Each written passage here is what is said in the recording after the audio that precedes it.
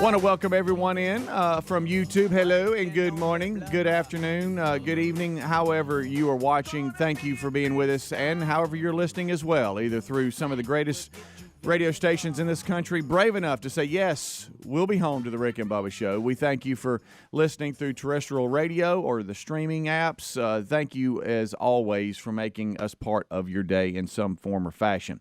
Busy show today. Let's bring everybody in. To my left is Greg Burgess, and to my right it is Michael Helms. What's up, guys? How are y'all? Good. Good. Everybody's good. Fired up, ready to be here and tackle the day. Well, that's good. You know what I don't understand? Not sure what that was. I like how low you went. Don't understand something, and probably just going to throw it up to me not being real smart. But it's interesting to me how some mornings this time of year when, you know, and look, those of you that listen in different parts of the country, it's bitterly cold for months, and you laugh when we say it's cold. And we just have pockets of, hey, it's cold, it's not, or whatever. But when we wake up, even if it gets warm during the day, in the middle of the night or early morning, it's still real cold. I don't understand why some mornings my windshield is iced over, and then the next morning it's just as cold and it's not iced over at all. Yesterday it wasn't iced over. This morning and I don't understand that. Monday it was. You're like, sometimes I look out and I go, you got a heavy frost some nights you don't. Yeah, I guess it's just heavier. The humidity's heavier, maybe. I don't know. But there's a little frost on the pumpkin. Yeah, I don't get it, because it's like, wow, it's just as cold. It's, you know, it's 33 this morning. It was 33 yesterday. I'm sorry, I've got to start the car a little early because I got to get that off the windshield. Yeah, I did. A little remote start. Isn't that the greatest thing they've ever come up with? I just want to. I'd pay for his lunch or her lunch. I know it. But anyway, but today was I got to start the car. It was a heavy frost for you. Yeah. You know what I never gave And it's up? weird, too. Let me say this real quick. It depends, too, on which side of the driveway you park. Sometimes, like if you're closer to the house, it doesn't have it on there. Just thought I'd let y'all know that. So thankful for my garage. Yeah. You know, a lot of here's that I can park in. I have a garage. You have a garage. Both of you have garages. Yeah, my wife can park in it. I don't refuse. I've got junk in the way on the other side. Yeah, I don't refuse. It's just been used for something else. Yeah, that's what I'm doing. Like, it's a big workout center for the, and I mean, exactly. So it's whatever. I'm using that part for that. But you're right. It is nice. Yeah. But I've, you know, all these extras you get in cars when you're buying them, and they got this. Like, I don't care nothing about that. I will say this. When it's cold, which is rare around here, but like it is right now, that heated steering wheel is a pretty good one. It is. I used to think it was unnecessary, but that's a pretty good one. Yeah. I didn't know I had that on the truck. Yeah, and I awesome. accidentally hit that button one day. Oh, yeah. And I was like, what in the world? What is this? What's going on? And I didn't need it at that point. Because it was in the summer, but I was like, what? Good night. This is going to be nice. Yeah. I thought it was overrated, but that's a pretty good feature. Right. Yeah. Are we going to talk about the 3 times a year we need it. Messing with each other in traffic yesterday? That was fun. We came up on side of each other, and we kept on going to the red light, on down the road, and we'd come up beside each other again, and then we'd leave each other, then we'd come up beside each other again, and that's cute. We were having a good time with each other. Yeah. We even took it as far as and this is illegal, I'm sure, but we were Snapchatting at one point back and forth.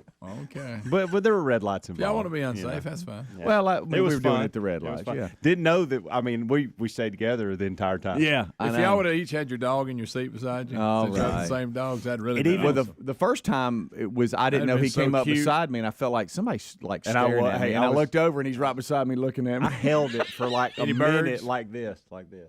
Yeah, I thought about you. I was like, Greg would be proud if we throw each other birds. I did not shoot him a bird. No, Greg, we didn't, buddy. Sorry about that. Missed a good opportunity. Oh, my goodness. It got to a point where I thought, okay, now I'm being a bit speedy because we've been together now for miles. Which goes into that because y'all, it's different when it's like somebody you work with every day that that you're actually close to, but. Like we've discussed, when it's just a casual friend, how many times do you keep acknowledging them? Mm-hmm. I almost want to fake that I got to go somewhere and turn off in a store and let them go. Yeah. Because at every light you look at them, it's still here. Yeah. How you doing? Yeah. We know each other. Good to see you. There they are again. I'm going to throw 2 NFL teams out to you and see if they're – I know you don't like Prime Game, okay? The Prime Amazon Prime Game of the week, that's Thursday nights, and you refuse to watch. Something about streaming that's weird to me. The Titans and the Packers. Nah? I like the Titans. The Packers this year have left me a little, No? I won't so watch you're saying no? I won't okay. watch it. Well, there it is. 6-3 Titans. The Packers 4-6. It's the Prime Video game, 7:15 p.m. Central Time, and Greg refuses to watch. Yeah, I just NFL on Thursday just doesn't do it for me. I don't know. Okay, well, I mean, there it is. That's there for you. I tell you, last night, Eastern. What was it? Western Michigan and Central Michigan. The score was 12-10. And it was Wednesday night football, and you're probably going, I ain't no way I'm watching that. Normally, I don't watch Wednesday night or Friday night college. Normally. I accidentally came up on it. I think it was ESPNU that had the game. Matter of fact, I even sent Helmsy a video of it. It was snowing so hard you couldn't see. You couldn't see the sideline. You couldn't see. You couldn't see any kind of markers at all. Didn't even know what if you're yard in the line you were watching on. That? I'd had to leave. And like during commercial breaks, you would see they would get sweepers out and at least try to like go down the hash marks and the goal line, and then after one series, it was covered back up. Now that was in the first half. Don't know how the second half played out, but it must have still been pretty bad because Helmsy, when we were watching it, or when I was, it was like 7-7, and the final score was like 12-10. So we're not sure how all that played out, but there wasn't much more scoring. There was even chip shot field goals that were missed. It's like they got down inside the 15 and couldn't even make the field goal. Extra points blocked. I mean, it was a mess. This was the longest game of their life. Yeah. Yeah, I don't know that I've ever been in any kind of snowstorm like that. That was a snowstorm. It wasn't just snow. It was a snowstorm. Right, right. The flakes were so giant. It's like something you'd see in a Christmas movie. Did you think they ever considered maybe not playing it? Greg, didn't go back like to your candy thing again. No, I mean, I'd like them to play it. But Western Michigan, they were in white. Oh, okay. Central Michigan in their dark colors. They could hide. And the camera would show from up top. They would try to show the stands and where all the fans were, and it was to Helmsy. It was snowing so much you could hardly even really see the people out there. They're trying to watch the game; they can't see it. When running backs would go to cut, it would be the stutter step, because if not, they're going to slip and slide. Yeah, it was crazy, man. But that was kind of cool though. A cold night, you're inside watching that. But you think of you got the players. That's probably the most enjoyable part. But you go, they're having fun. The camera guys, all the people that are there, they're miserable. All the support staff, the coaches are miserable. Right. But I know how we don't like Wednesday night football. That just feels weird to us. That one had me watching it for a little bit. I can remember when we were growing up, anytime it snowed, we had to have a snow bow. Yeah. We'd get a football out. And if you had a pair of cleats on, you had advantage. Yes, you could stomp. Yeah. All right, well, we're rolling. We're rolling. 866 We Be Big, the number. Coming up on 17 minutes past the hour. It's the Rick and Bubba Show's kickoff hour. Busy show today. We'll tell you a little bit about RBU this week. Former general manager of the Kansas City Royals, Dayton Moore, is our podcast this week. We'll let you know a little bit more about him next. Don't go anywhere. Rick and Bubba. From cringing at the pump to getting an eye-popping check at your favorite restaurant, inflation is hitting us all where it hurts. That's why we use Upside to earn cash back on every purchase. Upside is an incredible app for anyone who buys gas, groceries, or dines out, which we all do. Download the free Upside app and use promo code BUBBA25 to get 25 cents or more back on every gallon of your first tank of gas. That's 25 cents per gallon cash back on your first tank of gas using the promo code BUBBA25. And find a link at rickandbubba.com under the sponsors. I'll second guest dinners with friends because they can be interrupted by diarrhea, gas, bloating, stomach pain, or oily stools. It turns out I have EPI, or exocrine pancreatic insufficiency, which means I'm missing the enzymes needed to digest food. My doctor prescribed Creon, pancrelipase, an oral prescription medication that replaces pancreatic digestive enzymes. Creon treats EPI due to cystic fibrosis, chronic pancreatitis, pancreatectomy, or other conditions. Creon may increase your chance of fibrosing colonopathy, a rare bowel disorder. Tell your doctor if you have a history of intestinal blockage or scarring or thickening of your bowel wall. If you're allergic to pork, or if you have gout, kidney problems, or worsening of painful swollen joints. Call your doctor if you have any unusual or severe gastrointestinal symptoms or allergic reactions. Take Creon as directed by your doctor and always with food. Do not chew capsules as this may cause mouth irritation. Other side effects may include blood sugar changes, gas, dizziness, sore throat, and cough. These are not all the side effects of Creon. Creon is the #1 prescribed EPI treatment. Ask your doctor about Creon for EPI and visit creoninfo.com or call 800-633-9110 to learn more. That's CREONinfo.com. Well, if we're being totally honest, maybe we don't always make the best food choices. The CDC says we should eat up to 6 cups of fruit and veggies a day. Now, there's zero chance of that happening. So that's where Field of Greens comes in. With Field of Greens, you have more energy, you feel healthier, and it can help you lose weight too. Join us and take Field of Greens too. To get you started, we got you a 15% discount on your first order and another 10% off when you subscribe for recurring orders at fieldofgreens.com with promo code BUBBA. Fieldofgreens.com or go to rickandbubba.com. Fall is the tastiest time of year, and HelloFresh makes it easy to savor all the season has to offer with 35 weekly recipes and fresh ingredients delivered right to your door. Not only does HelloFresh spice up your cooking routine while saving you time with fewer trips to the store, it saves you money too. HelloFresh is actually cheaper than grocery shopping or takeout. Get 65% off plus free shipping with the code BUBBA at HelloFresh.com/Bubba. That's the code BUBBA at HelloFresh.com/Bubba or RickandBubba.com. If you need a new sofa or chair and you want to update your living space, look no further than Allform. We have an Allform sofa, and folks, the Allform sofa pieces are made in America. They're easy to assemble, and they're scratch and stain resistant. They come in a wide variety of shapes and configurations, and they ship right to your front door with a 100-day risk-free trial. If you don't love it, they'll pick it up for free and give you a full refund.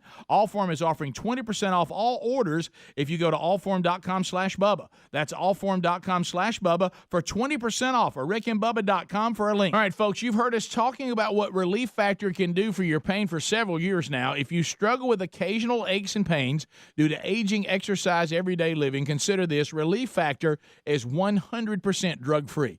It's made up of ingredients that simply help your own body deal with its natural inflammatory response. And we kid you not, Relief Factor is for real. And the majority of people who ordered the 3-week quick start for just $19.95 go on to order more. Try it at relieffactor.com or rickandbubba.com under the sponsor. Helix Sleep mattresses are made right here in the USA, and folks, they ship right to your door for free. If you don't love it after 100 days of sleeping on it, they'll pick it up for a full refund. But based on how we feel about our mattress and what the 12,000 5-star reviews say on Helix Sleep mattresses, we know you'll love yours too. Head to helixsleep.com/Bubba for $350 off all mattress orders. This is their best offer yet, and it won't last long. That's helixsleep.com/Bubba for $350 off, or visit rickandbubba.com under sponsors. Provember is back at Lowe's. Save up to an additional $750 off now on select major appliances from Hisense and get free delivery on items $396 or more. Plus, get an industry-leading 2-year warranty and great low prices on items like a Hisense refrigerator and air fry electric range, exclusively at Lowe's. Find the right appliance for your jobs and properties today. It always pays to be a pro at Lowe's. Exclusions apply. See Lowe's.com for details. Offer ends 11/30. Our friends at Lear Capital sent us one of those free Kennedy silver $50 that they're offering for free to our listeners. Now, with the price of silver going up, this free silver $50 has value. It's a smart time to invest in precious metals, and Lear Capital has 25 years experience, an exceptional Trustpilot rating, and a risk-free investor's pledge. There's no purchase necessary. Just chat with a Lear specialist about investing in precious metals and get your free Kennedy silver $50. Visit LearBubba.com. That's LearBubba.com.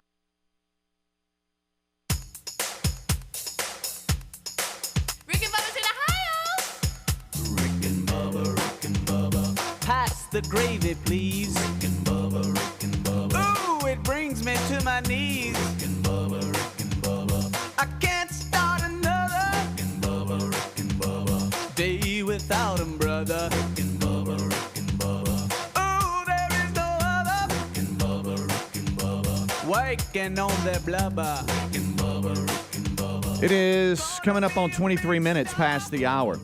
Thank you so much for tuning into the Rick and Bubba Show's kickoff hour. We're excited about Rick and Bubba University, the podcast this week. We have Dayton Moore on as our featured guest. He served as general manager and later president of baseball operations for the Kansas City Royals for 16 seasons after joining the organization in 2006. And from day one, his goal was to win the World Series and be world champions and they were able to do that. They had back-to-back appearances in 2014 and 15. In 2014, they lost to the San Francisco Giants, but in 2015, they beat the Mets to win the World Series in 5 games and have the franchise's first World Series in 30 years. Under his tenure, it was one of the most successful runs in franchise history. And we will talk to him. Of course, he's got a lot going on, and most recently he founded Unite KC. We'll talk more about that, his career, his life, and what he stands for. And it's going to be a great conversation, so don't miss it. This week's RBU with Dayton Moore. Looking forward to that, by the way. Yeah. These are the kind of things I like to listen to. Yeah. You talking about a leader and a go-getter. And so we'll talk to him this week. So look forward to that. Make sure that you are getting notifications and subscribing to Rick and Bubba University, the podcast, wherever you get your podcasts. Make sure you're doing that. Also, make sure you're following us on social media, all platforms, at Rick and Bubba. We always send out also notification. Those normally hit Saturday morning and publish. All right, so we've kind of been him-hawing around a little bit. Yesterday, and I don't want to complain. You know, we don't do that here. We just talk about things. But I found myself somewhere that I haven't found myself in a long time, and that's in rush hour traffic in downtown Birmingham. No fun. And you try to avoid that every chance you get. Yeah, let me tell you. We had a follow-up appointment to JC's minor outpatient surgery that he had a week or so ago.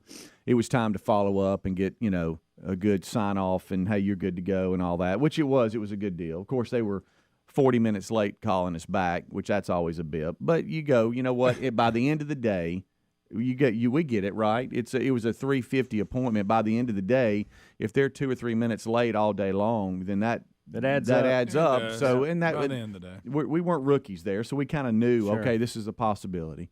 Of course, we're going to have to meet people around us and figure out what they're in there for. A lot of injuries, and so anyway, we found ourselves walking out right, after 5 o'clock Central Time, and you're in downtown Birmingham, and you got to get back to where you're going. And hey, it's a bad feeling when you hit on whatever app you use for traveling, it's just, and every option is red. Yeah, every one, and you're like, well, what's the best of the worst options here? And so we chose one, and the only thing I was thinking and then you is second guess. Yes, you do. Where would I worst. be if I went the other way? And at one point, Greg, I said, he'd be happy because I didn't go interstate. I went to, I know you like go 2 lanes and find different ways because you feel like you're making time because you're moving. I just want to be moving, even if it adds miles to the trip. Yeah, right. I just don't want to be sitting or barely moving. Right. That's my goal.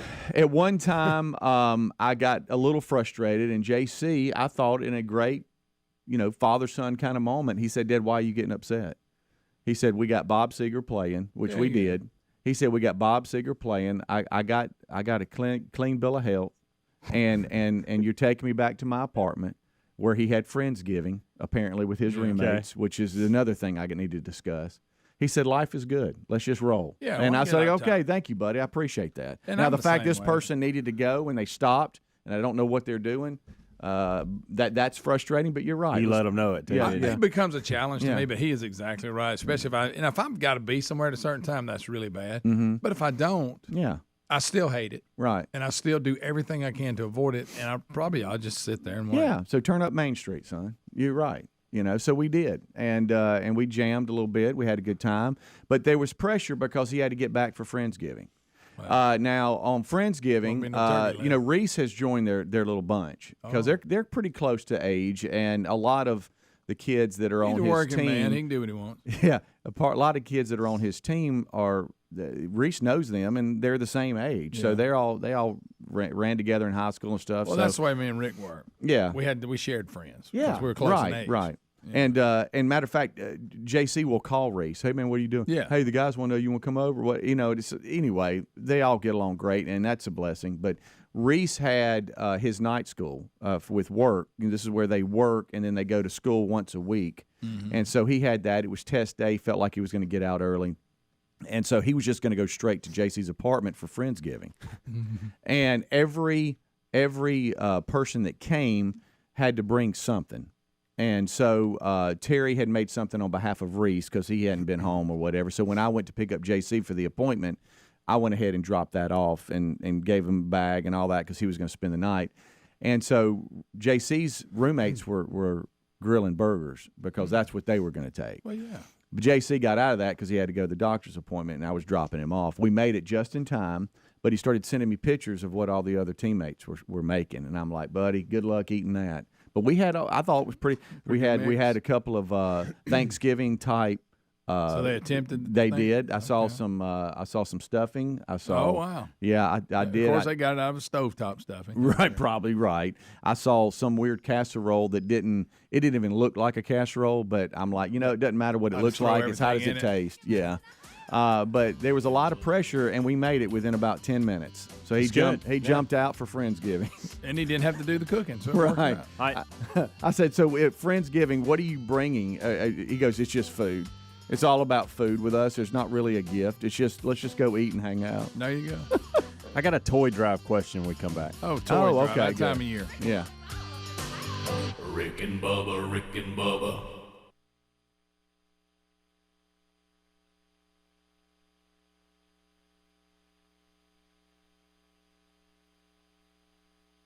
From pumpkin spice to apple cider, fall is the tastiest time of year, and HelloFresh makes it deliciously easy to savor all that the season has to offer. With mouth-watering recipes delivered to your door, right now you can treat yourself to gourmet meals and pick up some cooking skills along the way with their new limited-time Harvest Dinner Series, complete with easy-to-follow videos, and HelloFresh Market makes hosting your next tailgate or party easier than ever with fall flavors. A rotating selection of fall-inspired brunch kits, dessert boards, and more available for a limited time this season. With more than 35 weekly recipes to choose from and the ingredients delivered right to your door, HelloFresh helps spice up the cooking routine with fewer trips to the store, and it even saves you money too. HelloFresh is actually 25% cheaper than grocery shopping. Sign up today for 65% off plus free shipping with the code BUBBA at HelloFresh.com/Bubba. The code BUBBA, HelloFresh.com/Bubba. Folks, a big welcome to our new friends at WizKid Clean Pods. You're going to love these cleaning products. First, they've developed formulas that defend surfaces against the buildup of dirt and grime in between cleanings, reducing cleaning frequency, saving you time. And of course, this reduces the amount of chemicals used in our spaces. You bring the water, Clean Pods bring the clean. These are concentrated cleaning products in water-soluble pods. And you're getting your homes clean with a smarter, cleaner system, which means less plastics in our oceans, rivers, and landfills. These are high-quality spray bottles with high-quality cleaning pods that get the job done. So get yourself some WizKid Clean Pods and embrace the smarter, clean philosophy. Get 10% off any purchase plus free shipping with code BUBBA at cleanpods.com/Bubba. That's cleanpods.com/Bubba. Use the code BUBBA or find a link at rickandbubba.com. There's nothing worse than the mall in the months leading up to the holidays. You got children screaming and take forever to find parking. The list goes on and on. Now, right now, you can shop early, skip the stress, and snag some of the best deals of the season on something everyone will love. Premium audio products from Raycon. Raycon's wireless earbuds, headphones, and speakers offer premium sound, useful features, and almost custom, comfortable fit, and up to 54 hours of battery life. And they start at half the price of other premium audio brands.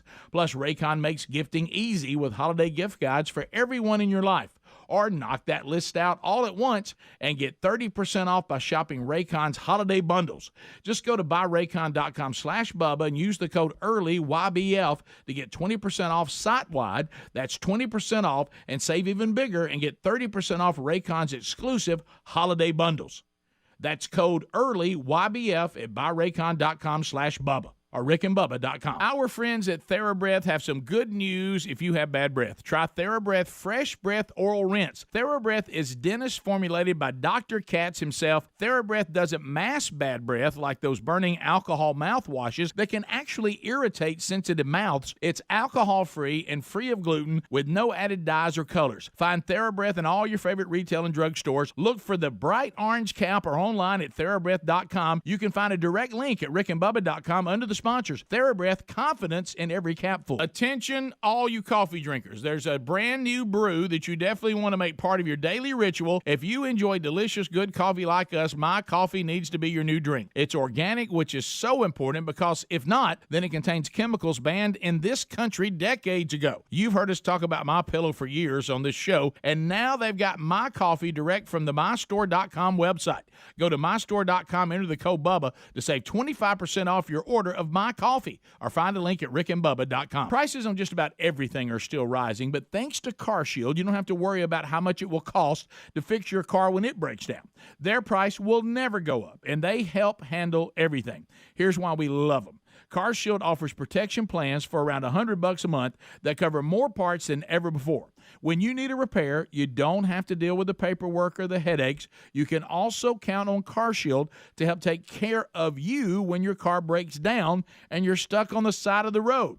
Every protection plan comes with coast-to-coast roadside assistance, courtesy towing, and rental car options at no extra cost. So as long as your car is covered, no matter how old it is, you're protected from the rising cost of parts and repairs. Get coverage today. Go to carshield.com/Bubba or call 1-800-391-8888 to save 10% on your plan. That's carshield.com/Bubba or call 800-391-8888.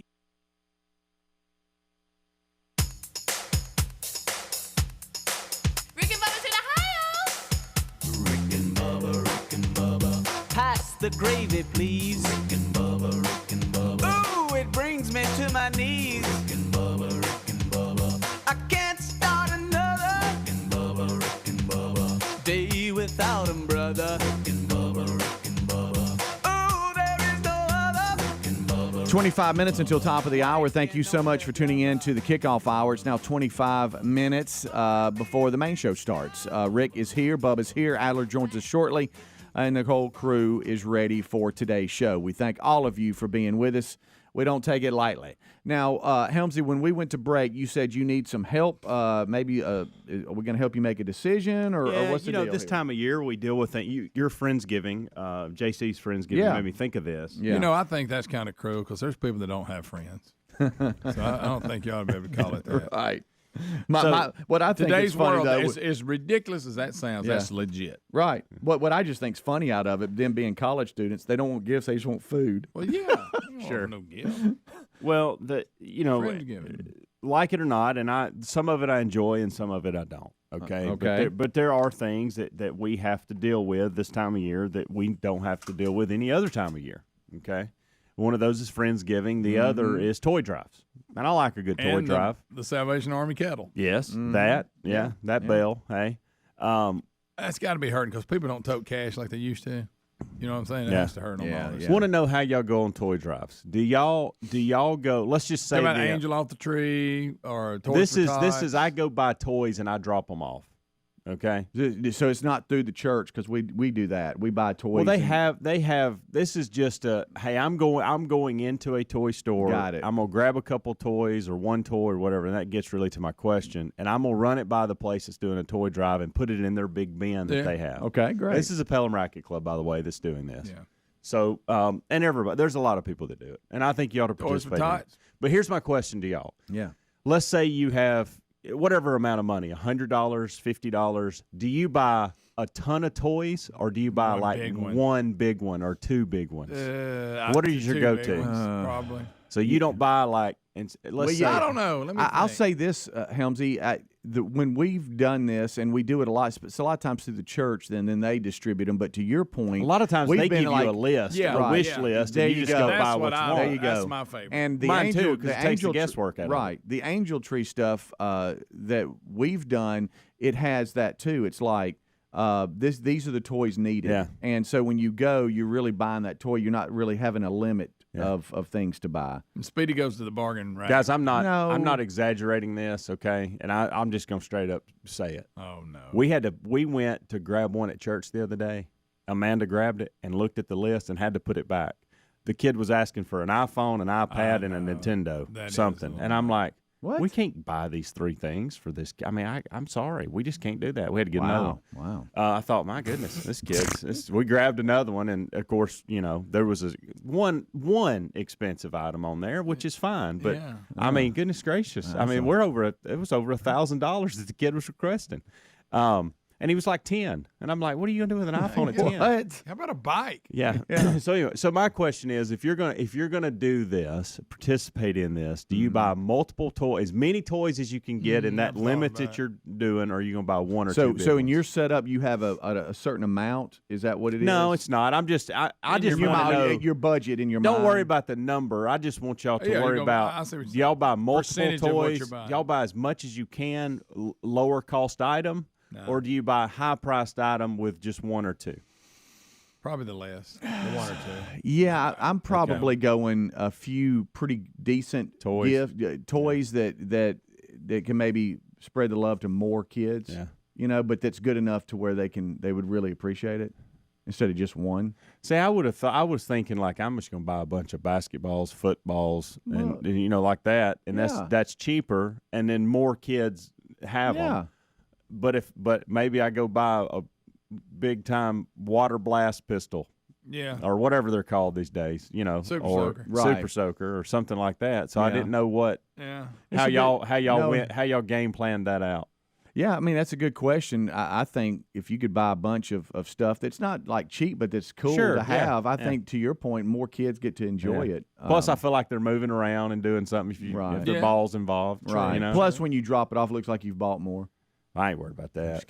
That's a good one. Hey, that's a good add-on. Hey, he needs a bag. He just dumps the whole bag in there. I got a bunch of these over here. I'm just going to put them over here. That's what I'm doing. Hey, Santa's here. That's right. You got it over your shoulder coming in. Anybody seen Santa? Oh, there he is. Take this list. I got everything on it. Got a big garbage bag thrown over my back here. Where do we put this? Oh, over here. Okay. That's fun. A lot of stuff. I can remember when we were in 7th and 8th grade football, and back then you played for your school, but it was in like the Anniston City League. But so if you won the league, you played in the Toys for Tots Bowl on Thanksgiving or around Thanksgiving. Right. And people would bring toys. That's how you got into the game. Okay. Instead of paying, you brought toys, and they would have huge boxes stacked up with toys at the Toys for Tots. Now, if you're playing in it, that means you had a good year. Yeah, that's good stuff. Yeah, that was your entry. Yeah. That was in my mind, that was my first recognition of Toys for Tots. I remember thinking, I thought it was a little football game everybody played. I didn't realize it was actually helping people. Right. Our flagship station, actually the guys cut promos for a bike drive that we're going to be doing as part of Toys for Tots and helping the Marines. And they're our charity charge coming up on Monday, by the way, at participating Buffalo Wild Wings. But I found myself at the location that's going to happen, and I saw them stirring. They're getting everything ready. Yeah. Hey, there's a lot of bikes out there. Remember when we broadcast from the Toys for Tots drive that time at some barbecue place? Yes, I do. Yes. How about the awful promotion for the person up there, the scissor lift? I'm going up, and I'm not coming down till we meet our quote. Are they doing that still? I don't know. Can I just remember they have in the past. Since y'all are bringing up bikes, put a porta potty up there with you, and you have to stay up there. And was it yesterday? Bikes for kids. With the Buffalo Wild Wings. Charlie Bikes for Kids. So this is awful. What I'm about to share. Oh no! But it's fun. No, it's you stole a bike. No, Greg, it has nothing to do with it. So I had somebody last night. One of my good friends sent me a video message, and he was pouring out his heart about how much that segment meant to him. Oh, that's awesome! And I thought that was great. But all I could think about was I didn't know what he was talking about because Greg and I were eating wings.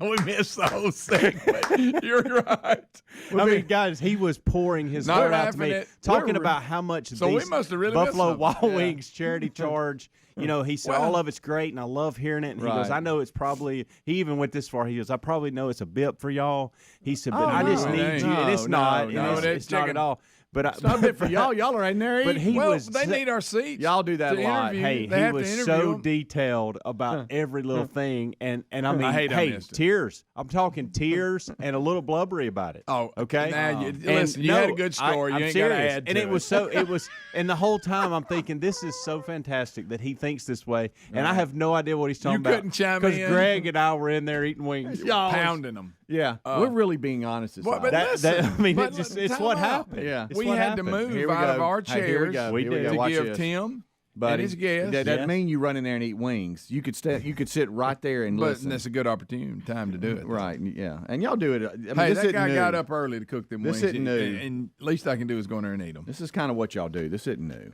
Yeah, well.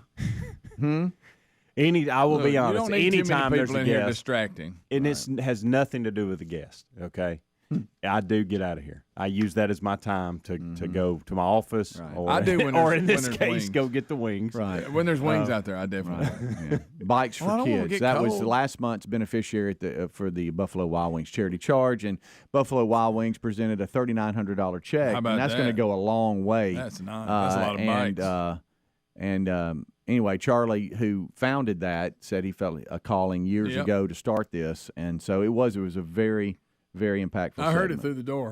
after I got through listening to the heartfelt message, I thought, man, I really miss a lot when we're in there. Well, I will tell you this.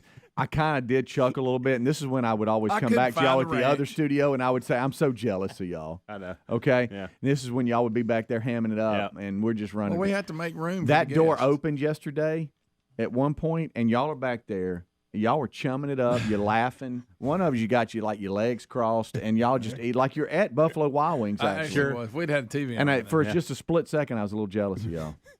Well, look, I was like, "What's that like?" next time you can have my spot. I'll stay. in Okay. did you hear him? How? I did. Yeah. Next Well, time look, you can have my spot, Well, what and am I I'll gonna- be what- in what am I here. gonna interview him? Yeah. I know. See, that's my. I know that's your justification all the time. That's You can funny. come Well, in I with wasn't us. You'll be interviewing. fine. You No can come in there question with is us. coming It's from called me during the producer. I'm in interview. here in case there's problems. What, so they y'all need didn't know me. what you were going to do that segment? No, I That did, Snug but up it's on the- you? it's the Were you un- over sending signals like during the game? It was the Calling the I know this is defense? how you dumb it down. That's fine. Bicycle. Ask about bicycle. It's the unforeseen problems, buddy. It's kind of like right now, me trying to keep you Where's quiet. the website? Website. I don't know. Where the hell's Hamsley? Rick and Bubba, Rick and Bubba.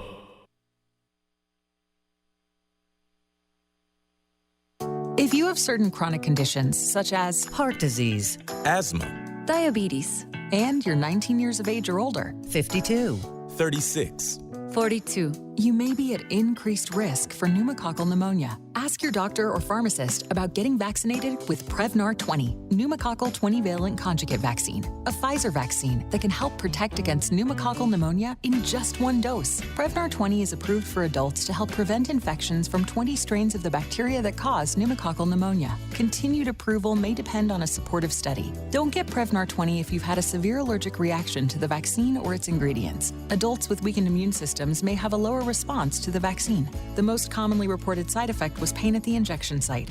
For additional common side effects and full prescribing information, please call 1-855-213-2138 or visit Prevnar20.com. I'm going to ask my doctor about getting vaccinated. With Prevnar 20. Gifting season is here. It's not too early to find the perfect presents like the styles every guy loves from Untuck It. Get ahead of your holiday shopping with wrinkle-free shirts, long-sleeve polos, cozy sweaters, and more. Untuck It shirts are designed to be worn untucked, so they help guys to look sharp and feel casual. That's why he'll love unwrapping one of our iconic shirts this year. Now's the time to beat the rush and find the perfect shirt at Untuck It or at over 80 stores. Untuck It. Shirts designed to be worn untucked. At Boot Barn, we believe that cowboy boots are made to be worn, not collected. For a boot to last a lifetime, it needs to be built properly. Hand craftsmanship is among the best ways to achieve that, where 90 artisans have the boots in their hands from start to finish.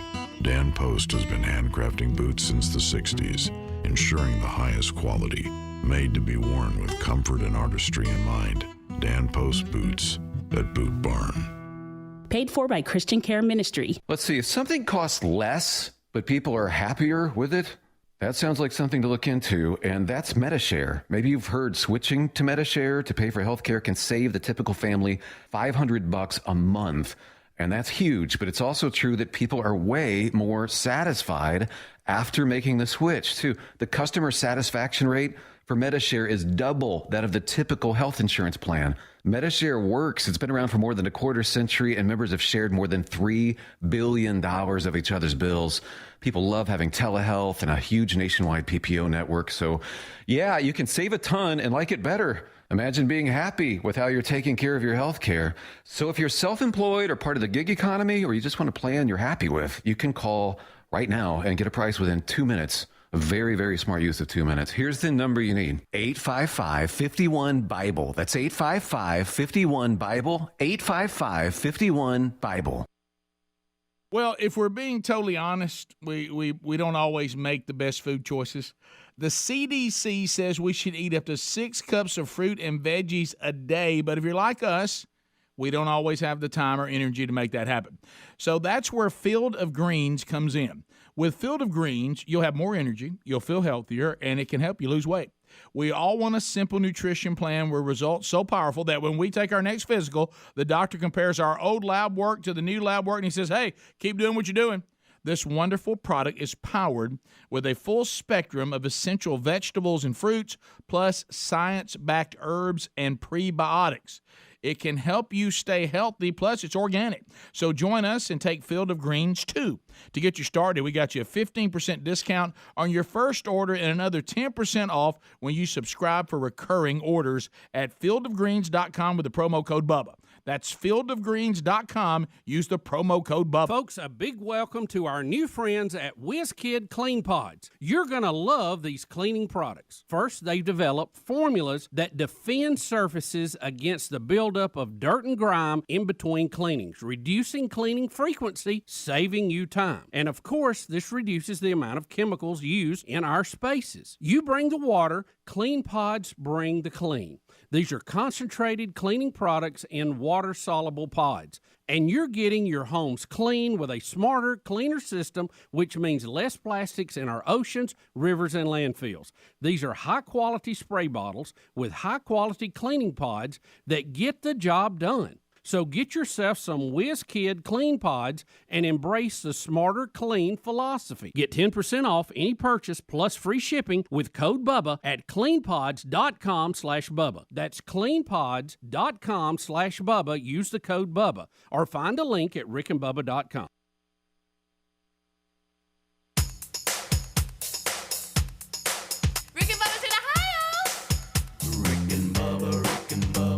Pass the gravy, please. Rick and Bubba. Ooh, it brings me to my knees. Rick and Bubba. I can't start another Rick and Bubba. day without him, brother. Rick and Bubba.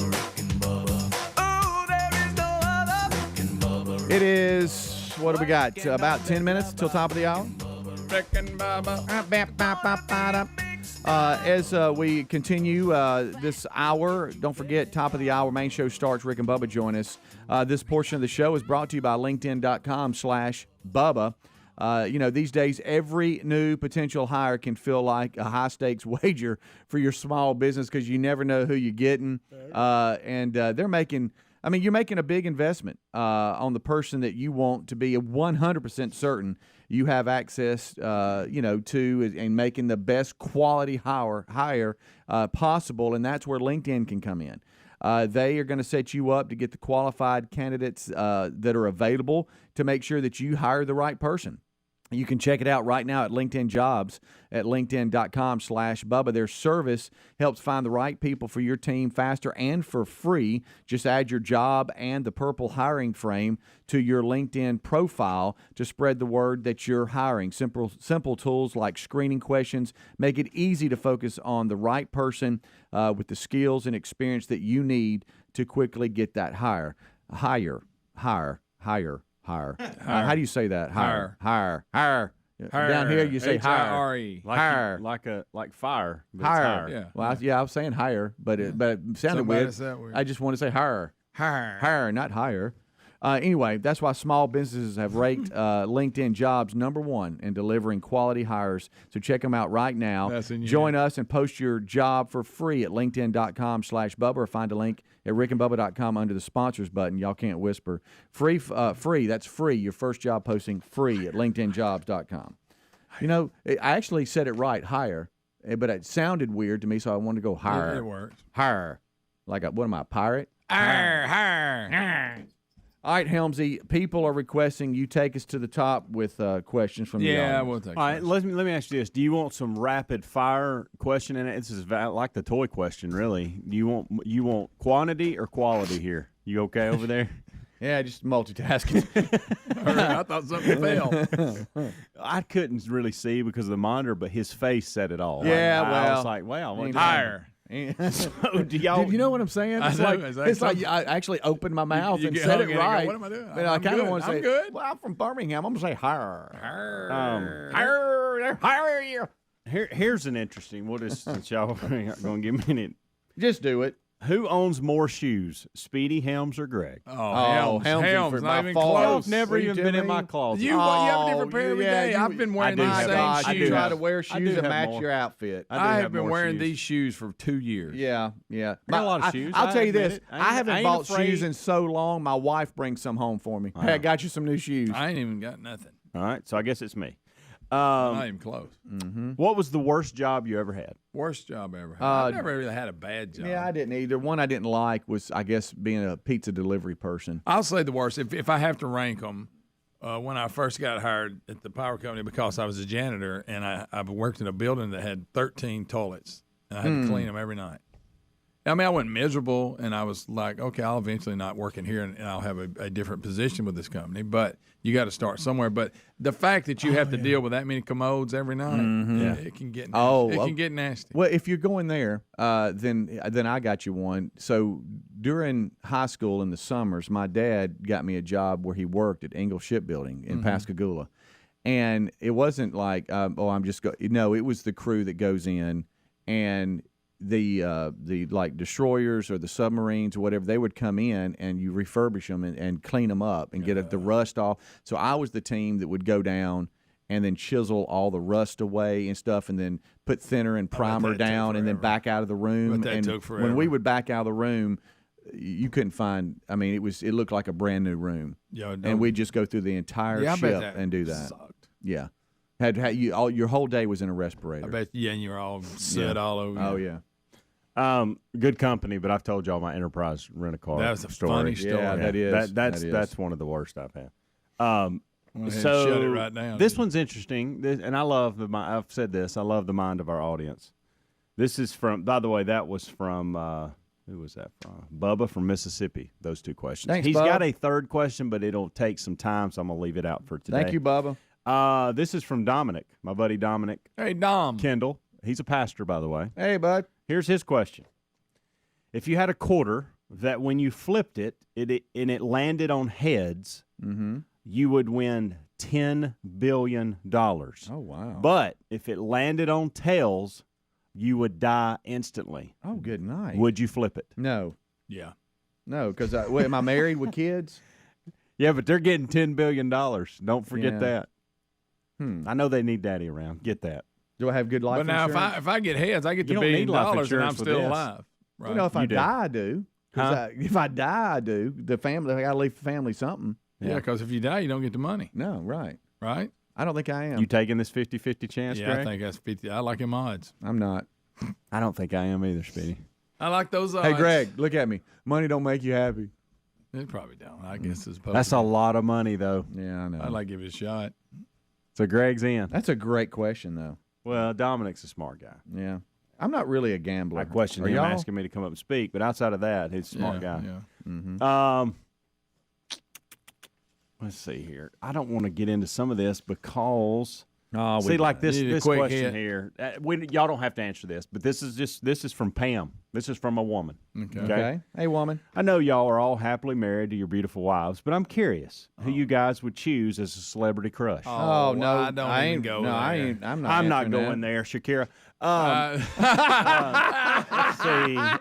Let's see what else. Couldn't get that in the garbage can Hips quick don't enough. lie. Yeah, throw that away. Throw it away. Hey, Helmsy. Save that one. Speedy said Mama June. I'm just throwing that one away. Greg, I wasn't ready for that. Oh, fake laugh. All right, I like this one. I think we got time to get this Who am one. I? You get to pick one other person from the show to be your partner. Ooh, Which of these are you Partner? participating in? What are you talking Just okay. listen. I feel better. I don't mean, That partner relationship thing, partner. Right. You get to pick Connotation. one other person from the show to be your partner in one of these 6 events. Okay. Okay. better. All right, Who that's do you it. choose and what do you choose? 2-on-2 basketball game, a hunting tournament, a bar fight, America's Got Talent, a zombie apocalypse, or escape from prison. Wow. This is from The Butcher. That's how they signed it, That's by the way. tough. Man, that's also a lot known of as them. Derek. That's a lot. I kind of want to try to escape from prison, but Do the bad you? part is that means I'm in prison. I feel like I could. I Right. feel like Adler and I could escape from prison. Yeah. I really do for some reason. Well, I'm going to do him on that America's Got Talent thing. Ooh, that's a good one. He's very talented. That's a good one, by the way. Yeah. He's out on basketball. No, I'm gonna take Rick in a bar fight. Okay. For sure. Bubba in a hunting tournament. Okay. I'm probably gonna go Speedy with a zombie apocalypse. Yeah. Yeah, They I'd ain't got a say that. chance. I can see that. We're going to mow them down. Yeah. I'm a fighter. Yeah, the America's Got Talent. That's got Adler written all over. Yeah, it as far we as would all who pick pick Adler him. for that. Sorry, Greg. He ain't picking you for nothing. I don't blame him. I wouldn't. I go with Speedy on the basketball too. All right. Sorry, Greg. You're on the sideline, But bud. that's a good call there because I ain't. Well, he's good a little at taller. I'm not good at basketball You got a little move at all. here or there.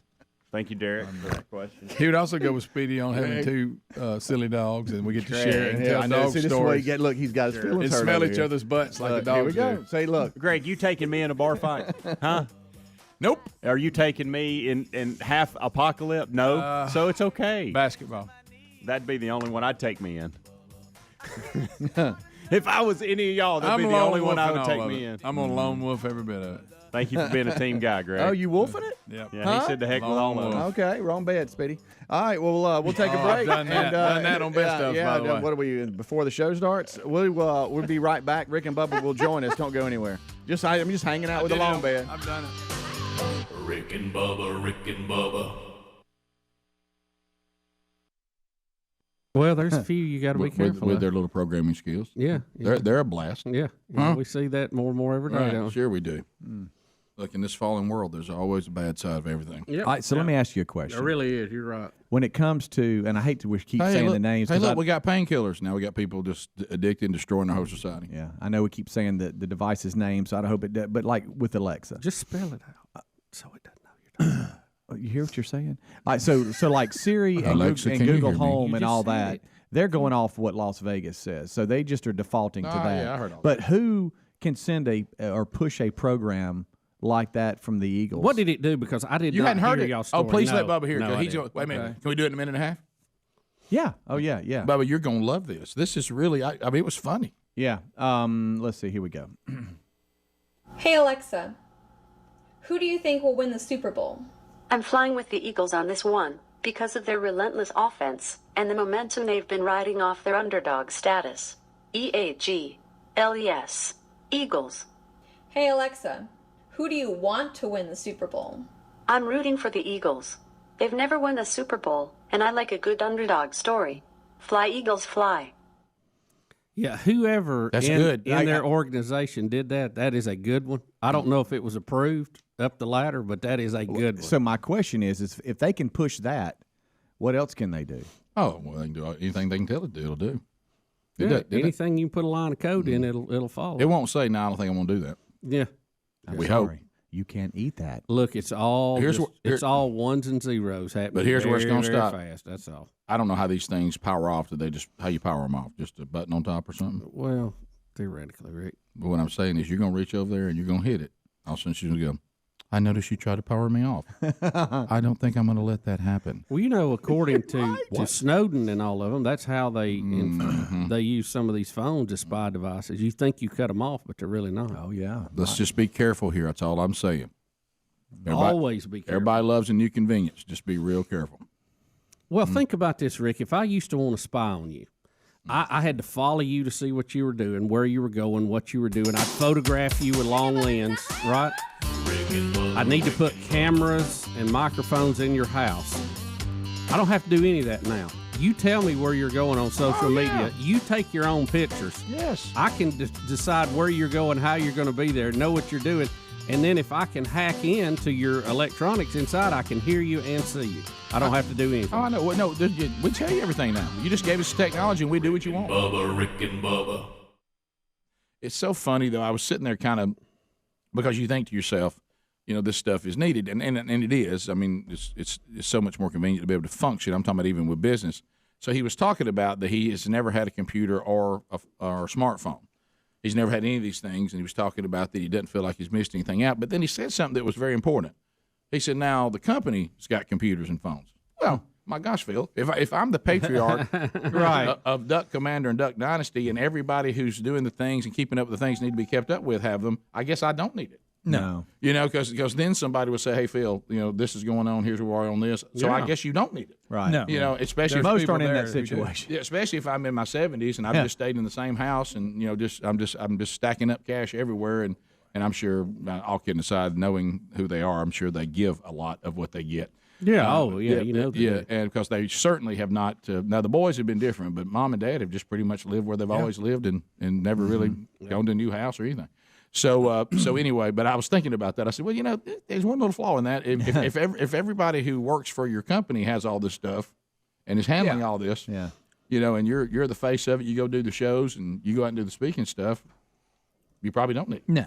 You know, and everybody, and the ones your family's got your home phone. You can call Kay if you need something. You know, yeah. I can see where to Phil Robertson, you know, sitting out in the duck blind, you know, looking at Instagram's probably not anything he's ever done. Probably not. Probably not. We go to the. But you don't think he hadn't found a Pinterest page with some hunting notes on it? That's it. An anonymous caller out of Freeport. Hey, go right ahead. You're on the program. Hey guys, how you doing this morning? I'm great. How about you, buddy? Pretty good. You guys were talking about artificial intelligence earlier, and I didn't know if you may have heard this story. They did a write-up about it in Forbes, and I think they actually put it on the news, but Facebook had developed an artificial intelligence that had actually made up its own language and was communicating with the other computers and systems inside of Facebook, I guess corporate, and the developers could not understand it.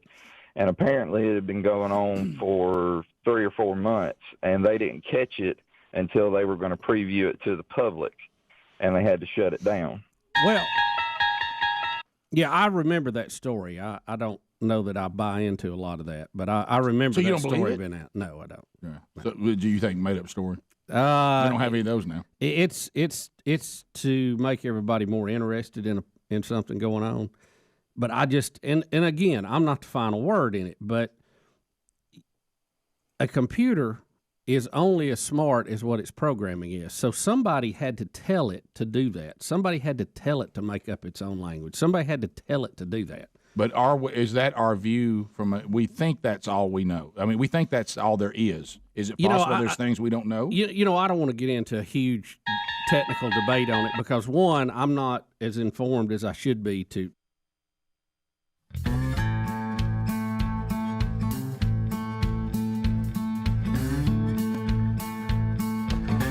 Here we go, 6 minutes past the hour. It's El Rick and Bubba show, still here. About to wrap up 28 years and celebrate our 29th birthday. Wow. We've been at this a while. Still here, and swinging. We start this hour, and sometimes it just didn't have the punch it once did, but we started with our national anthem.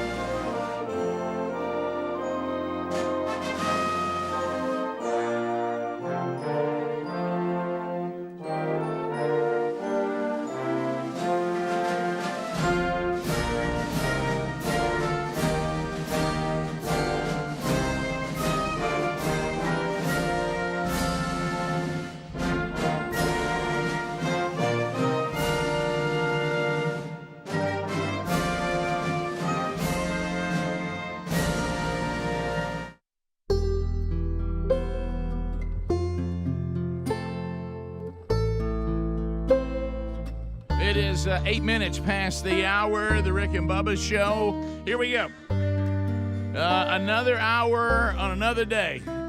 Banging out another week.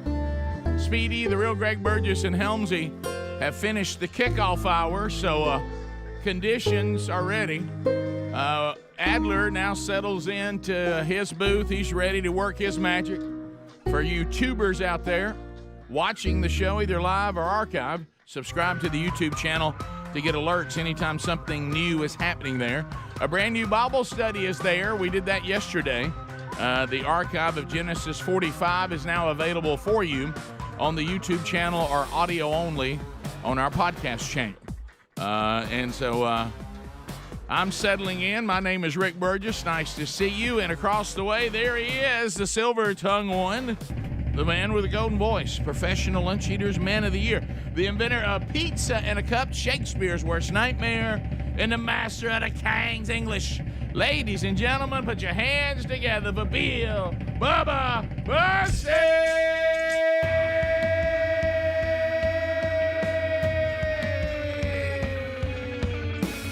Howdy, Bubba. How about it, Rick Burgess? Friends, neighbors, associates everywhere. Welcome into the little party we call Rick and Bubba. Pull up a chair and stay a while. Let's go.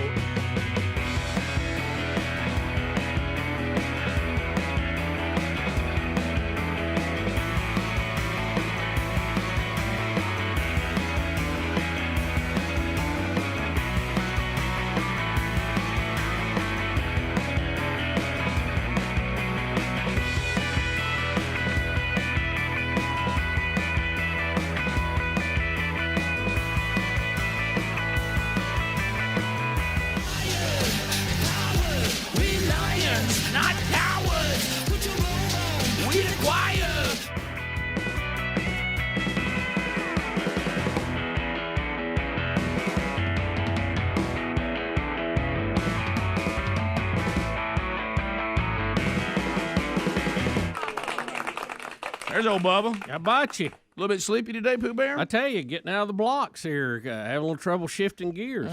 You and little baby brother, a little bit sleep today. Yeah, we were just talking about Somebody snuggle them and keep them warm. You know, that it kind of goes that way with the week anyway, Thursday and then Friday. You know, so it's funny when we were kids, you know, you seem to ramp up as the week got here and the weekend. But I don't know. Yeah, I just had a little problem getting out of getting the gears going today. I guess I got woke up middle of the night. What got you? Big eye? I don't know. And then when I went back to sleep, I was sleeping hard, you know. Yeah. And so I woke up this morning with Betty, you know, waking me up, going, "Hey, your alarm's going off." Yeah, got a little deep sleep. Yeah. A little deep sleep. I love that when you sleep right through the alarm. Oh, yeah. And that does require a ramp up. So, Bubba, here it is. But we'll be out. Couple of things. I'm sure, of course you will. You've done this a few times. I'm just telling everybody. We're about to get 29th birthday coming up.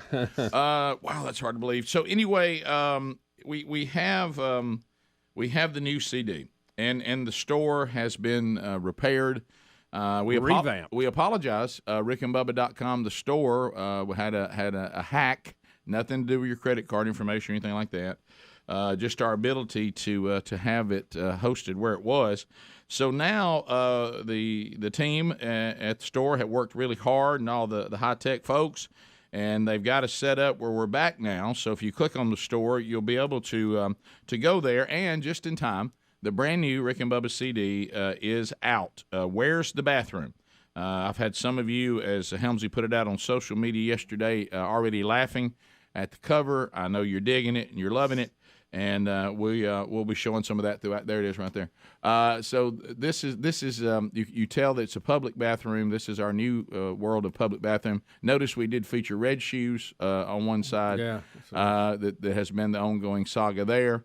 And then on the back of the CD, it's porta potties with all the CD tracks on it. So and you can get it now. Now these are the hard copies. Hey, easy. Hey.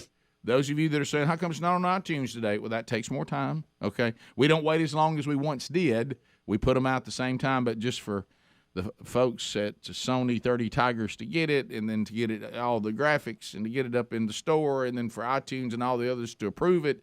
That just takes time. So I don't know when it will be there. It'll be there, at some point, and it may not be till after the first of the year. But anyway, the hard copy CDs, and they're always limited in number, are now available at the store if you want to grab it. Bubba, we some of our us enjoying Biden. Floyd the Biden is cut 1. You were gone during this. This is when this thing broke out of me taking a wolf. Is cut 2. Women's pro football mascots. I think I remember seeing tears running down your face when we were all doing that. Hey, that's Michael McDonald. That's when I thought I was at the beach with Michael McDonald. Greg trains for contacts. That's when Helmsley tries to help Greg on, and you're not wearing them now, so that never worked, did it? No. Okay, yeah, we all called that one. I may wear them. Sausage Balls Phenom. That's in there. Gary has a tick problem from Gary the Bulldozer Man. We have adult children and aging parents. No credit to the caddy. That's Bubba and Speedy memory there. Pavilion Hunger Games. We also have Bubba loved this when we were all to decide we would help NASA with their marketing. This is when Bubba wishes we weren't his friends. Sibling rivalry tarnishes Good Friday. That's Adler and his brother getting in a fight on Good Friday. Surviving customer service. We've done numbers of those. Where's Bubba? That's that hilarious story of Betty looking for you, which was very funny. Shocking news on staying healthy. This is when one of the many times over the year where Speedy gives us those stories that he wants us to see. My wife is my co-pilot, the life of every man, trying to go somewhere with your wife in the car. Bark if your son is graduating. This is Speedy. Who was barking at one of his sons graduating, and he got caught on video. Trash cans and move-ins, that was that adventure of us trying to move my mom and dad to a retirement community the night of one of the stages of the move that really went south. Then Bubba and his family seeing Dancing Donkeys is cut 9. And then 10, Big-Hearted Rick. So those there we are. There's our CDs for the year. Our cuts for the years. No way we can remember all of them, but these are the ones you kept emailing us about, and they're on there. So the new Rick and Bubba CD for this year, I guess this would be CD 27, something like that. I'll tell you why. Go ahead and finish. Yeah, that's it. That's all I got. Yeah, I'm just going to tell them it's at the store. Click on it. It's there until the hard copies are gone. It'll be coming to iTunes when it gets there. I was going to pull up the spreadsheet and add that CD to the list. And then I was also going to look at what year it was. And I noticed that I don't have my spreadsheet program in my laptop anymore that went to be repaired. So I guess I'm going to have to download it. What? Is this the one that wouldn't charge? Yeah. So I got it back, and they replaced some boards, but apparently that is gone, or I don't see it in Bubba, there. I got to find it. Is it on the cloud? No, I had the spreadsheet program, in the computer. How you can't even have a spreadsheet? Where'd it go? We'll be back. Why is it gone? The Rick and Bubba show continues right after this. Rick and Bubba, Rick and Bubba. Dude, but I'm just But that's saying never stopped us before. From what I know. Really? From what I know. With it? Hey, look, we've barreled ahead with the wrong information before, and no expertise whatsoever. Artificial intelligence, as it's being spoken of, or as it was seen in the movie The Terminator, just doesn't exist yet. We can mimic things, and just like this, Alexa does not know that she is for the Eagles. It is a chip. It is following a program. It only went when somebody asked that question to a database and gave that answer that somebody typed in there and told it to do it. It doesn't. I mean, I feel very confident that Alexa doesn't even know what the Super Bowl is. It's just mimicking. It's like a parrot with perfect memory and just so much resource out there that it can use, but it's only mimicking back what somebody's telling it to do. And it seems cool. It seems like it's a it's a person, man. It's smart, you know. But no, not really. It's weird because like Google Home, when you ask it, it says it doesn't understand. Like, I'm sorry, I don't understand your question. They didn't take the time, I guess. Where Siri is just going off what Las Vegas is doing. Mm-hmm. Well, there again, somebody somewhere, and there may be hundreds of them, are sitting there going, this is a question we need to answer. Who's going to win the Super Bowl? And then they refer them to, again, a database or a table, which is the odds on it. Somebody who's a big Eagles fan thought, I'll have a little fun with this. Now, I don't know if they approved it up the line or just some programmer did it. It's funny to us. Well, to me, of the products out there, the others just telling you what the line in Vegas is versus what that did, Right. that's much more entertaining. Yeah, it is. And see, it'll get a lot of play today. Yeah. And it's, it shows, I hate to say, the human side of it. Let's go to Rod. Rod, welcome to the program, buddy. Go ahead. Yeah, hey, I was listening to you guys, Bubba talk about his Alexa, and I thought, well, I've got a Google phone, and so I thought, well, I'll see what Google has to say about the Eagle question. So I asked her, I said, okay, Google, who you think's okay, Google, who's going to win the Super Bowl? And it said the Patriots will defend its title against all challengers. And so then I was like, well, okay, Google, who do you think is going to win the Super Bowl? And she said, well, Alexis has said that the Eagles would win. You're kidding. Are you I thought that was pretty funny. Are you making that up? Did that really happen? No, I've got the phone in my hand right now. That's I didn't funny. even know you guys' telephone number, and so I said, okay, Google, call the Rick and Bubba show. And I called, and when you guys picked up, and I told him the story, and that's what I just told you. But I thought that was funny that Google said that Alexa would. Yeah. Alexa would. That's funny. Eagles would win. That's really funny. That is funny because funny, yeah. they must Well, have see, updated it since the story. Because in the story it says that Google says it doesn't understand. And so that's good. That's and funny. You don't know. It may be scrubbing news stories out there, and it picked up that Alexa had predicted that, so it just gave you an answer before somebody at Google can go and tell it, don't quote Alexa, which will happen. Because I know if you have Google Home or whatever, you can't order Amazon off of it. They have that part blocked out. That's not because that box decided to do it. Somebody behind the scenes, a programmer did. Now, what is scary about it, and this goes back to Google and search engines, and even can go to our schooling, Rick. Right. Somebody makes a decision how the story is told. Right. And that's the person we got to be careful of, because we know that there's a lot of liberal slant in things in education. Oh, absolutely. I mean, we've all had situations with our kids or friends, and we go, well, that ain't right. I lived through that. That's not how that went down. Now, you're going to have to give the teacher what she wants. We call that the corporate response, feed the beast, and then you know the truth. Yeah, I've even had to do that on some theology. Yeah, yeah. You know? Yeah. Yeah, look, this is the answer they're looking for. I don't necessarily buy into that. I'm not sure they got that. I think that there's a little flaw in that. It's called feed the beast, Right. and I've tried to teach my kids to do that at times. There's a time to make a stand, and then there's a time to give the answer that all parties are requiring, and then you move on. About the Facebook artificial intelligence creating its own language thing. So look, he got that intense look. I mean, I know we're jujitsu. Right? Okay, so Facebook was trying to create a program that could talk to people and kind of negotiate deals so that people could not even tell that they're talking to a robot. So they set up these two robots to talk to each other, and the robots were supposed to negotiate they had baseballs and tennis rackets, and who gets the tennis rackets, who gets the baseballs, and who gets however many of each. 21 minutes now past the hour of the Rick and Bubba Show. 866-WE-BE-BIG is our number. So we got some things to update you on today, some news stories, and, of course, your phone calls. Wheel of Meat has already spun for the week, so that's out. Rick and Bubba University, the podcast today.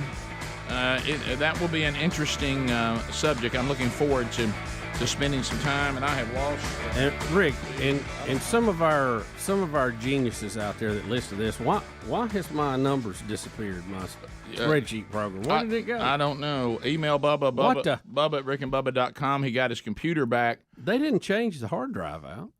Everything else is on there. I don't know, buddy. I mean, I know you're just thinking out loud. Because I am. You know, I'm of no help to you. Well, because I wanted to go in and list the new CD on the the titles that we've had and all that, and I can't do it because I don't have a program to do it. What would you do if what would you do if all of a sudden I said, well, I'll tell you what you need to do, and you did it and it worked? I would love it. Would you? And I would say thank you, Rick. And would you say may I have another? And would you start looking to the sky for the return of Jesus? But anyway, I had some things on my desktop too that are gone. I don't know what's happened here. That's what happens. Anytime your computers, that's the reason why I hate these software updates and my computer ever being worked on. It always comes back with some kind of problem. I should know. Dayton Moore is our guest today in Rick and Bubba University, the podcast. That's what we record it today. It'll come out this weekend. Give me that name again. Dayton Moore. He served as the GM for the Kansas City Royals, and he was there and took a small market team to the World Series 2 years in a row and won it in 2015. And he's got an incredible story about taking that on and saying, I'm going to get this team to the World Series. I thought you were giving advice to the young folks, date more. No, I was not. I was not. Based on the idiots out there now, good. I would probably say date less. Sometimes when you're fishing, be sure you know where you're fishing. All right, so we got some updates for you. It looks like we will, and I don't really mind gridlock. I like gridlock better than one party if it's a party I don't like. If the Democrats have everything, I don't like that. If the Republicans can't get everything, let's at least get some of it. The financial markets usually like gridlock because they know that nothing's going to get done. That sounds which fine to means me. they will not be tampering with something going on. Every time the central government seems to be unable to do what they want to do, I benefit.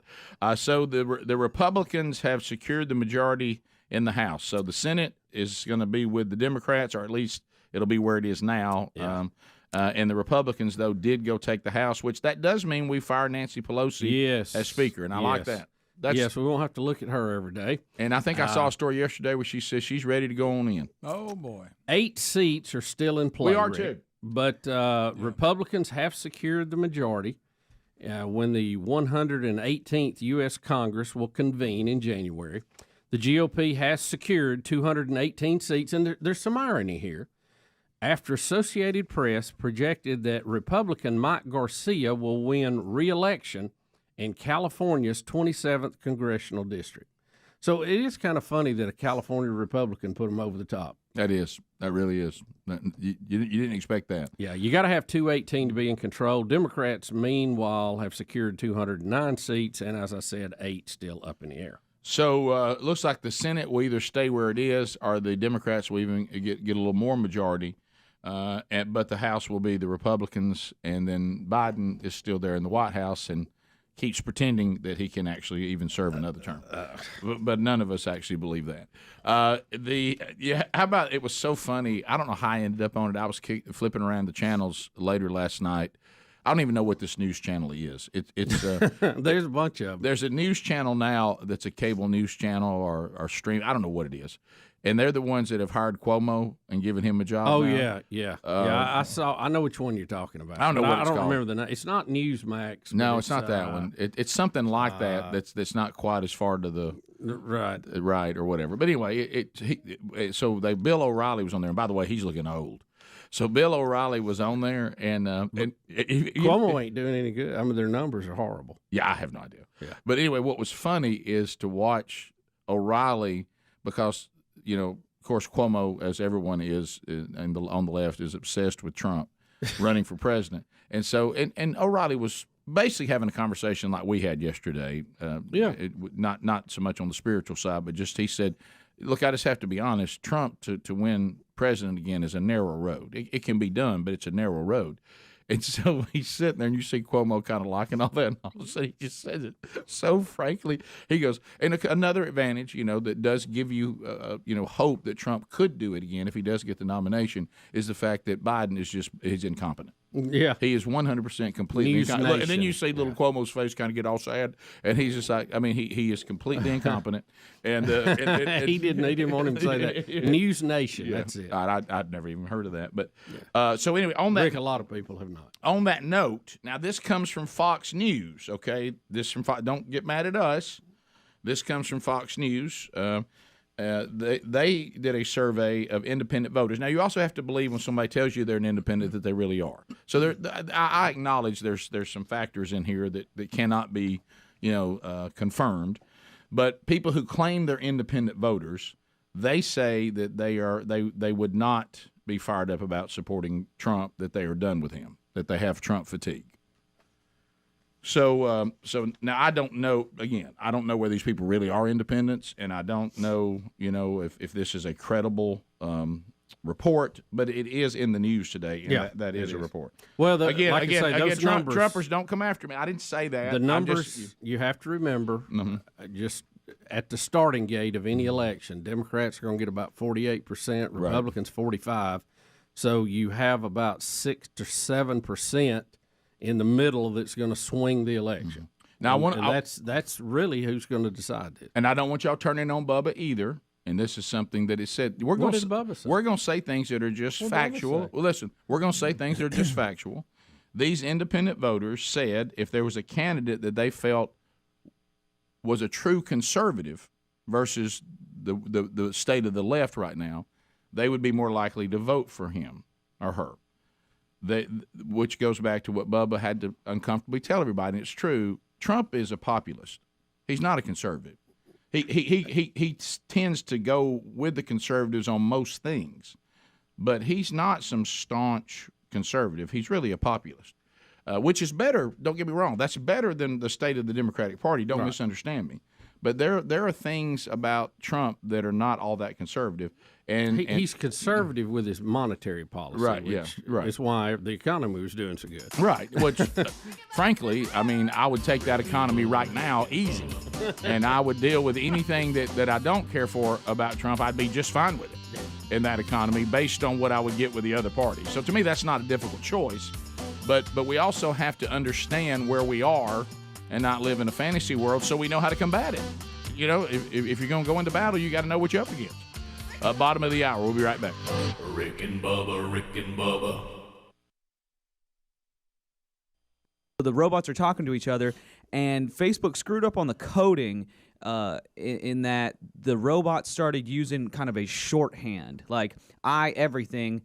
I can. That kind of thing. They kind of just tweaked their language a little bit so it created like a shorthand in which the robots did know what each other were talking about, but humans wouldn't look at that and see it as like something that made sense. So Facebook kind of just screwed up in the coding of that, but they kind of did create their own language, but not really. It was more of just like a shorthand. It made for a great story, and we could all, ooh and ah on it, but it really wasn't that big a deal. I don't know. It's pretty fascinating, though.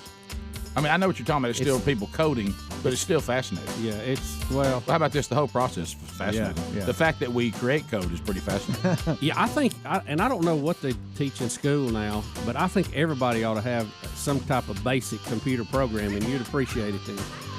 Rick and Bubba. They report and they start thinking about, you know what? This is not as bad as everybody's making it out to be. I don't know what all the fuss is about, and we've been treated so well, and we saw these wonderful things. Doesn't it somehow click somewhere in your mind that you could possibly be the victim of propaganda? Oh. That maybe they set up a show for you in the short period of time you're there, and you don't get to see the real thing because they'd have to allow you to see the real thing, so they probably don't let you see it, right? But that doesn't seem difficult for me to maybe be concerned about. If I go somewhere where there's been some reports of a very evil king or dictator or whatever, hey, when I was there, it didn't seem that way. And some of the claims they've made in the past, him and his dad, on their accomplishments that are so outrageous. Yes. You go, you really think they're going to be honest? Lester Holt, NBC, they're getting ready for NBC, the big Winter Olympics. Lester Holt. He says that he's there in North Korea, Bubba. He just wants us to know that, according to his experience, it's all just number one. He's been treated with a lot of respect and is having a great time. Little did he know, the North Korean government appeared to have brought in skiers wearing identical outfits and staged the scene to have some nice family type atmosphere going on behind him. So here it is. This is the bunny slope at a very modern ski resort here in North Korea. We're here because some of the athletes from the south and north, based on this new alliance, will be doing some of their training here. It's been announced the North Koreans will field 22 athletes in the upcoming Winter Games in South Korea. That's fueling some sense of hope and optimism of cooperation in other ways between the two countries. We arrived in North Korea on Saturday. We flew the North Korean state airline. It's about an hour-and-a-half flight from Beijing. They even make an announcement in flight when you've actually crossed the border into North Korea. We quickly passed their immigrations, went through a very lengthy and very detailed customs inspection of not only our equipment but our personal items, down to the novels we were reading, even in one case a toothbrush of our crew members. But we have been treated with respect here. We have been invited, and our guests of the Ministry of Foreign Affairs. We stayed in a guest house outside Pyongyang last night, and then made our way to this ski resort to get a look at a part of North Korea that most Americans don't see. And it goes on, but and neither do most North Korea. No, but on this occasion, the government they staged all of it. A part they would like us to see. And Savannah and Hoda will be speaking to a member of the North Korean Olympics delegation about the recent talks. He was a member of those talks, and we'll have that on NBC Nightly News. For now, we'll send it back to you in New York. All right, Lester, thank you. Now, of course, we're going to have a lot. Rick, the truth behind this was that after that cheery report from a ski resort, scathing reviews came in, and Holt actually returned back to home base sooner than they had planned. And this was all staged. Many of the locals from that area who had communicated to authorities say that this place is a ghost town. It's a ghost town, but they popped in and bussed in all these people to ski, so it looked like it was some bustling ski resort. Well, I started paying attention to the scene after you guys told me that someone had outed this, and I noticed it looks like all of the ski stuff they're wearing is brand new. Mm-hmm. I noticed that multiple people have the same exact ski suit on. Yeah. You know what I mean? Which you would think, okay, maybe a family would all buy the same ones, but it seemed to be scattered throughout. This same ski suits seem to be showing up on everybody. They had about 3 different varieties. That's about it. It just seems odd that, people who were living in an open society and could buy their own ski suits, first of all, to find them and buy them, that they would all buy the same ones. But and it all looked. Did you see how new those things like they just come off the rack and put them on these. I people. saw a tag on a couple. Yeah, it's like mini pearl skiing out there. Yeah. NBC News did not respond to requests for comments as to whether Holt's unexpected early departure from North Korea was related to the embarrassing ski resort snafu.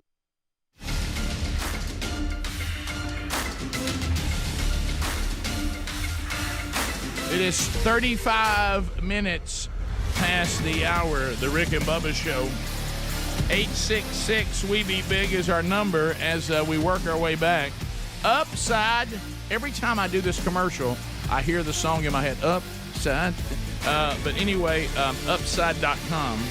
Here's our code, Bubba25. And the reason why we're putting a 25 at the end of Bubba is because when you get the Upside app, by the way, it's free, and you download it either from upside.com or just from the App Store, when you download that, the first tank of gas kind of activates it. Here we go. So here comes cash back.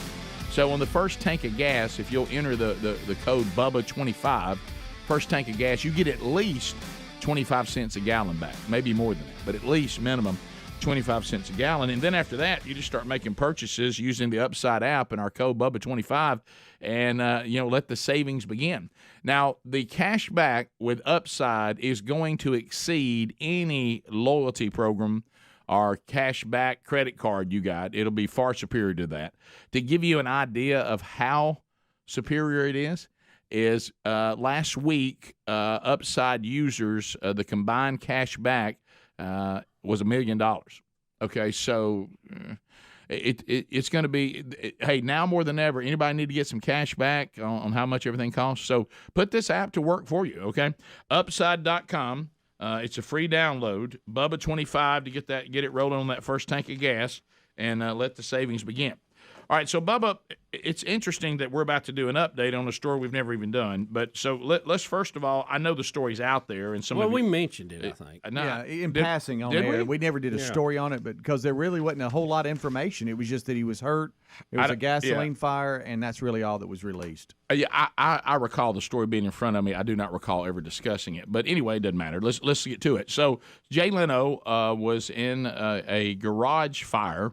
He's a car enthusiast. Oh yeah, big time. Yeah, and he's 72 years old. Yeah, wow, I didn't realize he was that old. And so he had the incident happen last Saturday, and it led to burns to his upper body, including his face. I didn't know it got to his face. And you said you saw, and I'm seeing it here big face, in this picture, that you saw him in that chamber, for burn victims. Yeah, they're saying he had second and some third-degree burns. He had surgery. He's going to have another surgery this week. And they released footage. There he is, Rick. You can see his arms that are wrapped. Oh, wow. But he's in a hyperbaric chamber, which is supposed to help with swelling and help with blood circulation and should also help with some controlling bacteria. That's one of the problems when you get burned is getting infection. See, I didn't know this point, and some of you already know it. It was one of his steam cars. Yeah. It erupted into flames without warning. Oh, no. Yeah, and I think he was underneath it. Yeah. So anyway, it says he's in good spirits, but as you said, he's going to have some more work done. Skin grafts, Bubba? Yeah, he's being treated at the Grossman Burn Center. Mm-hmm. And he said he credited his friend Dave with saving his life by jumping on him and smothering the flames out. Who did? Jay credited his friend Dave. With saving his life. Probably David Letterman. May have been, Rick. No, because then Dave's beard would have probably gone. It was actually Dave Chappelle. We got a story on Dave Chappelle today, Seinfeld weighing in. But anyway, so it says that they think he'll get back on his feet in a couple of weeks. But I found this interesting. And I know there's good money in this, so don't think I'm naive. I get it. The star missed an appearance at a financial conference in Las Vegas. Right. But I know those private deals sometimes they stroke good checks. Yeah. Oh, yeah. Well, he did. Remember, he used to go to Vegas on the weekend and do shows. Yeah. Because didn't he tell Jerry one time he'd never spent any of his money from the Tonight Show? Well, there was a talk about that he was afraid he was going to end up like the guy that ran he was the custodian that ran the elevators at the NBC building. He used to be a comedian, right? And Dave had to keep telling him or was it at Seinfeld? I think it was Seinfeld. Yeah, it was Seinfeld. Yeah. And he said he kept telling Jay it was you're going to be okay. There's no way you're going to. And he said, whatever the guy's name was, he goes, you're not going to. I'll just use this name, Charlie. He goes, you're not going to end up like Charlie. I mean, that's not possible. I mean, even if right now, if you tried to spend every bit of it, never make another dime. Right. And he said he was always paranoid that he was going to end up like that guy and not have his money. Jay he's very funny. I saw his stand up in Vegas when we were out there for CES. Yeah. I think, I think he's a funnier stand-up comedian than he was host of the Tonight Show. Totally agree with you. Yeah, very funny stand-up. Have you guys watched that Jay Leno's Garage show at all? No, I've seen one episode. That's it. I didn't see an episode. I saw it in maybe a few minutes of it. I've seen a few episodes of it, and he deals with some sketchy vehicles. So I'm not surprised something finally happened, like dealing with wood propellers and things like that. I don't want an Olden wood propeller spinning 1,000 miles near my face. That's just me. Yeah. So I'm actually not surprised it's happened because he gets in there, he starts them up, he's hands on. He loves he loves cars. Well, some steam car got him. Yeah, got him good. Have you seen the picture of it? I mean, it's really a classic looking Adam car may have shown in good it, shape, but I didn't see it. But. I didn't it's know. One of his favorites. I didn't know about steam cars. Yeah, I mean, it just looks like an early edition. It probably runs off wood, if I had to guess. I don't know, but it's there it is. It looks like something off Green Acres. He's got. I bet he's got a couple steam cars, so I'm not sure which one it is. One's got a roof and one doesn't, but he has warehouses and warehouses and warehouses of vehicles, from what I understand. Yeah, all that off his stand-up money because he won't spend his late show money or Tonight Show. I'm sorry. And we've said this on the show 1,000 times. And my favorite Leno, and I guess that's what he does in stand-up, is when he would have beefs. Yeah, when he would come on Letterman, he'd be angry about something. I think the Mr. Potato Head was the first one. That was a good one. Yeah. That one and Webster. Yeah, I like that's both funny. those. When Webster was doing martial arts and he got mad about it, he's like, "Who's out to get Webster?" You know? Yeah. Why is he getting ready to defend himself? That's so good. And remember, his face was annoyed by watching the video of him kicking around in his little dojo. He's like, "Who's out to get Webster?" and he acted like he was a drunk busting into a bar looking for Webster. Yeah. Golly. You guys know how. But Mr. Potato Head was the classic. Oh, it was the best one. You guys know how he kind of talks with his hands a good bit? Yeah. You can kind of tell he's still doing that. He's doing it, yeah. In this hyperbaric chamber with the bandages on and everything. Look That's at a great catch. Yeah. Apparently, his right thumb got away without getting hurt. They also so there's Jay said Leno's feet. They also said he Rick was seen going up and down the halls handing out cookies yesterday. I saw a report of that. Don't know if his I hand. thought you were setting up a joke. No, What? in the burn unit. Seriously. Okay. Didn't you think that? I thought, wait, this is some I Leno think, joke. I think Jay too. I is thought. legitimately a good guy. You know, he's a nice he guy. seems like it. Yeah. I mean, everybody that we've seen, anybody we've ever encountered that was big enough to have been on the Letterman show and the Leno show. Mm-hmm. They have two completely different experiences. Yeah. Right. Yeah. Now look, Dave love, don't give you much. I love Dave. Yeah. Okay. In the early years, before he started looking like Santa Claus. Rick, Right. But he was funny, but he was so odd. You know, it was kind of difficult. Rick, what would Leno say right now? You set on fire. Him and Mike Tyson are very close. They're very Well, they've if you want to interviewed do each Mike other. Tyson, you go to Leno and then walk right. Yeah.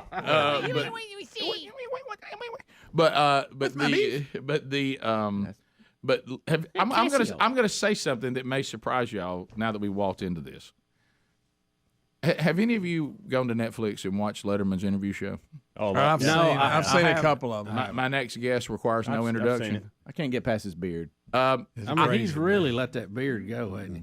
Letterman. Now you have to hunker down when the storms come, which that's when he's going to do some liberal rant. Yeah, he's got that. Yeah, Like Bill Gates' wife. right. Yeah. I didn't see that one, but It was actually decent. But when he interviews people, when he stays out of that, and just interviews them, he actually, of course, he didn't have anything else to do now.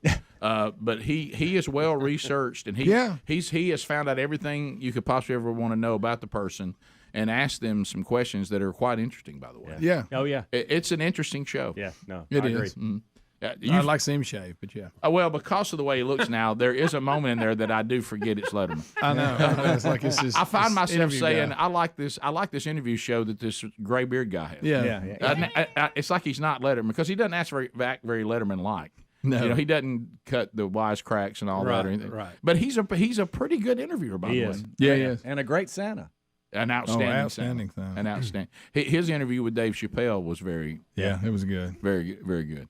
I don't know why we're all obsessed with David Chappelle now because you can't really watch what he's saying. He knows how to stir it. Well, what the things he's saying, a lot of them are profound and they're very honest, and it does get us out of the fake world. I just wish he wouldn't have to use some of the words he uses. I know. Right, You know? right, yeah. And I don't agree with everything he says, but he's pretty dead on a lot of stuff. No. What I'm saying is I know exactly what you're where the breath of fresh air is, he is one of the few people, other than this show right now, that refuses to do the fake world. Yeah.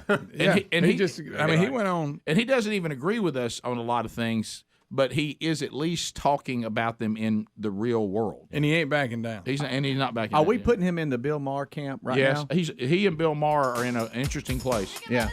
And it's like they want to hang on to their political preferences, but they're embarrassed by others thinking some of the things y'all are doing I just can't go along with because they're just insane. They're intelligent enough to see some of the things that's being said is just absolutely ridiculous. Correct. Yeah. 15 minutes to the top. So Leno recovering, but in bad shape. We'll be right back. Rick and Bubba.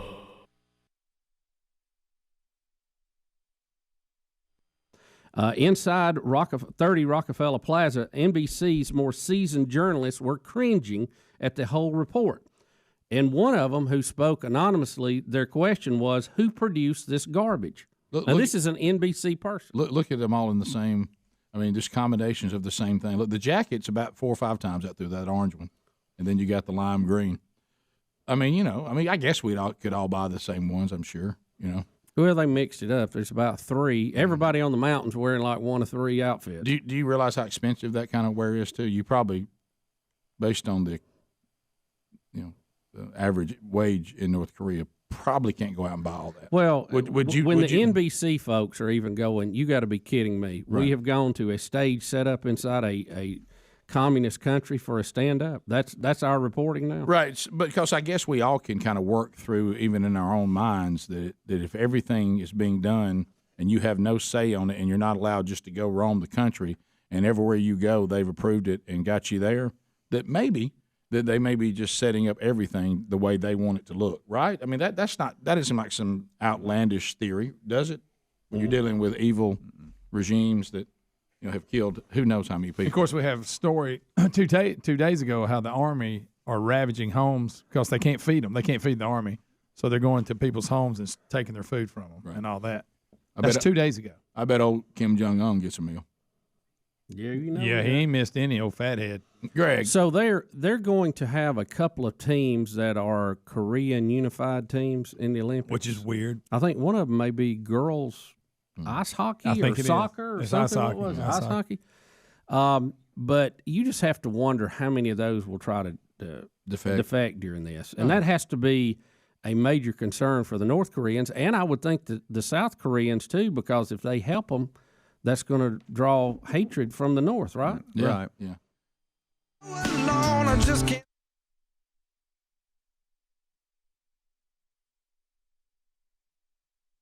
With this doctor that had been working with the Olympic team, Michigan State. Probably know the grisly details of this. Of these athletes who wanted to speak to him and tell them how he had violated them and compromised the trust that we all should be able to have with our medical doctors. That's what I think makes this so horrible, is when you're going into situations thinking that there's a certain honor code that should be there, and when that trust is violated concerning young women, and it's just horrible. And how about this? The sentence that he received, the courts have agreed to it, and he's even pled guilty. But he has been sentenced up to 175 years for these crimes. And did you get that? It lasted well over an hour, but we've kind of gotten to the part where she's about to sentence him. The judge. We're talking about the judge. Yes, the judge is about to sentence him, and we're going to play a little bit of that. Obviously, it's a long sentencing, so we're not going to play all of it. We can read some of the excerpts we have too. But here's an excerpt that Speedy's got from the actual sentencing.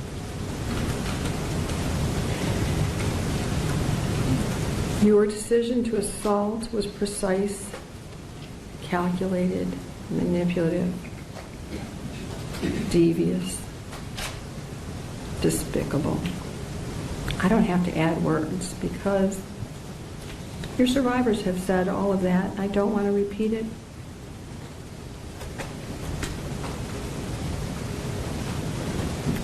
You can't give them back their innocence, their youth. You can't give a father back his life, or one of your victims her life when she took it. You can't return the daughter to the mother, the father to the daughter.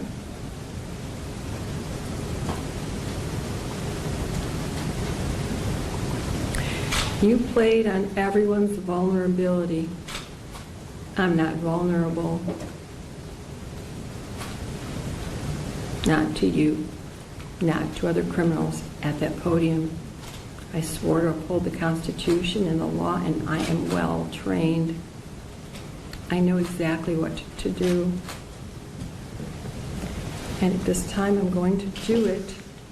And I want you to know, as much as it was my honor and privilege to hear the sister survivors, it is my honor and privilege to sentence you.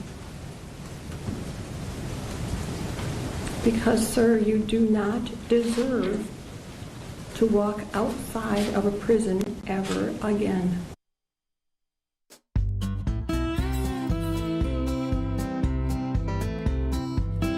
9 minutes to the top of the hour, the Rick and Bubba Show. We're back, 866. We be big as a number.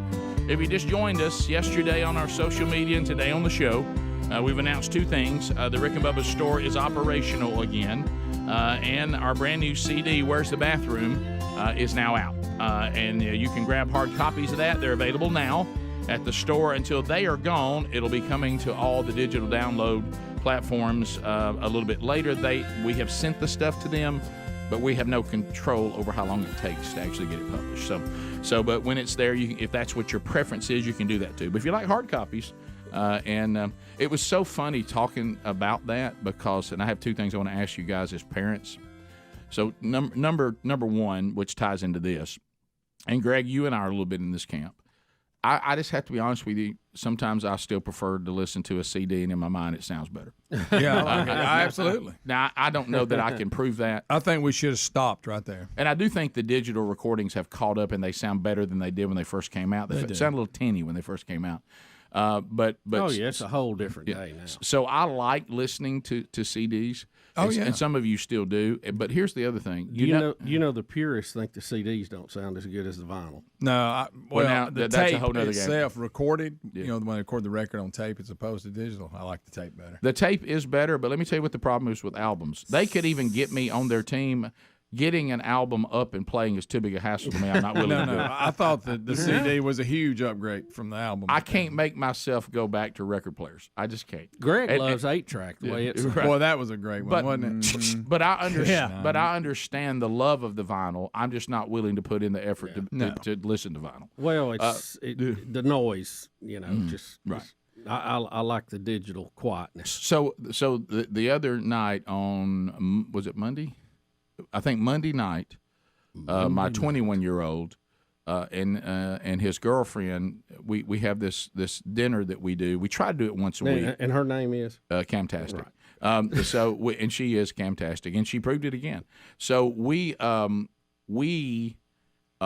try to have dinner at least once a week with mom and dad now that they live in town. Yeah, they don't live, and it works sometimes it doesn't. But most weeks we do it. And what we do, we rotate. We'll either eat at their retirement community.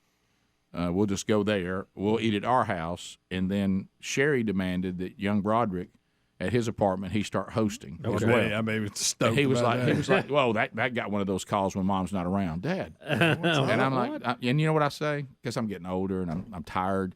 I said, baby, I love you, son. And there's some battles that Daddy's probably willing to fight. This ain't one of them. Yeah. You just need to figure out how you're going to have it. So clean your place up. Yeah. And I knew, and boy, it is bad. I've been in there before.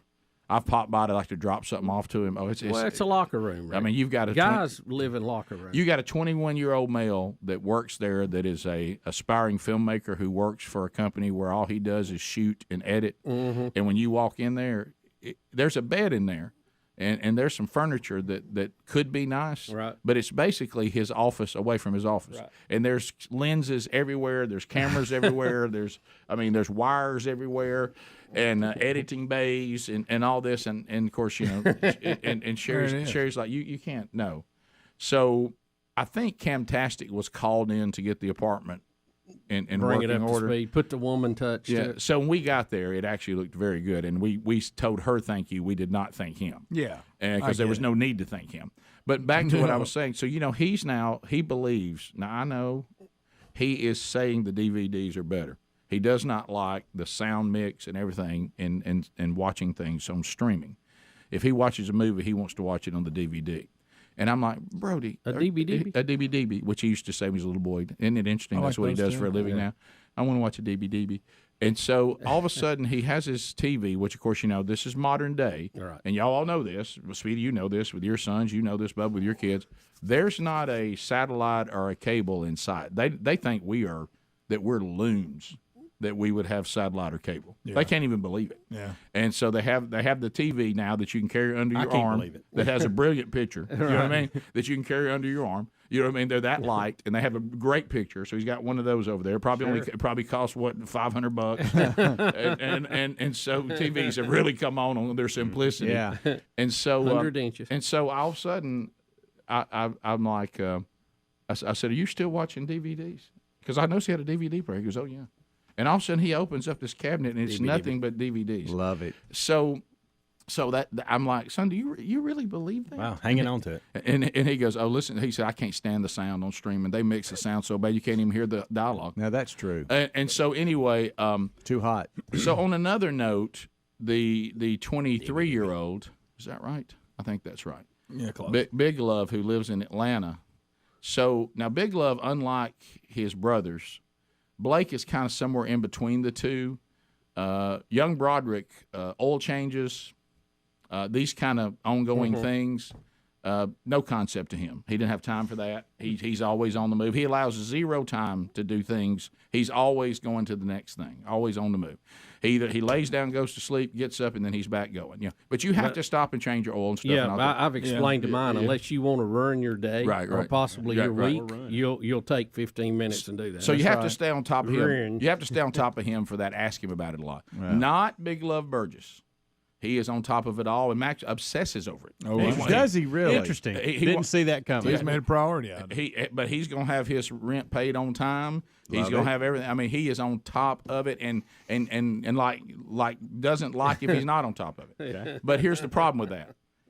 I appreciate that all of our modern day cars tell us the tire pressure on our screen. Oh yeah, I had to deal with that last night. He missed something he was supposed to go to, dealing with church, and I said, "Well, why did you miss it?" He said, "Dad, I got up and all my tires were low." And I said, "Buddy, that's your tire. That's because of the weather. That's cold air. That's cold air." He goes, "What's sitting there telling me I'm supposed to? I need to take my air pressure up to the optimum level." So you don't have an air compressor to do that? Well, no, they don't have those at apartment complexes. But anyway, no, his own little personal one he can carry in his car. No, he doesn't. But anyway, but what the point I'm trying to make is not that. The point I'm trying to make is how do you tell your kids to ignore something that a car's doing because what that car's doing it's isn't kind of right? backwards, isn't it? Yeah. Hey, because ignore the check engine light. Well, you don't ignore that, but I mean, and you got to be careful with the tires. It will show a little bit low, but you could have a leak and it be real low and come all the way off. So. Well, I get up this morning. You kind of got to know I had your 4 limits. or 5 pounds pressure difference the last few days than I have in the last month and a half. Like this morning, the low last night was freezing where we live. Yeah. When I got up this morning, because my truck is parked outside, it told me all my tires are off. Yeah. But I know they're not. I know it's just because it was cold. Correct. But young adults don't know that yet. No. They think it's saying your tires are down. And he goes, well, I had to stop and put air in my tire. And I'm like, you really don't. And so can't you over-inflate them now if that thing's telling you the wrong thing? No, not really. They'll be all right. Okay. But now I told him, I said, now it'll start leaking on its own. I told him, I said the key is to look and see if all 4 of them. I said, but if you see one that's going down and the rest of them aren't, that's what you need to pay attention to. But why am I having to say that? It's a little flawed. Rick and Bubba.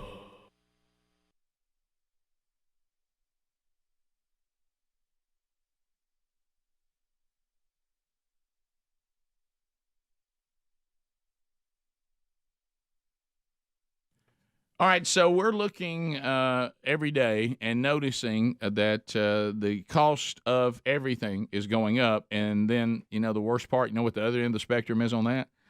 The money in our retirement is going down. Hello, Debbie Downer. High for inflation. I got my little statement, and it showed me how down my retirement was, and it was ugly.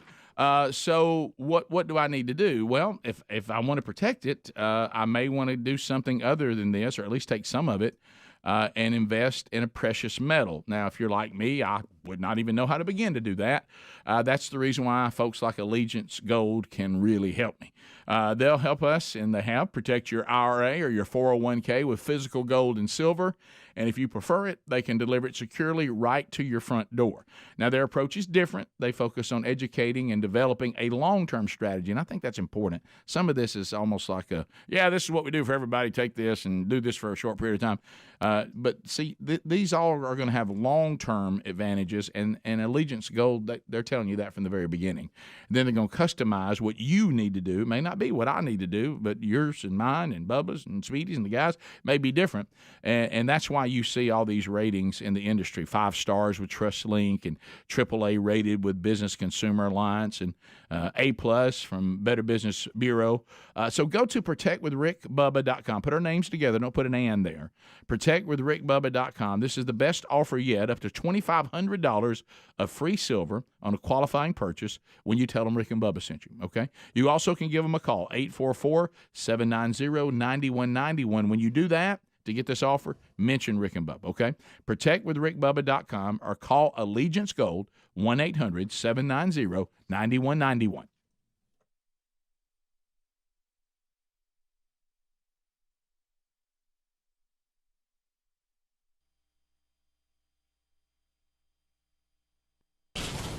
You have done nothing to control those urges, and anywhere you walk,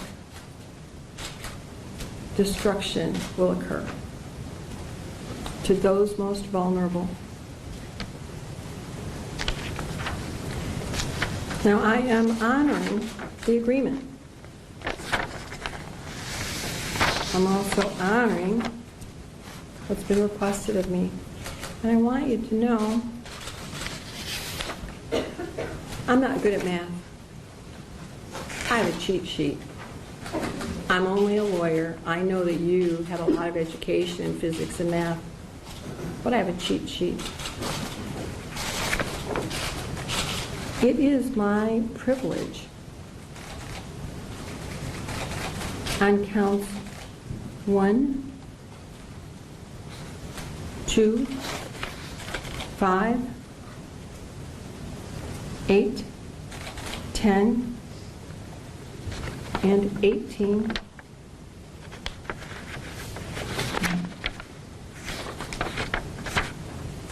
And 24.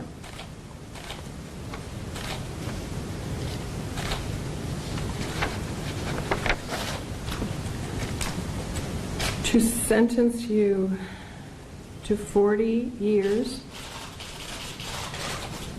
And when I look at my cheat sheet, 40 years, just so you know and you can count it off your calendar, is 480 months. The tail end, because I need to send a message to the parole board in the event somehow God is gracious, and I know He is, and you survive the 60 years in federal court first, and then you start on my 40 years, you've gone off the page here as to what I'm doing. My page only goes to 100 years. Sir, I'm giving you 175 years, which is 2,100 months.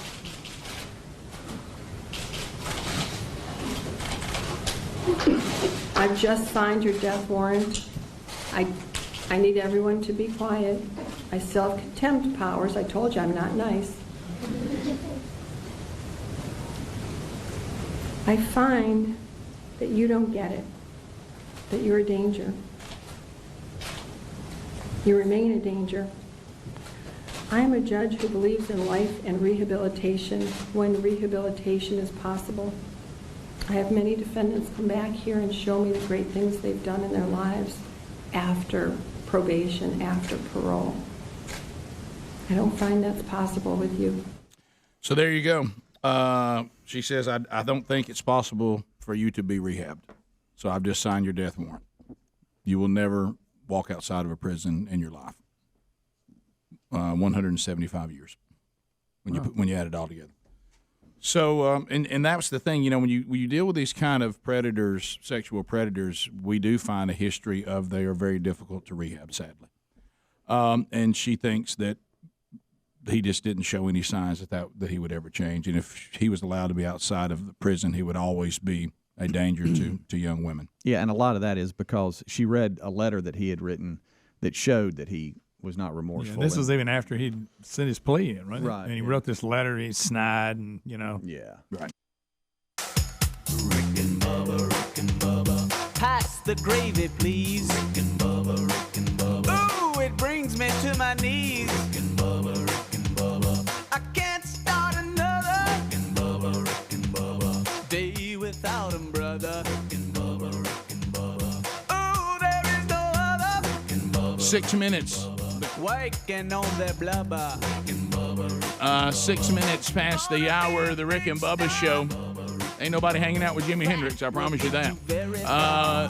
As we come back, Helmsy, Speedy, Adler, the real Greg Burgess, and there he is, Bill Bubba Bussey. Rick, glad to be here, and thank all of you for joining us. So anyway, we'll crank out another Rick and Bubba University, the podcast for you today.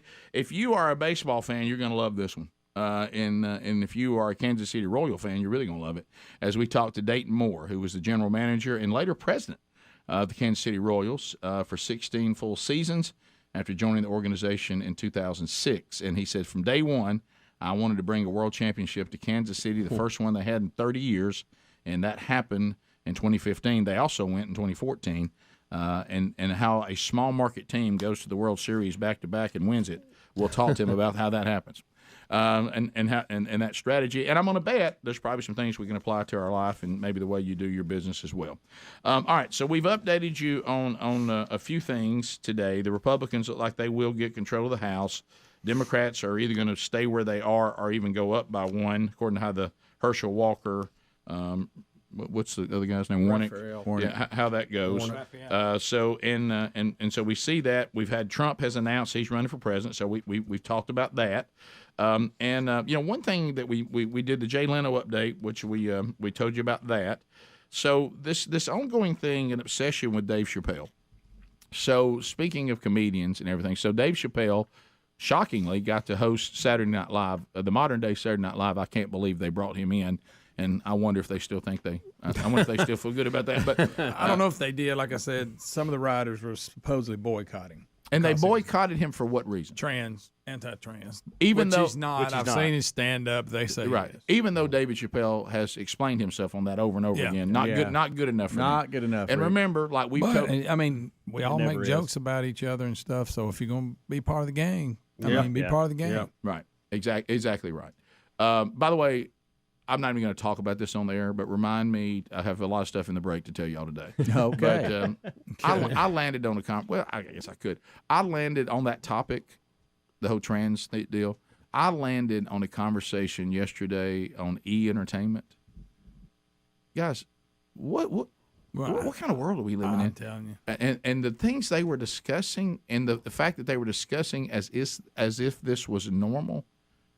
Because human beings, we can never just barely step into something. Right. No, I mean, we get in and we take things places to Sure. I just couldn't. I was just sitting there looking, going, and my heart broke for them, and my heart.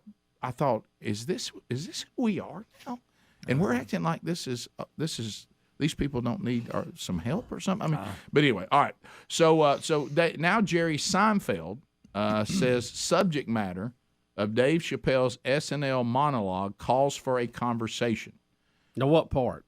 So he says that Jewish part. That's what he's talking about. He said in an interview with The Hollywood Reporter, Seinfeld, who's 68 now, was asked to share his thoughts on Jon Stewart and Stephen Colbert's recent debate over Chappelle's remarks. Now, I have not seen that. And if he thought the monologue was funny. He said, I did think the comedy was well executed, but I think the subject matter calls for a conversation that I don't think I'd want to have in this venue. He is Jewish, obviously. So he says, I don't have a close relationship with him. We're friends, but we're not in a close friendship, meaning they're acquaintances, but they're not really close friends, and meaning they would know each other where they were and all of that.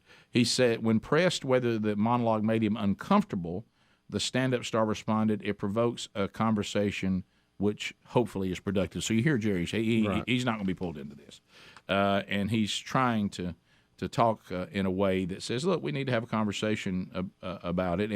And of course, there's some other people are out there talking. Because, Greg, I didn't know this. You said, and I didn't know that Stephen Colbert had talked about it and also had discussed it with Jon Stewart. I didn't see that conversation. But anyway, you said that the thing that has everybody going, because I didn't see, all I've seen is outtakes from SNL that we played here on the show. But people are saying that he normalized Semitism, but anti-Semitic comments. But I don't. You what? Not really. He came out and read a disclaimer about and then he told Kanye that's how you do it. Yeah, right. But and then he'll insinuate. I mean, he didn't come out. I saw nothing offensive, but in the world we're in today.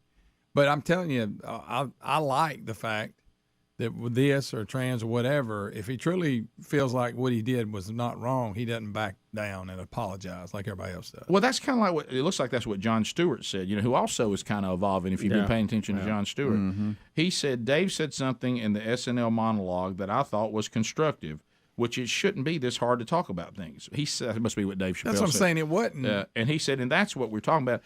Jon Stewart said, look, you may not like what someone says, but when did we get to the point that we can't have conversations anymore? Right. So that's Seinfeld's reaction. When he goes, it might lead to a conversation. Maybe there's a few tweaks that, that's the way. Instead of, cancel. Oh, the trans people. And I saw the special that they got all tore up about, and he actually tells a story about a trans that he was friends with that he used to let open for him. And I'm missing, he made jokes about trans, but he makes jokes about everybody. Yeah. I mean, that's part of it, right?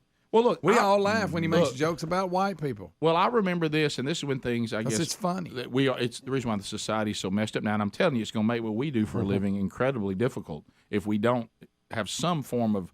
We got to stop, okay? And the Dave Chappelles of the world, even though he and I probably disagree on a lot of things, and I certainly would not use the language that he uses, but what he is saying is we cannot get to the point where we cannot discuss. And people can't do comedy, and people can't have conversations. You can't laugh. He is a champion of that. And one of the things I remember, and God, I must have been a teenager. That's how long ago this was. I remember the first time that I saw a comedian make a joke about being bisexual. I remember it, and it was a hilarious joke. Yeah. And he said, I can't imagine that. Now you're walking around, and everywhere you look is a possible date. Yeah. He said, I couldn't take that kind of prayer. He said it would be like the Golden Corral. I would be overwhelmed by the buffet. That's funny. And I thought, well, that's hilarious. And but now, this is something that's off limits. And and when did that happen? To Greg's point, this whole thing, this whole controversy revolves around Dave talking about this person who you can see in the picture who is a transgender woman.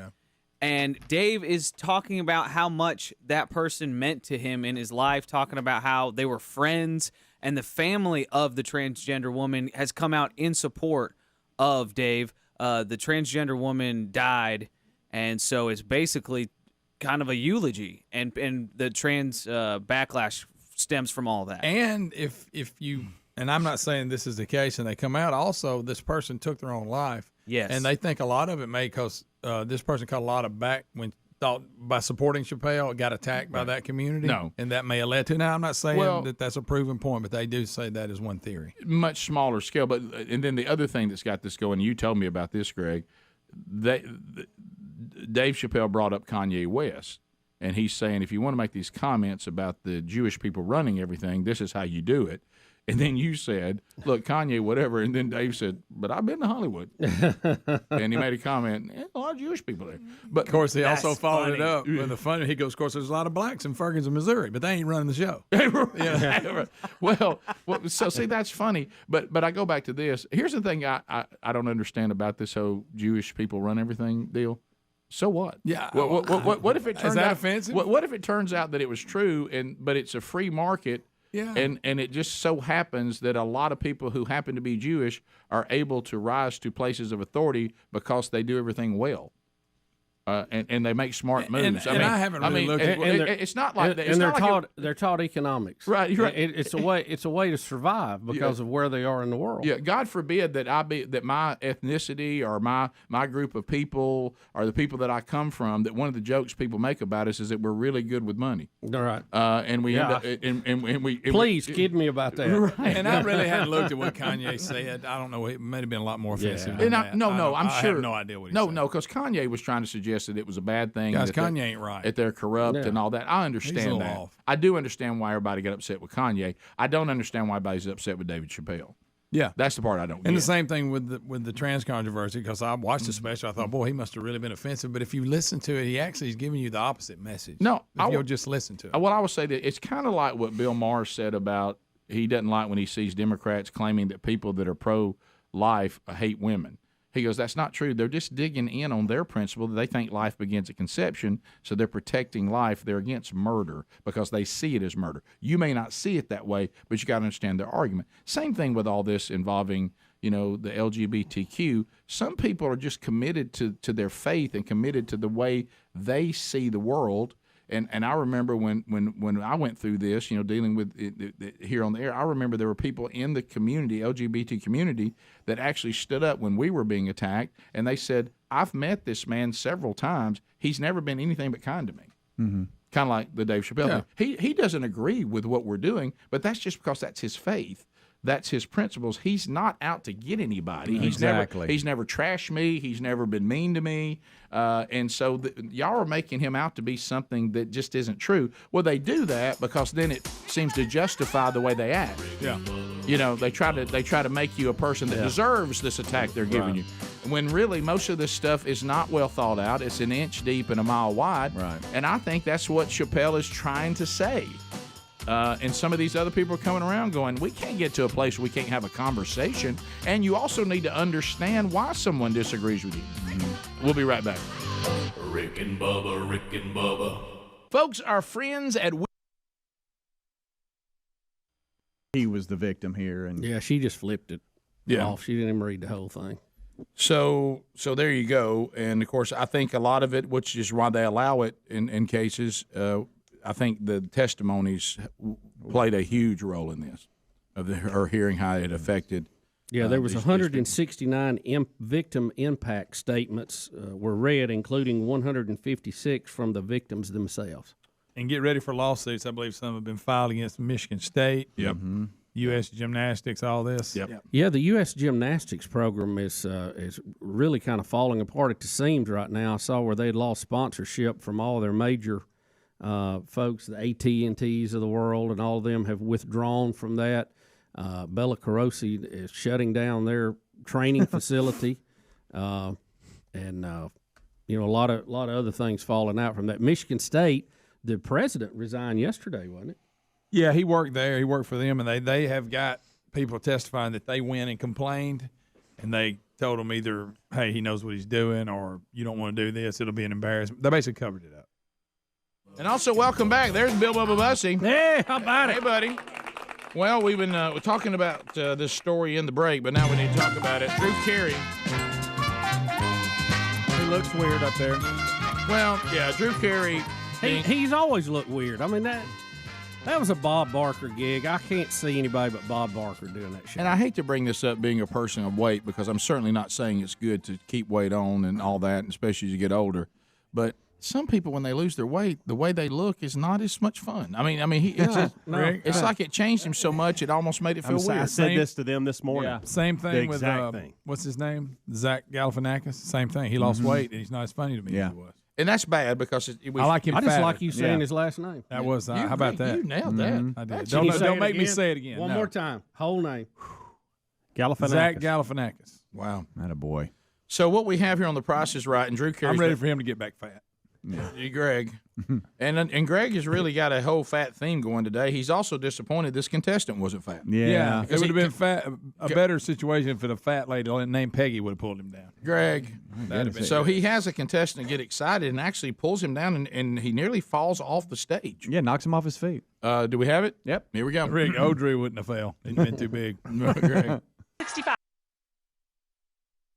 What if she tackled him again? Well, you know what she did is she went to hug his neck, and that's where he thought it was going to end. But then she tried to throw her legs around his hips. Easy. Well, he wasn't ready. You know, that looks very similar to the time I blew out the knee of one of our sponsors. Oh, very similar. Yes. Very similar. Yes. Wow. Ooh, that's hot. Well, that hurts, doesn't it? Boy. Greg, his knee could not take it. Dressed as a giant elf. Actual retail price, $12.99.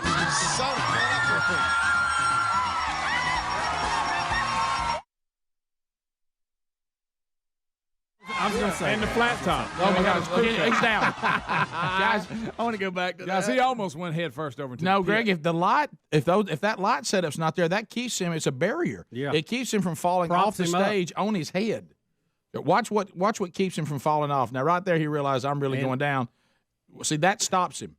See, his back falls into the lights. Yeah. It's a wonder it didn't break him and cut him up. Greg, if that's not there, he's gone. 866 We Be Big is the number. We thank you for being with us. And we got to also, if you've been following that horrible story out of Virginia, where it looks like a former football player came back and killed some of the current players. What a wild story that was. But based on all that going on, and no surprise there, the football team has canceled the final home game of the season. There's just too much darkness, too much trouble, a horrible thing they're going through there. So they're not going to play their final home game, final game. And where the other shooting was in Idaho? Idaho. Was it? Yeah. No, Yeah. it's stabbing. Yeah. Stabbing, and they're telling and all that that. person's still on the loose. Yeah, right? actually, the police chief said that everybody needs to, stay with someone as far as don't go off by yourself. Be careful. Well, they had 4 of them together. Right. Well, got that's a good stabbed. point. Yeah. Yeah. And some parents are going, hey, can they come home? They're trying to figure out how do you. That's an odd I also story saw if that. you read it. Yeah, I tell you what was odd, and I think y'all are alluding to it now, that the other roommates, it took a while for them to report all this. Yes, and it's confusing. They're saying there were 2 people that were there when it happened. They did not get killed. Yeah, Right. and they called, but it was like hours. Yeah, that was It is crazy. It's bizarre. And then back to the Virginia player or former player, whatever. Apparently, he was on the radar of the campus police Yeah, I think as a problem, and you hate that just continued on. Christopher Darnell Jones Jr., ex-football player, accused of murdering 3 of his former teammates on a charter bus after returning from a class field trip. Wow. So there you go. All right, so let's get into the Biden clips today. We're gonna have these. There's always several. We're gonna have these. We're gonna have these. Where did he go? Somebody say. He's hiding in the basement. Does anybody know? Basement Joe. We go back to the allegation that Russians accidentally or whatever fired was it a missile into Poland, killing some Polish people. Well, there's some debate now. Was it actually a Russian missile or was it a Ukrainian missile they were firing in self-defense that just flew on over the border? So here is our president being asked about this. This was a few days ago, right? I think it was when he was in Indonesia. Indonesia at the time. All right, here's his comment on it. Mr. President, is it too early to say whether this missile was fired from Russia? There is preliminary information that contests that. I don't want to say that till we completely investigate, but it is. It's unlikely in the minds of the trajectory that it was fired from Russia. Okay, so he's saying eventually there's 2 thoughts here. One, that it actually could be a Russia. Well, let me back up. There's a possibility it could be from the Ukraine as they were firing defensive weapons, trying to stop the attacks coming in. One went over there. Okay. The other is that it could be a Russian missile that they were firing that got off course. The problem is that if it turns out to be a Russian missile, that violates the NATO Defense Act. What is it, Section 4 or 5, whatever, of that charter, and we have to defend Poland against the Russians. So, if are you going to hear the truth either way? I don't know, because if it is correct, it possibly could start a direct engagement with us against the Russians militarily. Right. See, If everything you now. follow it out. Well, everything now you don't know what's the truth, because based on what you just said accurately, 100% true, the Biden administration really doesn't need it to come from Russia. Right. That's not a good thing for they don't need it to come from there. You're right. All right. So now this next photo, and by the way, just him trying to get to that point. You know what's happening? We've watched this guy meander around for 2 years, and so it's become normal to us. I would challenge Republican, Democrat, whatever you want. It doesn't matter what president it is. Will you go back and remember what it looked like when someone coherent and who had control of their cognitive skills would be asked a question and then answered it as president? Yeah. See, we think this is normal, the way he stammers around, all that. We've forgotten because we 2 years now. Now we think this is the way presidents talk. Yeah. They don't. Yeah, he said once he got to it, he still didn't make sense. He said it's unlikely in the minds of the trajectory that it was fired from Russia. Does that make sense to you guys? Am I misunderstanding the minds of the trajectory? That doesn't make sense. Yeah, well, I don't even know what that means. I think you should say it's unlikely based on the trajectory that it was fired from Russia. Thank you. Yeah, not in the mind. I feel better now that you've translated our president. I don't know where the mind comes from. Maybe he left out whose mind it was. You know. So now here's in the minds of the commanders or in the minds of those, they don't think it came from there. Okay, maybe so. I don't know. Thank you for trying, Speedy. No All right, problem. here's a photo of Biden's cheat sheet, and it should really concern I like us. that. Yeah. It should really concern us. Oh, yeah. This is the script that he's handed, and somebody took a photo of it. That's not the one I Look, saw. Oh, wait, Bubba, we're going through them here. Okay. Look what it says. Well, you'll get a better one. There's a. You talking about one that got you capitalized? Yeah, They capitalize you do this, you do this, you do that. He doesn't know to do it. You will sit. You will deliver opening remarks. Well, I know it's a big summit. Maybe it's a lot of organization. Well, going God into love it. him. God, yeah. I'm trying to give him the benefit of the doubt. I feel sorry for him. Right. It's You will sit. Look, I just don't want him running the country. Right. Yeah. I do feel sorry for him. I don't want him running the country. Right. Yeah. Compassion, but Absolutely. but not. Interesting. They went all caps with you. Yes. Yeah.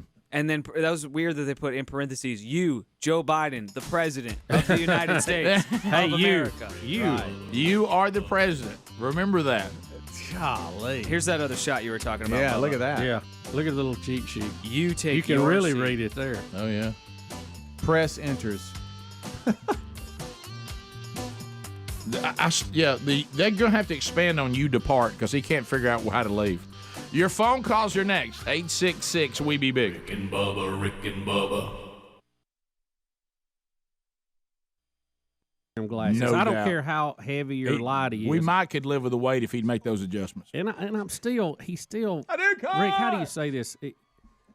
He may have lost weight, but he still looks. Oh, good. yeah. Put a little bit He looks back like on. a fat person. Well, he's He right lost up there weight. when people said something. When people tell me you look like you gotten thin, I say no, I'm just less fat. Yeah, and that's he qualifies. because I'm certainly not thin. I But think Greg has a name for it, skinny fat. Oh yeah. Yeah. People that lost weight, but they're Skinny mushy fat. still. They're mushy. Greg, I'm with you. If this is a big girl named Peggy, this is a funnier. If it's a big girl named Peggy, they both fall in the pit. Let's see the other contestants. He's like, I'm good. I'm Bob Barker. What if Beth Mowens was doing play-by-play? No, I'm not doing Beth Mowens. Give me audio. No. Beth Mowens is doing play-by-play. Come on down. Now, is she the announcer? No, she's giving play-by-play of the video. Like, okay, she's just one, and She's making her way to stage. Guys, you know what? Did she say 1265? She say 1265? Oh, she's going to be close. I really feel good about oh her. my goodness, thank you. I bet when he knew that car was behind that sign, he thought my life is in danger. Yeah, He went to you're the other right. side of the You're stage. right. He's thinking now I got to tell her she's with a car. What you have to do if you want to know what Bubba did to one of our big, huge sponsors. Oh, yeah. We were doing Same thing, a basically. TV shoot. I was Santa, Oh, right? Bubba. Yeah, and I you was a little were, and elf. you were the elf. Little elf. Well, and you, But Rick, in you all ran up to fairness- him and did the exact same move. It's almost identical, and it blew his knee out. Rick, I want to be clear. I was guy down like rolling around in pain and all Yes. that. Oh, yeah. It wasn't one of these. Later, I found out my knee. Well, he tried to be a good sport about it, but we knew it was. it wasn't like that lady. He had that to night sit, that was he had to screaming. sit in a chair and all that stuff. okay. And, You know, and, Greg, you ever Shake seen it off. and you see, about a look- week later, we heard the news. He's going on the night. You see a little bit of this here, Greg. That little, there's anger kind of seeping through. Yeah, because that hurts. You know what I mean? I'm trying Rick, to be a in good all sport about it fairness, because I don't want to be a pain, jerk. I don't right. want to be a jerk. In all because fairness, I certainly he didn't mean to do it. If you remember in the scene, we were supposed to run on stage, and it was like a big, just big party situation, right? Well, we did a couple of takes, and the director was pushing me to do more He because I was. ran out and jumped up and down. He said, "No, we got to have more. Like, can you jump into his arms?" or something. No, I'm not sure that was said. You make that part no, up. Herschel? He did. Herschel Walker. He did. Careful, I was 34. I was being prompted to give more energy on the scene, so I ran and I jumped like a baby would be into somebody's arms. Yeah. He caught me and he went to the ground. I fell on top of no him. one can. Bubba, can you? It was terrible. I remember, Bubba, you told him, "Go, well, what if I tear his knee up?" You tried to warn him. Yeah. Now, Bubba, if you we're have, gonna make add, stuff you up, have let's not added, do why that. don't you jump into his arms? But but he did do call you for more remember last doing I don't remember that phrase. I do remember he did call for more enthusiasm. He did. And I gave him more enthusiasm, and Tom buckled, unfortunately. But here's what I'm And he begging. had surgery. Listen, I'm begging y'all. Yes, Greg, full-blown knee surgery. Yeah. Listen, I'm begging y'all not to let this go. Please don't There's take out of your video mind. of it He's somewhere. dressed as an elf the entire time. He's not. Yeah. He's not in some. What kind of look do you have on his face? when he realized It's on a frame thing we got out front. You know, where me and you were elves on the cover of their flyer. Yeah, Bubba didn't notice it. He didn't notice her. Bubba was trying to give the director what he wanted. I was just trying to. You tried to warn him. I was didn't trying you, to be Bubba? coachable. I tried to tell him. But I'm still, 250, 260, maybe a little more dead weight when that happens. Yeah. Well, I'd like to see that. Well, I'm glad you hadn't jumped on him now. Good night.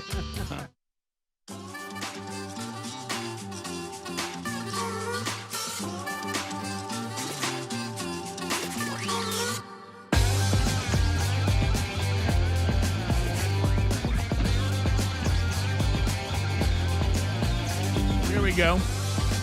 35 minutes past the hour. All right, so phone calls now. The real Greg Burgess is on the phones. Minions, no, this is not your time to talk to Greg. Don't bog it down. You call us at 866 We Be Big right now, and we look forward to talking to you. Rick and Bubba's brand new CD, it's out. Where's the Bathroom? That's the name of it. It's at rickandbubba.com right now. Hard copies available. It'll be coming soon to all the digital downloads, but again, that takes time. Might be end of the year before that happens, but the hard copies are available now. As you're calling, let me point you to learbubba.com, an opportunity for you to get yourself one of these Kennedy silver $50. That is available to you just for having a conversation with them. And we keep getting great emails. Here's Robert. He said he listens out of Texas. And he said, I didn't know anything about buying silver. I understand, Robert. I don't know much about it either.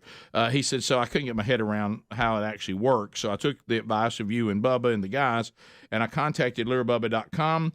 He's got his Kennedy silver $50 for doing that, by the way. And he, with no obligation to do anything, he said, they really helped me to understand it.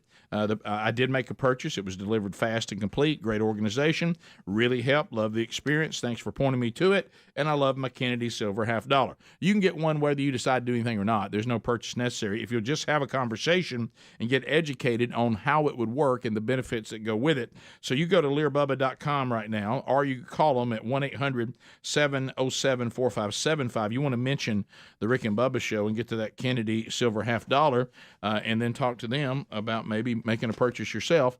And now more than ever, we're all considering this. All right, to the phones we go. Let's go to Clyde out of Sweet Home, Alabama. Clyde paid the electorate base. All right, Clyde, go ahead. It's a big build-up. Boy, it was. Clyde to glide. Come on, Clyde. Clyde? This concerns me. Uh-oh. Come on. What's wrong? Talk Come over here. Come here and look. We got That's something that's never good. When it has something underneath like this, that's never good. It's never good. This is that problem. I think right now I'm not going to be able to take any calls. We have an issue. We have an issue. We have an issue. Might get Scruggs on the line. Mm-hmm. Texting Scruggs now. Texting Scruggs now. No, Everybody on Scruggs. Everybody on Scruggs. On 3. Here we go. So I'm going to put him on hold. If you see the same problem is here over on phone 2, you still see that underneath it. So even if I take Clyde here. I hate to bring it up, but they were in here working yesterday. I knew they must have been. Oh, Clyde, I don't think we take calls. Hello. I don't think we take calls. Hello. Clyde's on there. What's it doing underneath it? I've never seen it. Well, I'm not familiar with the that last board. time that no one could be on the air, and that's the key. Greg's answering them with no problem. Say, Bubba, He can put them on the board with no problem. Look right here. Anytime you have this underneath, and it was I don't know what it means. Used EW. Used EW. I don't even know what that means. He had to, I think, switch something in the back. Yeah, but you got to have it ready to go when the show starts. Okay, does nobody check these things? Does nobody call? Does nobody say, let's take a call in here and see if it works? See, I would think that would be important. I would think you would. I would think you got to be sure it's working before you leave. Yeah. And that way. And I don't know what happened. We'll invest. We're texting him. I texted him a picture. I'm sorry. But I don't know. It could have been something. Does that make sense to you? Bub, That makes Rick? sense to you? I'm texting him too. Yeah. If I've worked on something that's going to affect a syndicated show to be able to go on the air the next day, any part of it, doesn't matter what part it is, I'm not going to leave until I know that they're not going to come in and be in this situation. Right. Okay. I mean, that And just, that just makes sense to me. Maybe Greg can just relay from that room what they're saying. So I'll try another. That would be fun. Oh, that's a good idea. You're just going to frustrate yourself if you keep trying, Rick. I hope right now when I take this call, I can hear them and I go, I'd like to apologize to everybody. I'm wrong. Right. And it could be Todd? that he has. Todd? Hey, Todd. Hello. Hey, this is Todd. Rick, I know this will bring you joy. Did you hear what Bubba recommended we do? What's that? Have Greg tell us what they want. I like it. From in there. Of course, that mic probably isn't working. Let me try that. Greg? Should I call that? He didn't have his headphones on, so he can't hear you. He's trying to screen calls that don't work. It's not working. I hit that one out of the park. There's two. Huh? Oh, man. Greg? So you can't hear him either. He said he can. Hey. I got you now. There he's coming in. All right, so Greg, what does he's in the witness protection booth? Let's go with AJ in Alabama. Tell me what AJ wants to. All right. Relay the conversation to me. Hey, AJ, you're on the Rick and Bubba show. What do you want to talk about? Okay. Can I? What do you say, Greg? Greg, you're supposed to be telling us. All right, first of all, Please look at his headphones. Yeah. He wants to talk about the Dave Chappelle thing. All right, what is he saying? What do you think, Todd? What is his comment? I mean, AJ. Can I ask a question? If all right, looks like it says talk now. All right, it says talk now, Greg. I can talk to him.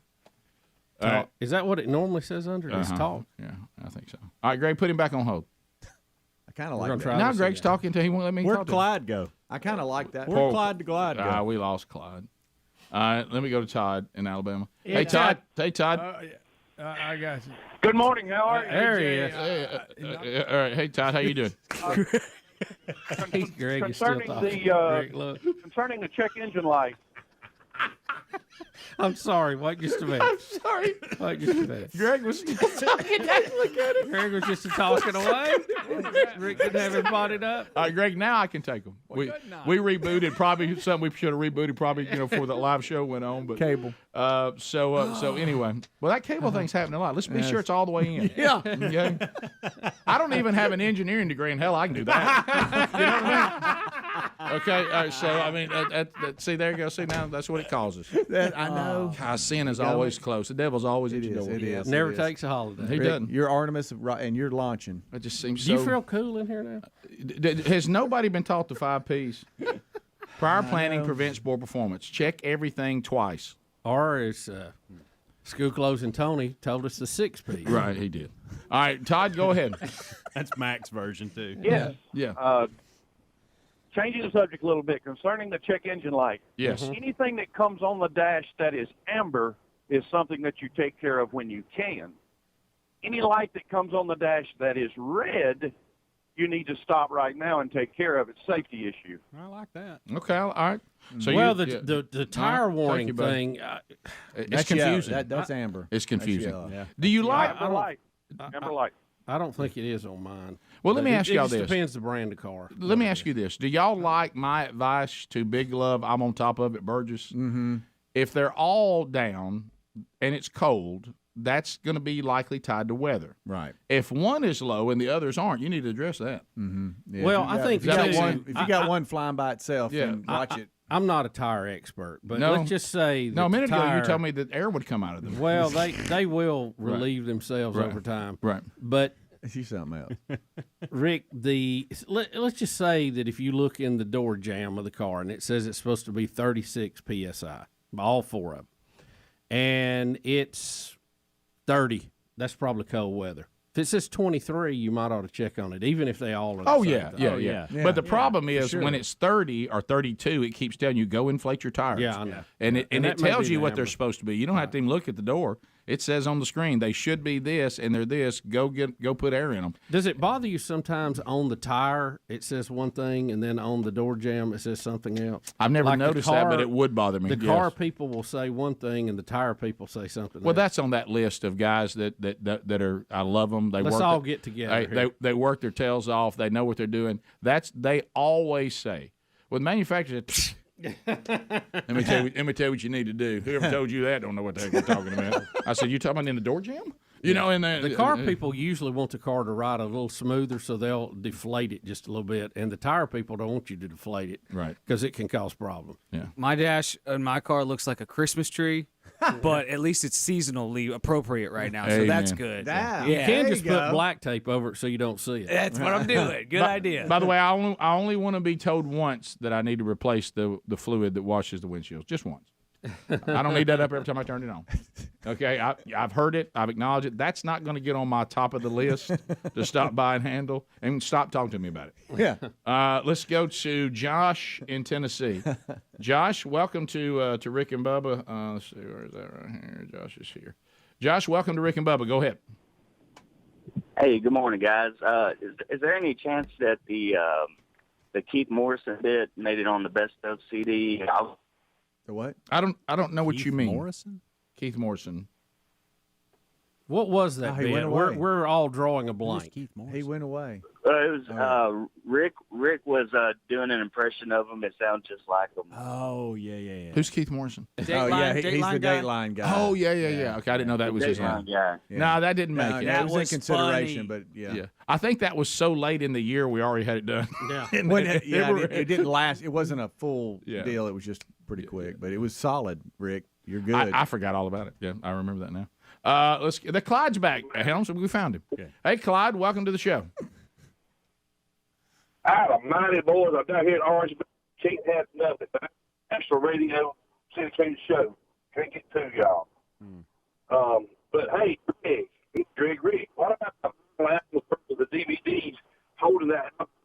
Oh, my gracious. My goodness. Oh, my gracious goodness. Every female in the audience was about to turn us off. I had to do something. They can't tolerate the sound. Bubba showed me that years ago, and that's 100% right. Men can work through static. Right. Women can't do it. If what we want to hear is in static, we'll listen to it. Most females just can't do it. Yeah, how many times They your won't wife put said, up turn with that off? You can't even hear it. You're trying to hear a ball game? Yeah, oh, yeah. You on the fringe? How are you listening to that? Turn that off. We'll be right back. Rick and Bubba, Rick and Bubba. Tangent bell here, but did y'all, talking about TV and movies, did you see where there's going to be a special on Waco? Yes. That looks pretty interesting. Is that going to be a movie, or is it going to be just it says a 6 series type. It's kind of like mini series. I think it's kind of like whatever. they did with OJ and it's one of those. I think it's one of those. It's just called Waco. From what I can tell. Yeah, but it's got like straight up actors and actresses in it, and they're doing it all. So It's did just- OJ. Yeah, They did absolutely. Yeah. So, That's wild though. But I think you're right. I think it's something Have like you that, like seen it? mini They're series, going to like go through the 6. whole thing. Yeah, I saw the preview for it. No Branch Davidians. Oh, I know. That'll be interesting. I would like to see that. I mean, we lived through it, so we See, I didn't really. I mean, I was too young to. I mean, I remember it going on, but not the details of it. Let me tell you, Ma Reno, you didn't mess with her. No, you did not. No, the Clintons, that's a whole nother chapter. I don't think you can do a miniseries on the Clintons because you ain't got enough time, but Ma Reno would get it done, buddy. Well, you can't do a miniseries on the Clintons because you won't live. Yeah. Hey, she went in there and shut that thing down with the tanks, and then got Elion. Remember, she crashed the gate with the stormtroopers getting him out of there. Wow, it says it premieres this month. When does it start? Can we watch the Let's see, preview? yeah. What's it on? Paramount Network. No. What? No, it is. It's the Paramount Network. Did you see who produced quit it? laughing. It's the Weinstein. Paramount Network. Did Weinstein produce this? God has instructed me to stay here and wait for his son. This is our time to prove through suffering that we are worthy of the miracle that's to come.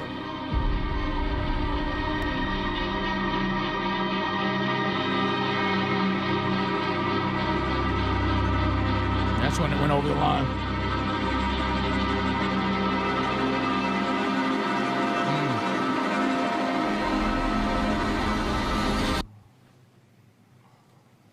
The kingdom of heaven is coming. I promise you. So 6-part TV event. So you're telling me there is now a Paramount? It said that the Paramount Network is what I saw. Let's see here if it says anything. Like I said, I know Paramount Network. I don't know. I don't know what that is. But that's probably who produced it, right? I mean, there's not a Paramount. It'll be on one of them. Yeah. AMC. Where's that going? Hold on, I'm fine. We'll be able to find it, Rick. There'll be so many promos for that. It says thing. Paramount Network Wednesdays at 9 Central. Where's the Paramount Network? I don't even know where that is. You can get it on probably the Apple TV and Fire and all that. I know it's on it. Yeah, get it on what? Netflix? Would you? Apple TV. Okay. So that it's an actual channel on the devices. Okay, I got you. This is So one I of just these, go to Apple TV and search Waco, and I got it when it's out, right? Correct. Yeah. Well, But it says Paramount Network cable channel here. No, what he's saying is it's delivered over. You know how you have the different. You got it. Okay. The different apps off Apple TV. You got to download the app and sign into it and all that stuff. No, it should just be a channel. Yeah, I should just be able to go. I should just be able to Apple. I got it. Yeah.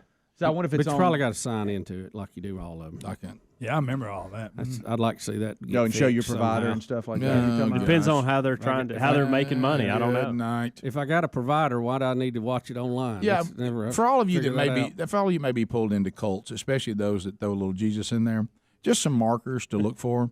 You may think, hey man, this is great. We started a new church out here behind. We're going to do the way church is supposed to be done. You kind of get into it. I can see how you can get drawn to that to begin with. But the minute the person who's like the pastor starts saying he's no longer waiting on Jesus, he's become Jesus, there's a red flag. And then when he announces that God's told him that all your wives belong to him now, another red flag. Yeah. Those are things to look for that you need to pack your stuff and say, you know what? I think we're going to move our letter to another church. Yeah, we're going to go down the road. Right. I just, something about that doesn't seem to jive with Scripture. I know it's Wednesday night dinner, but we're out of here. Right. Yeah. Right. It says Roku, Fire Hey, dinner TV. on the grounds was a blast. Right. You're a pretty Vacation Bible school was awesome, but I'm out of here. You're a pretty good musician. Thanks for the praise and worship. Yeah. The Zeppelin poster kind of threw us off a little bit. Yep. Don't see too many pastors with Zeppelin posters in their room. We'll be back. Your phone calls are next. Coming up. Rick and Bubba, Rick and Bubba.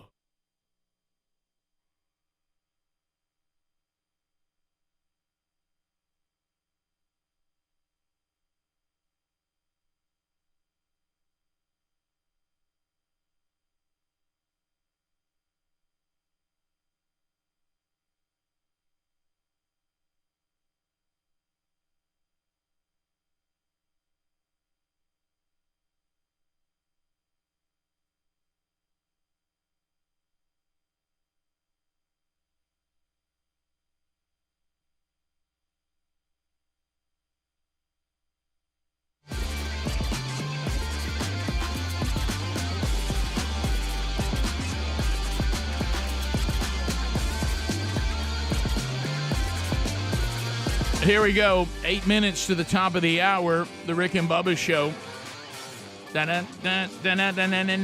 As we get back, we'll take some more of your phone calls. Also, from themanchurch.com tonight, Andrew Varvutis, Northside Baptist Church, Jasper, Alabama. They're in year 2, working through our second curriculum, and this is their next man church. They gather for high challenge, then they go into the curriculum for high equipping. And it is a never-ending discipleship strategy. So this will be the next step for them tonight. And if you want to see Andrew Varvutis and plug in, you can. You can enter this strategy either through a man church service or through a small group gathering. Either one will get you inside the ongoing strategy. So catch Varvutis tonight in Jasper, Alabama. Starts 6:30. Saturday, Bubba Sand Spring Baptist Church, beautiful Lawrenceburg, Kentucky. Our friend Scott Dawson will be there, and they're kicking off the strategy. This will be the beginning for them. They've got our first curriculum ready to go, and this is their first man church. And I do believe that Mr. Dawson is staying in town Saturday night, and he'll also be speaking Sunday morning for their morning services as well. So, men, go check that out on Sunday night. Then the rest of the church catch Dawson on Sunday morning. Bubba, let's take a few more calls. Yeah, that last segment kind of had a so, little trouble getting off the launch pad, didn't it? Yeah, so if you want to get in, you can. 866-WE-BE-BIG. We realized the last phone segment got away. It was kind of convoluted.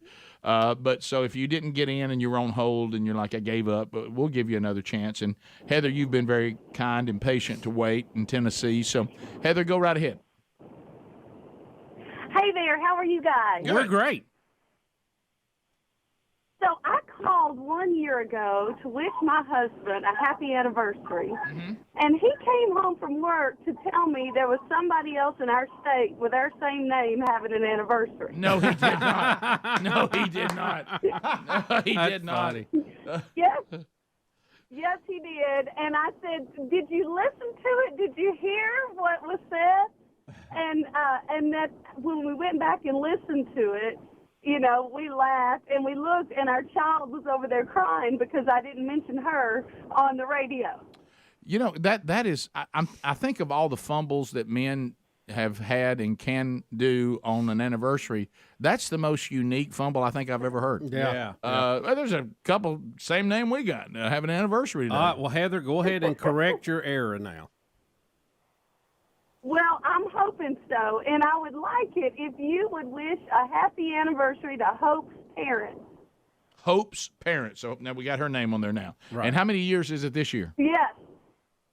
This is 16. 16. And your Heather and your husband's name is what? It's Chris. Chris. 1, 2, happy anniversary, baby. I got you on my mind. And shout out to Hope. All right, thanks, Heather.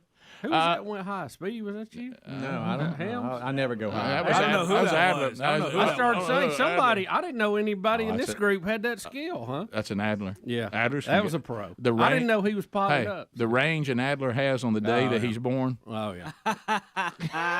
Yeah. Does Ruby seem to be able to sing? Oh, she's starting to bring it. Yes. Okay. Yes. All right, that's cool. Really excited to follow Jesus is her favorite song to sing right now. Oh, yeah. Instead of I have decided, she sings really excited because she doesn't know the words. So that's pretty precious. I like really excited. Really She's excited. not just excited. She's really excited. Really excited. Chris Gadsden, Z93, where it all began, Bubba, 29 years ago in January. Yep. All right. Go right ahead, Chris. See what I'm saying? Morning. Yeah, Thank go ahead. Chris, your phone. I wanted to chat and get y'all. That's it. That's it. This is so frustrating. Good night, alive. Feed the spirit, Rick. Don't feed the flesh. Feed the spirit. That's right. Feed the spirit. Think of things that are good. I understand, and we discussed this in the break, for all of you in the phone industry, I got it. Nobody really needs to be able to talk on a phone anymore, so y'all don't spend a lot of time on making sure it's good quality when we actually speak to each other on these phones. People text, they email, they FaceTime, they Snapchat, and they do all sorts of things that I don't even know what the name of it is, okay? And I know that there's not a big demand for it by the consumer, so you must not be spending any time on it. But for talk shows, it's really big. If y'all could work on it, man, that would be awesome. We would appreciate it. You know, I don't know that we ought to just set up a computer with an app on it that, you know, makes voice calls that are better than what we have now currently with the voice from the telephone company. You know what we may go old school on? Does anybody know how to check your messages here on the office phone that we never use? Just call and leave a message. Does anybody know how to do it?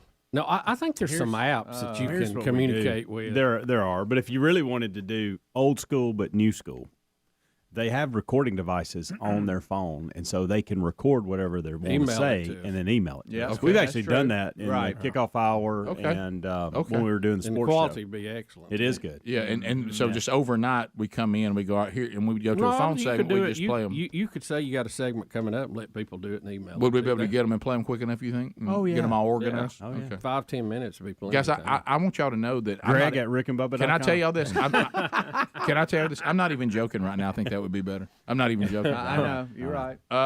Let's go to Casey in Sweet Home, Alabama. Casey, go ahead. Yes, sir. As bad as I want, President Trump to be our president right now, I just don't think he should be the Republican nomination this next time. There's so many people that are on the fence that just won't vote for him because they don't like him. I definitely think DeSantis should be the Republican nominee. DeSantis? Yeah. Or DeSantis. Or the same one. Yeah, I got you. I knew what you meant. Of course, the problem is, and a lot of do you remember when Daddy Bush ran second term? I mean, I know and it Ross happened. Perot submarine. I was Yeah, I do, on the younger side and didn't care as much at that point. I do. Ross remember Perot, and I don't remember the exact numbers, but he didn't get a large percentage. But it took everything away from Daddy Bush. George H. Bush, and Clinton won the election with more people voting against him than for him. Yeah, and also because of Trump, which is very smart, he's got out ahead of DeSantis because of the governor's, role that he has, the gubernatorial win. So that's going to put DeSantis a year behind him before he can even do it. Yeah. And so I understand what you're saying. There's some people that feel the same way, but I kind of go back to what was said yesterday. I think we have to let Trump finish. Yeah. Run his course. I think is a better way. And then you can do something else after that. Trying to get him. He's not a Mississippi leg guy. No, he's not. Maybe so. Maybe so. Wow. That sadly is the best analogy. But I mean, got to just let him finish. Yeah. Top of the hour. Rick and Bubba, Rick and Bubba.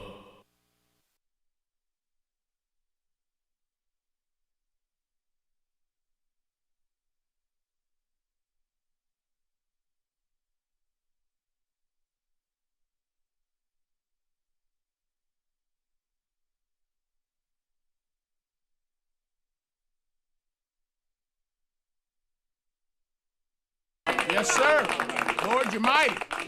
All right, lots to do. I want to do this because I have forgotten to do it for 4 straight days, and I'm not going to do it a fifth. And this is, I've had fun, and we got our last Sunday coming up. Going to be a little sad in a way. I've been spending the last 4 Sundays at Valleydale Church doing a series for them called Revive, and been honored to be trusted with that. And we've had a great time, wonderful people. And there's a young lady named Sarah that I talk to every Sunday. She's in the choir and the praise and the worship. She's a big fan of the show, and she asked me to give her a shout-out for last Sunday, and I've forgotten it 4 days in a row, Sarah. I'm sorry. She's also had an accident and is injured and is recovering, and said she wanted me to give her a shout-out, and she listens at this exact time. So, Sarah, there you go. I forgot it 4 days. I got it today. And also, it's Coach's birthday today. Oh, how about that? Greg and I, our dad's 77 today. Congratulations, Coach Burgess. Double sevens today. So we'll talk about that. Have some dad stories today too, and just to give him a great day, I may call and get him to ask me if I think if I'm stupid or not. Yeah. For old time's sake. Hey, you stupid? You ever tried to answer that for yourself? It's not easy. So anyway, we'll it's one thing for somebody. What are you? It's one thing for a committee to discuss it about you, but when you're put on the spot and you're asked if you're stupid, it's not easy. No. So we have a lot to talk about. We might round up Span since it's a weekend. Nothing major going on weather-wise, but we may just check in with him just for your benefit across the country today. We'll see. We got a lot of updates. I know we just discussed it in the kickoff hour, but it was the number one social media yesterday. The XFL is coming back in 2020. That spawned a lot of, all right, is the Dream Team putting herself back together? The play-by-play team. Dream Team. The funniest one I saw was a guy who texted me and said, Rick, somebody else is going to have to run BuzzBox. You got to get back to XFL. That's right. You got to turn it over to somebody else. That's right. I'm going to have to delegate that. But anyway, it's so funny. I mean, people. I don't know whether Birmingham will be involved at all, but it's funny to watch. The strategy is completely different this time. He just looks to what people think they're tired of, and then says, this one will go back to the so you hate all this not standing for the national anthem, and you hate all the non-family friendly stuff and all the unnecessary rules, and this is now going to be the family-friendly, patriotic football league. And he don't want any criminals, and not even a DUI, he said. And well, of course, then he mentioned Johnny Manziel playing. Well, I was about to say, wait a minute. I thought he was going to field 8 teams. I mean, you can't field 8 teams with that. That'll be the first thing he has to back out. Yeah, that won't wash, guys. It won't happen. No. And then, as you said, Johnny Manziel was brought up, and I know they said that he's headed to the Canadian League because he's cleared a background check or something. I mean, no. I hope you didn't pay too much for that background check. Mm-hmm. No, you don't need a background check. Just Google news stories. Somebody's already asked me if one of the teams will be the Cleveland Stampede. We don't know, but anyway, speaking of that, Baker Mayfield Says he wants to go to the Browns. If he does, he'll turn he it around. wants to go to the Browns? Well, he says if they pick him, he'll turn Well, it. Well, clearly he's had a concussion, Rick. He'll turn it around. He's talking out of his head now. Right. NFL having to report business-wise they have been hurt, so they can quit pretending they weren't. So that's out there. We've got that. We've got this, and Bubba and I, and I promise you, Bubba, I felt the same way you did, even though I was understanding it completely and found Larry Nassar to be as repulsive as we all should. But when I heard that judge giving that speech, I was like, went too far. You know what? I understand what you're doing, but you're a judge, and you've kind of forgotten that you're a judge, and you've turned into an angry person screaming at somebody. And I thought, he's gonna start looking around going, she didn't show a lot of wisdom. I understood her anger, but you got to have more wisdom of that. Just simply look at the man and say, we've looked at the evidence, we've heard the testimonies, you've admitted you're guilty. I don't see a lot of repentance in the letter you sent to us. So I'm going to sentence you what's available to me to the maximum that you'll spend the rest of your life in jail. Boom. That should have been it. Head to lunch. But telling him how strong you are and you're not some weak woman and you're highly educated and this is your time to get people like him and all that. You don't do that as a Rick, judge. I think she said what all of us were thinking. Yeah, and that's fine. Let us say it. And she's had to sit there and listen to that testimony. I got that. No, but the very symbol of justice is a blindfolded person holding the scales. And I knew listening to it, and I told some of the guys after the show yesterday or whenever we were listening to it, I said, she went too far. She went too far, and now is going to make him the victim of an overzealous judge, which will be grounds for retrying, rehearing, resentencing, and probably get that knocked down to no telling what. And he is a monster and needs to serve that. But just like wisdom. She went overboard. Yeah, she went overboard. It's no more complicated than that. And I mean, you've heard judges. It lacked wisdom. You've heard judges dress down a convicted felon. Yeah, there's a way to do it. And just give them the what's to and sentence them to jail. But she went overboard, and I knew when she did that there was going to be a backlash about it. Yeah, knew it. Yeah, open the door. I just signed your death sentence. All that. That is. The judge, that just like you said.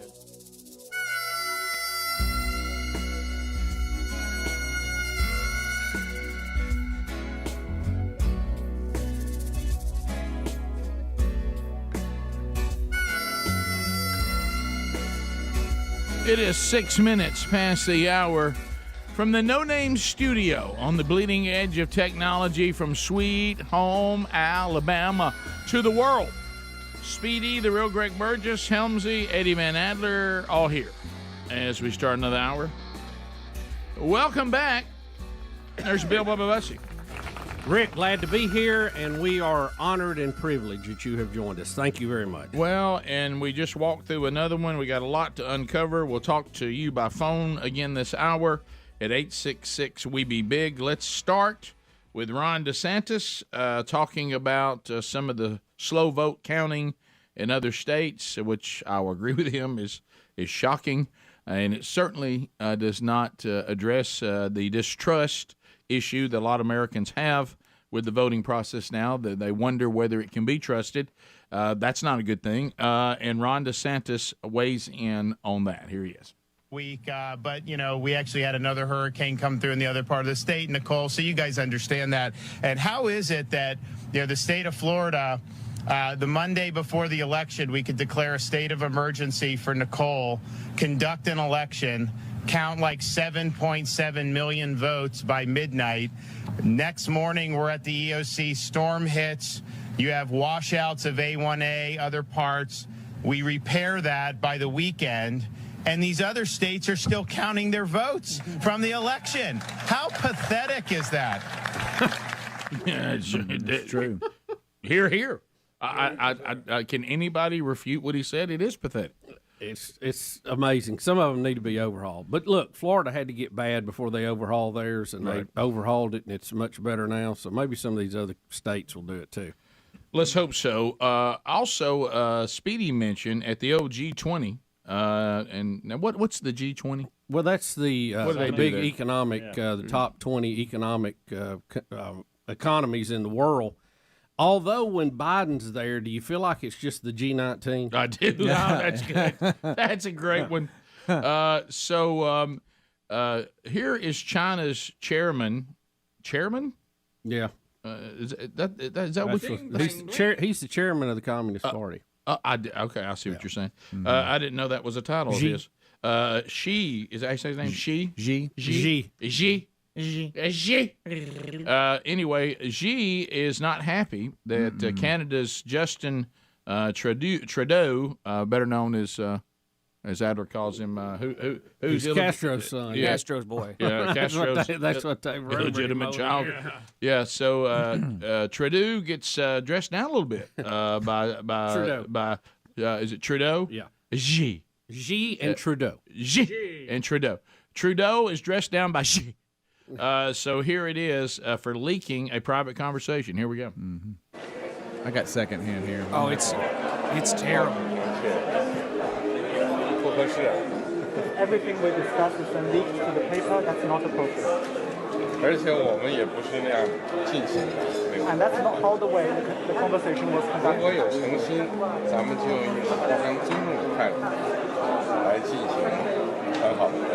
If there is sincerity on your part, free and open and frank dialogue, and that is what we will continue to have. We will continue to look to work constructively together, but there will be things we will disagree on, and we will have to. Let's create the conditions first. Well, he was little, and look at him walk away. It's like he's got something. He's not sure where to go or something. Yeah. She was mean to me. And the last thing he said, if you lived here, you would disappear. Boy, you hate to see two communists just not get along. I know it. Yes. Two commies with a little break up there in the middle, little drama in the Communist Party there. While I greatly respect your father, all right, do not leak our private conversation. You have lost face. You have lost face. And then, like you say, Trudeau walks away like he's been scolded, like a dog that got scolded, and how they go over in the corner and put their head down. What if you're the translator, and you've got to deliver what he's saying, and you've got to do it in an authoritative way? Well, Trudeau doesn't look like himself. He doesn't. He looks weird, doesn't he? Yeah, what's happened to him? Has he had some sort of makeover or something? I don't know. He looks skinny in the face. Skinny in the neck and face. Is he ill? I mean, it doesn't even look like him at all. He was rocking a beard for a little bit, so maybe that's changed. Everything was so leaked. the translator has the mask on, but they don't. And that's how the way the conversation was conducted. That is not the way our conversation was conducted. Do you wish the translator was a bigger person? If there is You asked me the question on what I would do. By the way, notice the absurdity of the mask. People have masks on standing next to them, but they don't. I mean, how absurd is this mask thing? Some of y'all on this mask thing, I don't follow you. I don't know what you're doing. It doesn't make any sense to me. Y'all, that does not look like him. It doesn't at all. It does. Can we see another double. picture of It's a body him? double. It's a body double. Adler? Yes. First, I want to watch him walk away like he's got something. I think he leaned down to the lane and said, "Where's the rest?" Can he of leave? Where's all his people? Who inserted the corn cob? Was that Xi? I think so. I think we saw it happen. Let me ask you this: What is China and Canada talking about that's so secret? You know, I don't know. Well, I'll tell you one thing: Xi didn't like it being leaked to the press. And you asked me, Speedy, if I had to deliver that message. Yeah, I'm going to do it exactly what he said, because if not, he'll kill me. True. So I'm going to do it if I'm under communist rule and I'm with the chair. No, but what I'm saying is, don't you think his translator should be more of a scary looking, alpha male kind of looking guy? No. This is what he said. I'm going another way. Oh. There's always something, and you've seen it throughout time, a little bit spooky, that the really big person in charge has some little fella next to him that says, "That's right." Let me tell you what he said. Oh, like assistant coach? He's not going to tolerate that. Okay. It's like the big dog, little dog in the cartoon. Yeah, you always have that little fella next to you that warns everybody how dangerous you are. Adler, do you have a Trudeau That's picture? right. That just doesn't look like him at all. Yeah, I'm trying to do a split screen of a picture of him and then just a normal picture. He did hold his own there towards the end. He said, "Well, look, we're going to disagree on stuff." You know, he tried desperately to hold it together. But then he walked away. And then, did you see he what were whispered? they talking about that was so secret that Xi didn't want it? I don't know. Did you see Trudeau lean over to, I guess, one of his assistants, like I got to go. I'm good. What did he say? It's almost like he was looking for something. All right, so I don't know. That's a good question. I've got a split screen here from the video and then just a normal picture of Trudeau, and you're right. Wow. It looks good. Yeah, he does look That is different. very He good. looks a lot different. Very different. Tell the radio audience what we're looking at. Well, it's a picture of Fidel Castro. Oh, is it? My Castro. bad. My bad. Castro. I do that sometimes because they look and act exactly the same. Yeah, they do. It's weird. And then we have a couple of stories I saw yesterday too. Speaking of, At least he can make a sentence, though. You got to give him that. Yes, Trudeau. yes. I mean, And that's so. he That's, may be a commie That's a good wannabe or point. socialist is. or whatever, but at least he doesn't blubber around. oh yeah, Make a sentence. if we're going to make yes. fun of world leaders, the USA can't say jack right now. These are real conversations that happen at these things, and that's why the story that we did yesterday, where Biden just called an early lid, didn't show up to the dinners. It's very important. It makes the U.S. look so weak that he cannot participate on the level that these world leaders participate in those conversations. It really is. It's really sad. The did I see also whatever Iran calls their setup? Yeah, and we know what it really is, but whatever. They actually have a leader, and then he answers to the Ayatollah, or he doesn't become the leader anymore. So you know they had the protesters that got out of hand, and I have great respect for these people willing to stand up, but there's a viral thing out there now, and they're saying that people are trying to confirm. Now they're saying that this story may not be true. A story got out, and of course it gets on the internet, and everybody keeps sending it out and all that. That they had whatever it's called, that they'd had a meeting. And they had voted to execute all 15,000 protesters. Snopes is trying to take this on. NBC is saying that's a false claim, that celebrities and politicians put it out viral when they got it. Snopes is trying to take it on, and it says, and then here's over at Fox News saying it's real. Here's NBC saying it's not real. Here's BBC saying 348 protesters have been killed and 15,900 others arrested. Yeah. Are you looking at 15,000 CNBC, Speedy? Where did you say that came from? The BBC is what I was reading from. CNBC, which we know is not a conservative bastion of information, says the Tehran court has issued 3 more death sentences to people who were involved in anti-government protest. Although they also were saying that there was over 1,024 indictments have been issued for arrest. Snopes, which I don't know whether to believe them or not, they say that Newsweek reported it. That's where it got started. Other journalists have debunked it. That's what they say. So I don't know who to believe. So anyway, how about this? We know that the protesters, if you're taken in by an overreaching, tyrannical government, it's not good.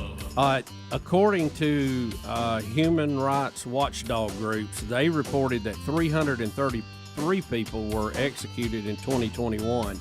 14 of those women. Right, and then they've arrested these 15,000 plus, and that's what everybody's talking about. Are they going to execute them or not? One story says yes. The other story says that's false. We'll be back. Rick and Bubba. A lot of it turned a little out of I'm the judge overseeing a trial, and here's the sentence, into some things that you wouldn't want to see. And I certainly understand those things, but that we all felt that. But it doesn't mean that's wise for her to do it. You know what I mean? Yeah, not in that position, not at that time. I would say an hour and 20 minutes might be a little long for sentencing. Right. Well, and I understood, because we all do, and there's that side of us that's in every single one of us, and I certainly have it too, man. We love that eye for an eye, and he's going to get his, and we all understand that now. But when you're sitting there as a judge who is going to say, here's the sentence, and the sentence was, I think, appropriate, and I don't think he should, because of what he said. I agree even with her comments on you don't have that appearance of rehabilitation by your own words. Well, Rick, let's face it. So you're not going to get to live in society anymore. So that and maybe he goes behind bars and repents of his sin, gets on his face before the Lord, and gets transformed and does a great job of advancing the kingdom behind the prison walls, and then one day he stands before the Lord forgiven. That's what we all hope. But as far as like we were just talking about this through this whole discussion with O.J. and Fred Goldman and all that, and people said it, and they're 100% right. I mean, Jesus, forgave on the cross the thief, but then didn't tell the Roman Empire to take him down. I mean, hey, I've forgiven this guy, get him off the cross. So you still have to pay the deal here on earth, and there's certainly nothing evil about that or wrong, and it's biblically sound. But when you're sitting there in her position, there's certain things you don't do, and people are saying she did some things that you just don't do in that position. Well, we heard a little sound bite from her, but I mean, an hour and 20 minutes. I mean, that was quite a speech. She also said in her speech that if the Constitution didn't prohibit cruel and unusual punishment, she might allow what he did to all these beautiful souls, to these young women, that it be done to him. And, yeah, that's we all agree with that, think that. Frankly, I'm shocked that one of these dads has not gunned the guy down on the street. Right. It's surprising to me. I'm totally shocked. He's still alive. Not that that's the right thing to do, but I'm totally shocked it had to happen. Well, what you do is you're sitting there in a different position where you're supposed to be a professional. You're supposed to handle your job that is grave. I mean, that's a very important job. But she is handing down a death sentence to somebody. But you let the people at the coffee shop say some of this stuff. You're not supposed to say it. Right. Not in that position. And I tell you what it looks like. It looks like you can't control your emotions. And see, there will be cunning attorneys that will use that. Mm-hmm. So, but anyway, enough of that. Yeah, but I certainly understand it. But again, let that be the coffee shop talk probably, and let that be down at the plant, and let that be on radio shows like this one. But you in that position, you said more than you needed to say. By the way, you could have taken all that out and still said enough. Yeah, well, you've heard. How about judges, the 175 years? Is plenty. You've heard judges, read the Riot Act to some of these people, but it didn't sound like it was a personal. It sounded like they were carrying out the job of the people. Right. The people have spoken. These women have spoken. You have pleaded guilty. I have read your letter. In my opinion, representing the federal court, I do not see that you have shown any signs of rehabilitation or remorse. The damage done to these women is irreversible here on this side of heaven. So I sentence you to what's available to me. I'm totaling up to 175 years. This means that you will never live outside of the prison for your time here on earth. Boom. Rick, also, and everybody goes, that's about right. Just a little background information on her. She is a cowboy boot-loving mom of 5 who had twins at age 52. My goodness. Via a donor, and writes crime thrillers in her spare time. I know. Well, when you get in the middle of this, you know that everybody's going to know your business and what's going on, Mm-hmm. Now, so does donor mean? That means I went to the bank and I have twins. But what I mean, no husband. I did this on my own. Has a husband, but they. Is there a husband in play? Because if he's there, do we need a donor? I'm just reading the highlight bullet points. Or is he 54 and can't get it done?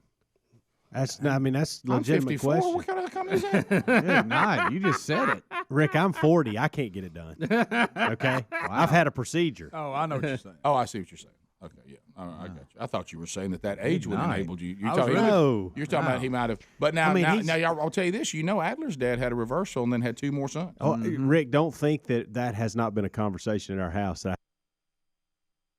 Rick and Bubba Show, thanks for being with us today. All right, so a number of things to unpack in a Your America here. Everybody say, walking together through the promised land. Bubba, are you familiar with the band Mumford & Sons? Do you know them? No, I don't, Rick, right offhand. I like them. They're good. But Winston Marshall. I know Sanford & Sons. Yeah, you do. Yeah. Mumford, they're good, too. Mumford & Sons, Winston Marshall. And this is the thing I think you have to do. It's the only thing that really works to the cancel culture and the mob, and that is to stand up to them and refuse to bend if they're making an accusation or demands from you that are not reasonable.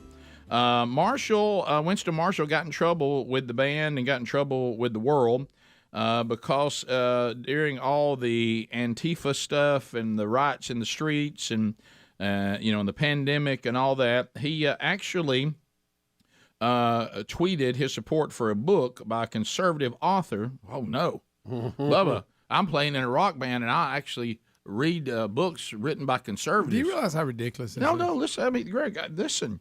And what the person was doing, the book, he was trying to bring awareness. I think he's kind of been vindicated here on the radicalism of Antifa. And the book was called Unmasked: Inside Antifa's Radical Plan to Destroy Democracy. I thought the left, they just weep and say we must protect democracy.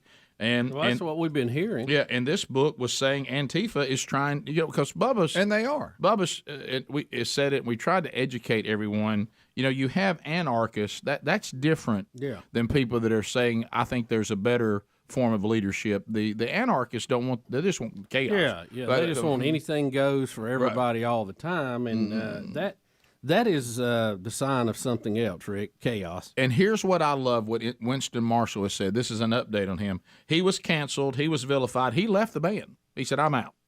I'm not."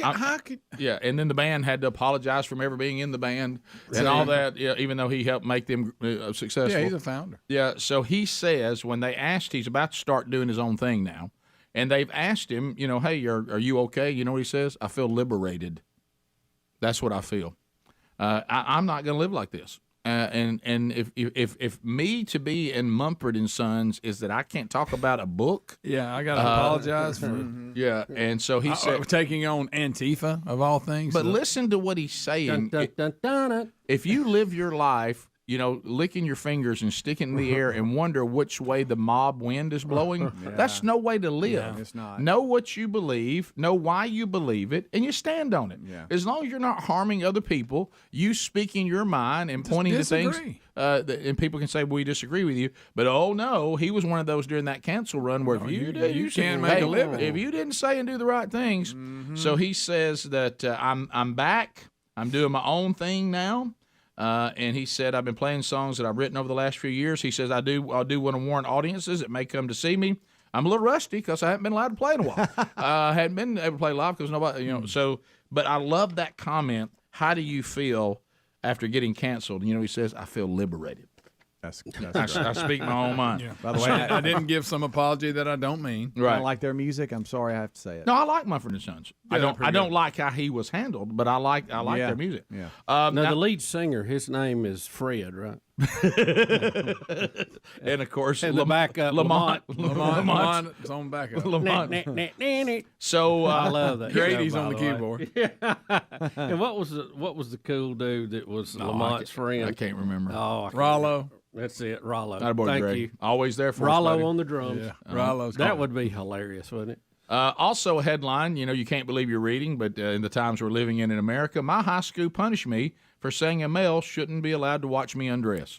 How dare you? Here we go. As a girl, I was taught to respect the privacy of my body and to speak up if I felt unsafe. Yeah, you've been hearing that, and that's good advice. And if something made me feel uncomfortable, now I'm 14 and shocked to learn that not all adults take you seriously when you say you don't feel safe or comfortable. In fact, they may even punish you for speaking out. That's what happened when I said I didn't think a teenage male should be allowed in the girls' locker room where my teammates and I undress and change. When it comes to my body, I think this is private. I don't feel safe or comfortable if a man is in here with us. That seems reasonable. Yeah, make you uncomfortable. And she says, but apparently in the times I'm living in now at this government school, they don't see a problem with a male student freely watching us change our clothing. And said I got in a conversation with some of my friends in French class. It got me in trouble with the officials at Randolph Union High School in Vermont. Someone overheard me telling my friends the dude doesn't belong in the girls' locker room. Of course, he's a transgender so-so female. They reported me to the co-principals, even though the male student didn't hear me and wasn't even in the class.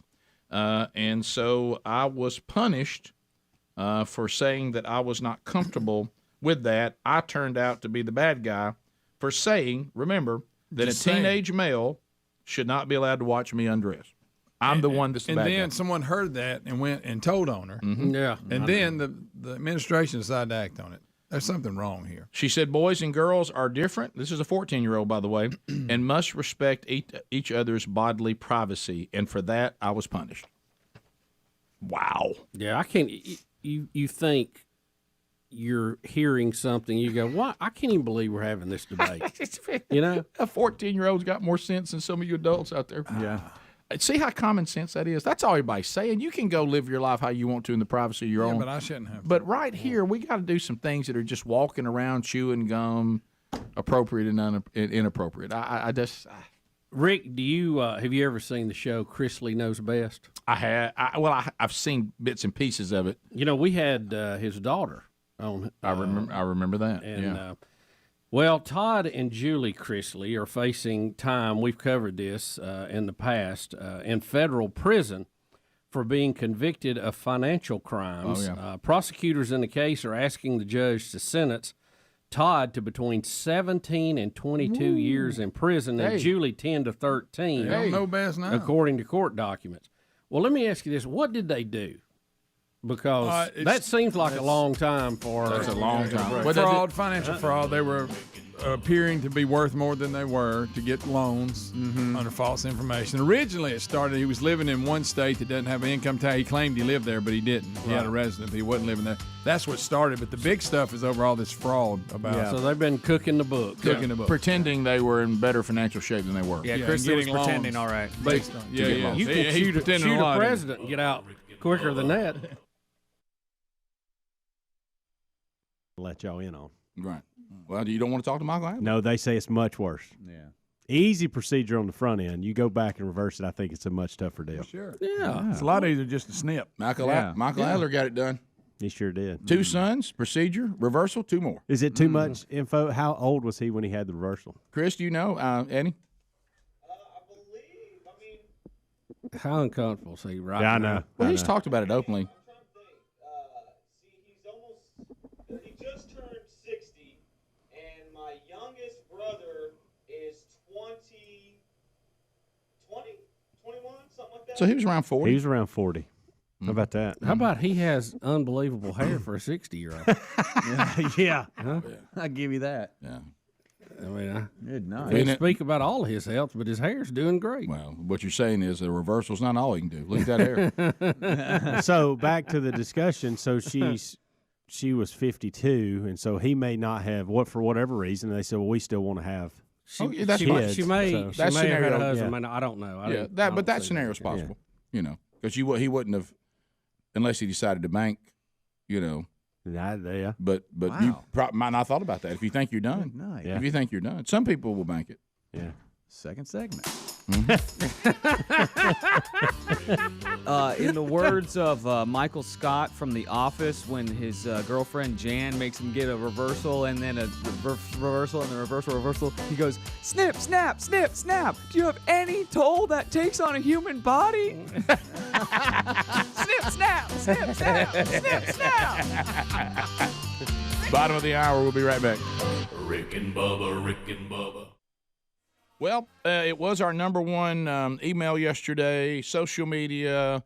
Vince McMahon has announced that the XFL will return in 2020, and here is his statement, straight to the point. The new XFL will kick off in 2020, and quite frankly, we're going to give the game of football back to fans. I'm sure everyone has a lot of questions for me, but I also have a lot of questions for you.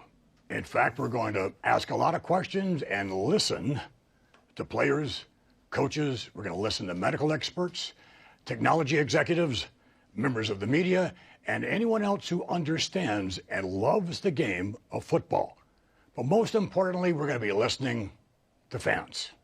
So I would ask that, the question of what would you do if you could reimagine the game of professional football?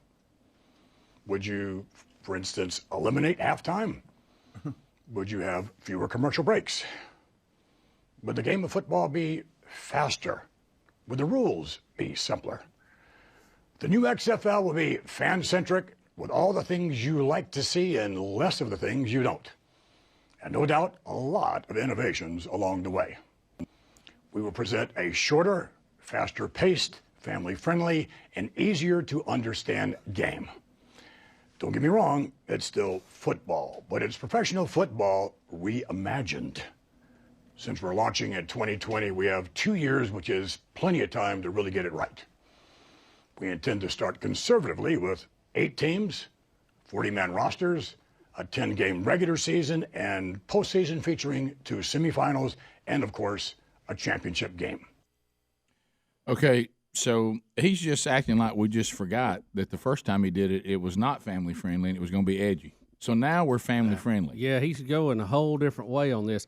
You know, too, he lost, what, $70 million? I guess he learned. Yeah, maybe you might want to change. Whatever you did then, do something different. Well, I think there's a lot of things to look at. First off, from a rating standpoint, the XFL was not a total bust. They actually had better ratings than what they replaced it with when it was all over. And you saw some players that came out of that went on to some pretty good NFL careers. Tommy Maddox, the first one to come to mind. But can it work? He hate me. Yeah. Now, from what I understand, I didn't hear it in that, but I've heard some other commentating. They're not going to let you do the funny names on the jerseys. That was not part of it. Or has all that been locked in? No, what it is now, Bubba, to get it again, now, you get the new vision, because he's looking at what everybody's not liking.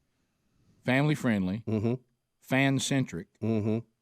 I like that word, by the way, fan centric. And then if you look in the back, it says it's all about the fans. Right. So because the fans don't think it's all about them anymore. He's going to remove, he thinks, I don't know how he's going to field 40 roster, 8 teams if he removes the criminal element, but he's trying to look for people. They're not going to be very good. I'll say. Looking for people of character. I started to say that's notice a lot of Army Navy players. Notice the logo's gone from red and black to red, white, and blue. Right. Okay. Right. And so it's gonna try to give claim he's gonna give football back to the fans.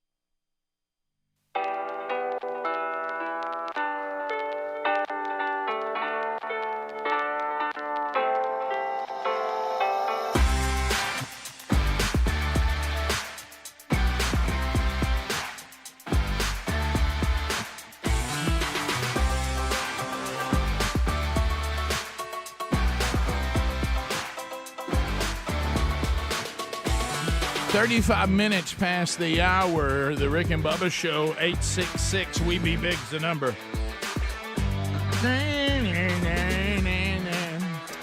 All right, it's cleanpods.com/Bubba. Shotguns and barbed wire fences. Those old clean pods, Bubba, everybody's loving them. I don't know about you guys getting emails. Wives love them. I mean, it's just a better way to clean. They revolutionized the industry. They've even been recognized by the industry going, hey, you guys are onto something here. Cleanpods.com/Bubba. It's a smarter clean. For less than $10, each product will give you at least 5 full bottles of cleaning solution. I want you to think about that and ask yourself this question. Whatever you are currently using, if you don't use CleanPods, does it cost you less than $2 each bottle? Probably not. Matter of fact, I know it's not because I've seen the prices. So if you would like to do this a better way, these pods, they're concentrated so you get a lot out of them. They give you commercial-grade spray bottles. They come with your first order. You put the pod in, whether that pod be for glass cleaning, countertops, floors, bathroom, whatever it is, you put that pod in, fill it up with your own water, so you're not paying for water. You're already paying for that at your house. Just use that. And then you shake it up, and here we go. And let the cleaning begin. You can get yours right now at cleanpods.com/Bubba. There's also a link at rickandbubba.com under the sponsors button. We're going to get you 10% off your order and free shipping just because you listen to this show. Cleanpods.com/Bubba or rickandbubba.com for the smarter, cleaner way. All right, so Bubba, you were talking about Chrisley knows best, and then old Heartbreak kind of got us. Yeah. I was just looking at this. Boy, that's a pretty stiff sentence. It is, and Greg told you what he's in the most trouble for, he and his wife. But I guess that's just the sentence that comes with that, because that's what they've done, or they're being accused of doing. Right. Or they've been convicted of doing it. I think they were convicted, aren't they, in the sentencing phase? Okay. I may be right. All right. Okay. Yep. Yeah. So what are their kids doing? Didn't their kids continue the show, but in a different format? I'm not sure about the boys, but I know have no idea. The daughter, I think, has a clothing line or some other some other lines of products. I think that she does. I know she does a lot of speaking and different things, but I haven't seen the show in a while. What about the grandmother? She was a hoot. She was funny. She was funny. Yeah. She was. The show was funny. They're saying also Might be a they want makeup the line, too, Chrisleys to pay $20 million. Oh wow, that hurt. Hey. 20 million? The dad has a 20 makeup million. line. Hey, listen. Let me tell you good. Let me tell you his son. Yeah. Let me tell you what's Right. funny about that statement. I literally would have to say, well, you know, the reason I'm going to jail is because I pretend to have money I don't have. Where do y'all think I'm gonna get this $20 million? Yeah, really. Right. I mean, I was realize faking how much money I have. You realize what I've been convicted of, and you want $20 million from me? I just pretended to have $20 million. I really don't. The old blood from a turnip. Right. It's I forget who has that bit, but it's the old overdraft fee bit. You penalize me for not having any money by charging me more money. Right. Yeah. It's like the time that that I told you that story happened to me when I was a single man, and boy, just not my whole life was just falling apart, and there'd never been another. I've never heard of this, but MasterCard actually came to my door. I don't think is that ever even happened? I've never heard that. I'll never forget that. And there somebody came to the door and said, you know, you owe us, you know, this amount of money, and you're not paying it. And I said to him, the fact that you're at my door, what do you think the odds are that I'm going to have to give you money? I mean, if I had money, I would be paying y'all. Yeah. And then he said, well, we're gonna hurt your credit. And I said, I think that ship has already sailed. Yeah. And then the card has stopped allowing me to use it, so you can't really do that to me. Right. I don't know what to tell you. And also the fact that you've arrived at this time, I'm in a pair of shorts and shirtless. That's not good. You know what I mean? There's really nothing to repossess here. It doesn't look like that I'm actually getting after it right now. So I don't know what you're going to do. It's going to be tough. And you know what? The person just left. I mean, what are they going to do?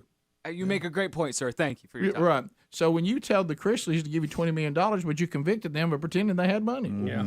That they didn't have. That seems like a... Savannah is who we had on, Bubba. Savannah Chrisley. They have 5 kids, I think. And they go through... I think the oldest, Lindsay, was. One of them wasn't really involved with the show. She appeared in the first 5 seasons, and then became estranged from the family after the accused tax evasion and bank fraud. And the oldest son is who turned him in on the tax deal. What? Yeah, I think that was Kyle. What did he do? Chrisley. You mad at Daddy? Yeah, he's never really been on the show. Oh, I think that's he was a handle. Okay. And the fact that I think the kid they're raising is his. Yeah. And but yeah, he's the one that turned him in for that. So you turned in your parents who are raising your kid that you can't take care of? Yeah, let me see here. That wasn't Kyle. Well, Let he me is see. bad. There's Grayson. Grayson. Make a lot of sense, does it? Grayson's not the one. He's 16 now. Yeah. No, that's what I was going to say. He's 16. And then Savannah's 25, and then Chase is 26. Chase was another one that was prominent on the show. He's pretty funny.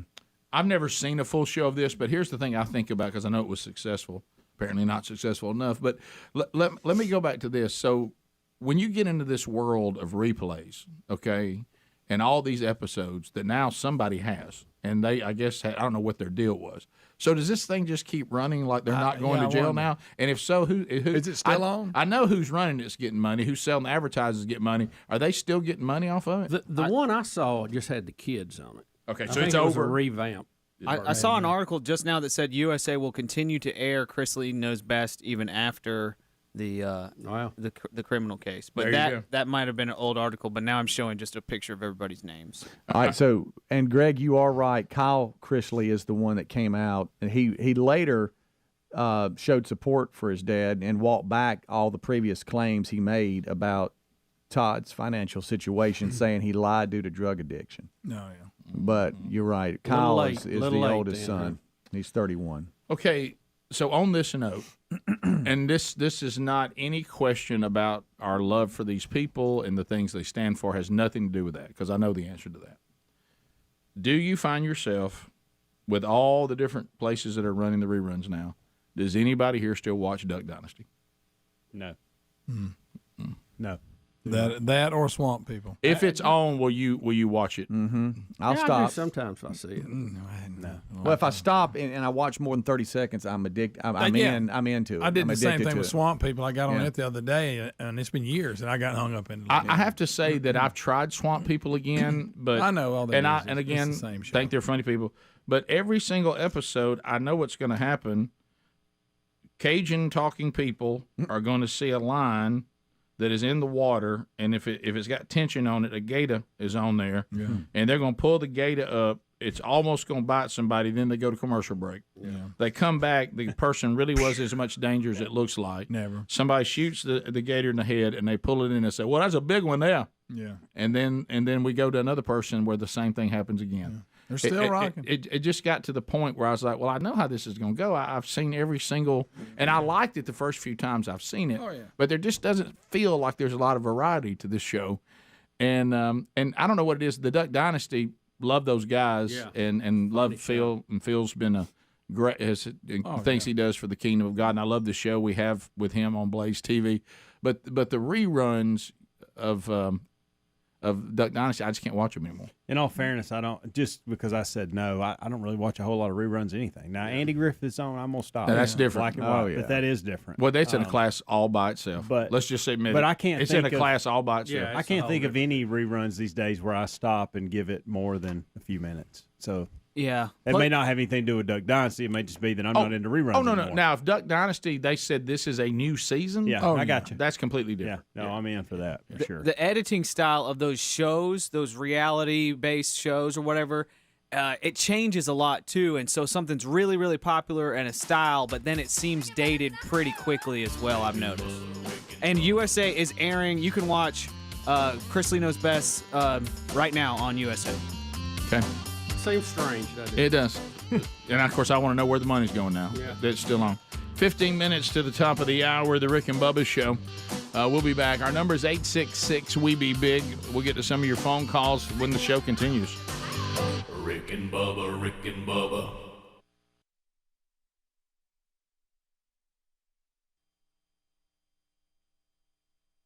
We're gonna weed out all the stuff that you grow to hate about. Now, the first time, remember, it was football lost its roughness. Football's- He can't do But that he- now with the player uh-uh. safety But issues and all. he He can't take because we watched that yesterday. The guy with the concussion was bragging about he was back in a week and all that. Jeff Brom. That was funny. No fair catches they used to have in the XFL, so stuff like that. He can't do that now because that's not fighting for Where the they're- ball for possession. Yeah, their skill players couldn't stay on the field. No. Remember, the offensive line to me was the thing that was most notable was not up to par. Well, and you know why? And the quarterbacks were getting killed. The reason why was because all great offensive linemen had big contracts in the NFL because they're Right. very valuable. Right. There weren't a lot of them sitting around going, "We don't have work." You know, I heard some of the ideas in the kickoff hour, which I thought were great. Hams, I especially like the more points for the field goals, the further back further they back are. you are. That's If it's a good. 20-yarder, it's 2. If it's 30, it's 3, 40. I mean, if you kick an 80-yarder, you get 8 points. That's good. Good luck. I even heard You know? someone chimed in an email and said, I think that the kickoffs, if it goes through the goalpost, it should be 1 point. And I thought, what a That's great pretty idea. cool That's there. another way to bring the kickoff into the point. You know, the one thing about football, I think there's too many of these little nitpicky calls that stop play. And, you know, I don't know that you go as far to say as everybody can catch. You know, everybody's an eligible receiver. But this thing about too many men on the line and all that, I think it's ridiculous. Who cares if you're on the line or in the backfield? It's one step difference. You know, No, he's got to be off. Yeah, so gotta- yeah, I mean, some of I that. know it. Cut out a lot of those rules. I don't know how how do you keep the players safe? You keep it fun. I mean, that's going to be an ongoing thing. I noticed before with the XFL, you remember the whole goal was to bring down the NFL. Remember, it was we're going to be the football Godzilla that brings the great day of reckoning on the NFL. That's not the speech this time. It is we want to have a fan-friendly, family-friendly football. And is it going to be spring or is it going to be the same time? Yeah, they hadn't said I guess that. that's part of I'm going to listen to everybody, right? We were discussing that too. I think that's what, and because I'm a fan, the other alternate leagues playing the time they play bothered me. I mean, I know you don't want to go head to head, but like Ham said a good idea earlier.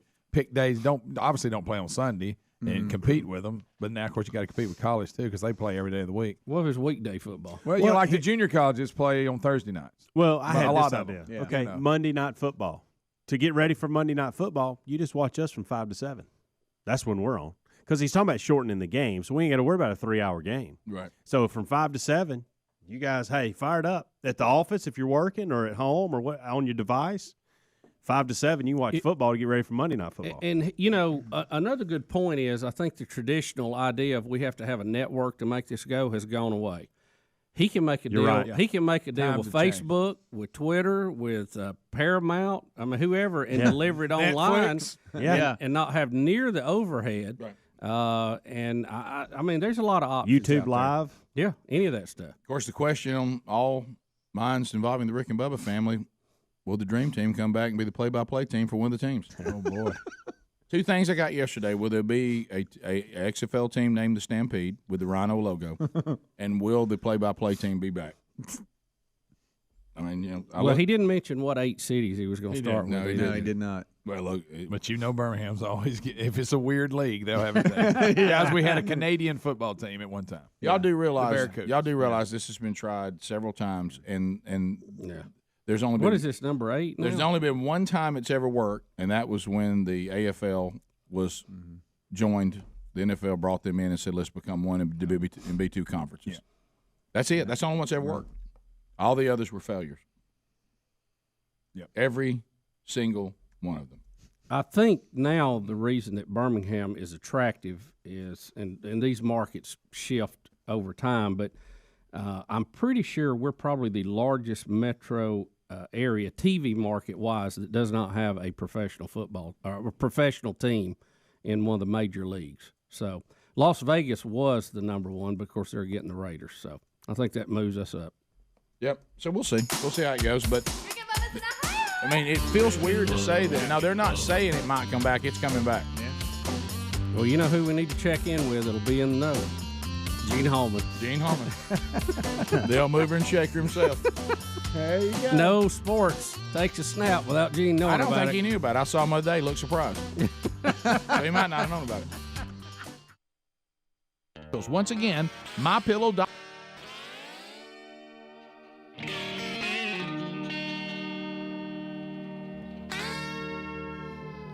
Ten minutes now to the top of the hour. Rick and Bubba's show. Let me catch you up on a few opportunities for you. All right, here's one. The new Rick and Bubba's CD, Where's the Bathroom? And Bubba's experiencing that now, I think. Where's the Bathroom? It is a journey here, and it was a big topic our first year in the new studio.